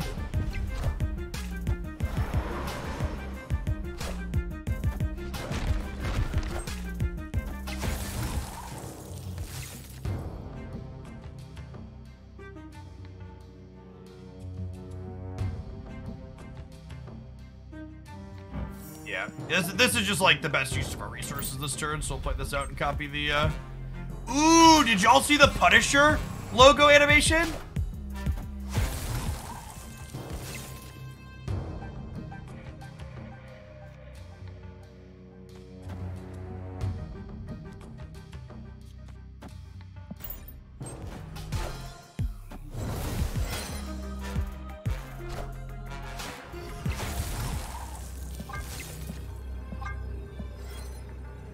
They only have 3 cards in hand.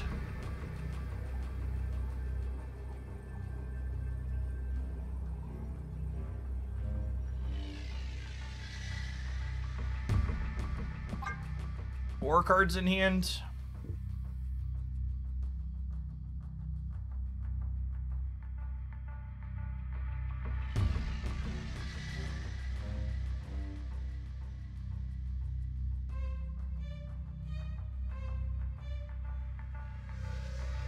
Oh shit, here really sucks.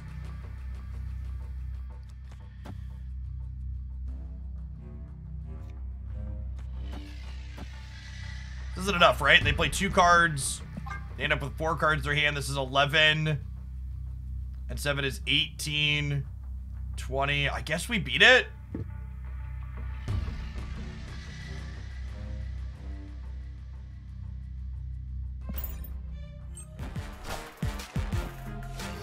Excuse me? Oh my god, did they soak it? This is a 1-drop and they soaked through the Sunspot to beat us? No, it's Kang. Okay.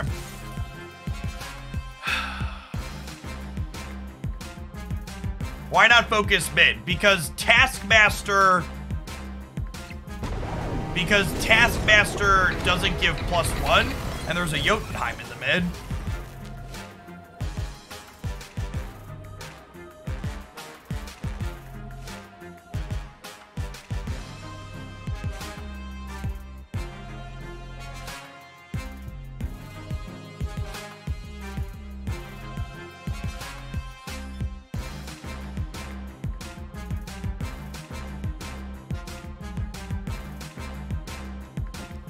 This doesn't beat the Red Skull, though. Because this is only 6, 11, 12, 18, 20. This is only 23.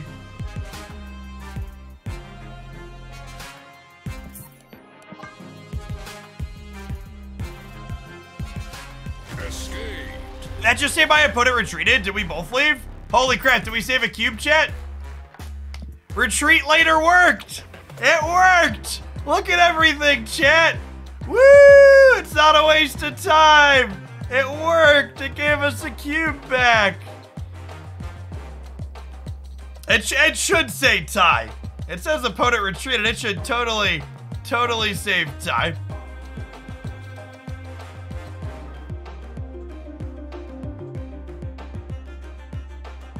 Yeah, that loses to Taskmaster, Tepek. I was trying to play around to Taskmaster.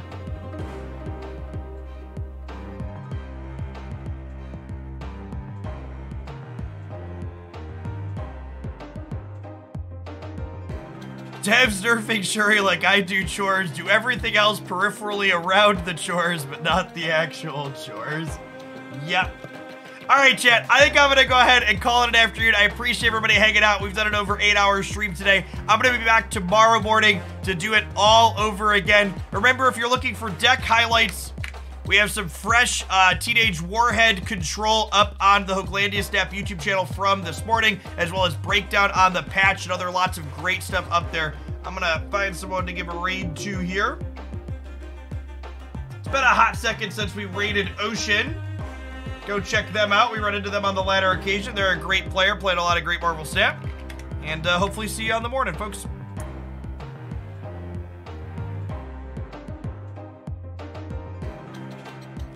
Ooh, is my Twitch not working? My raid thing's not coming up. Maybe I can't raid them? Okay, wait, there it goes. There it goes.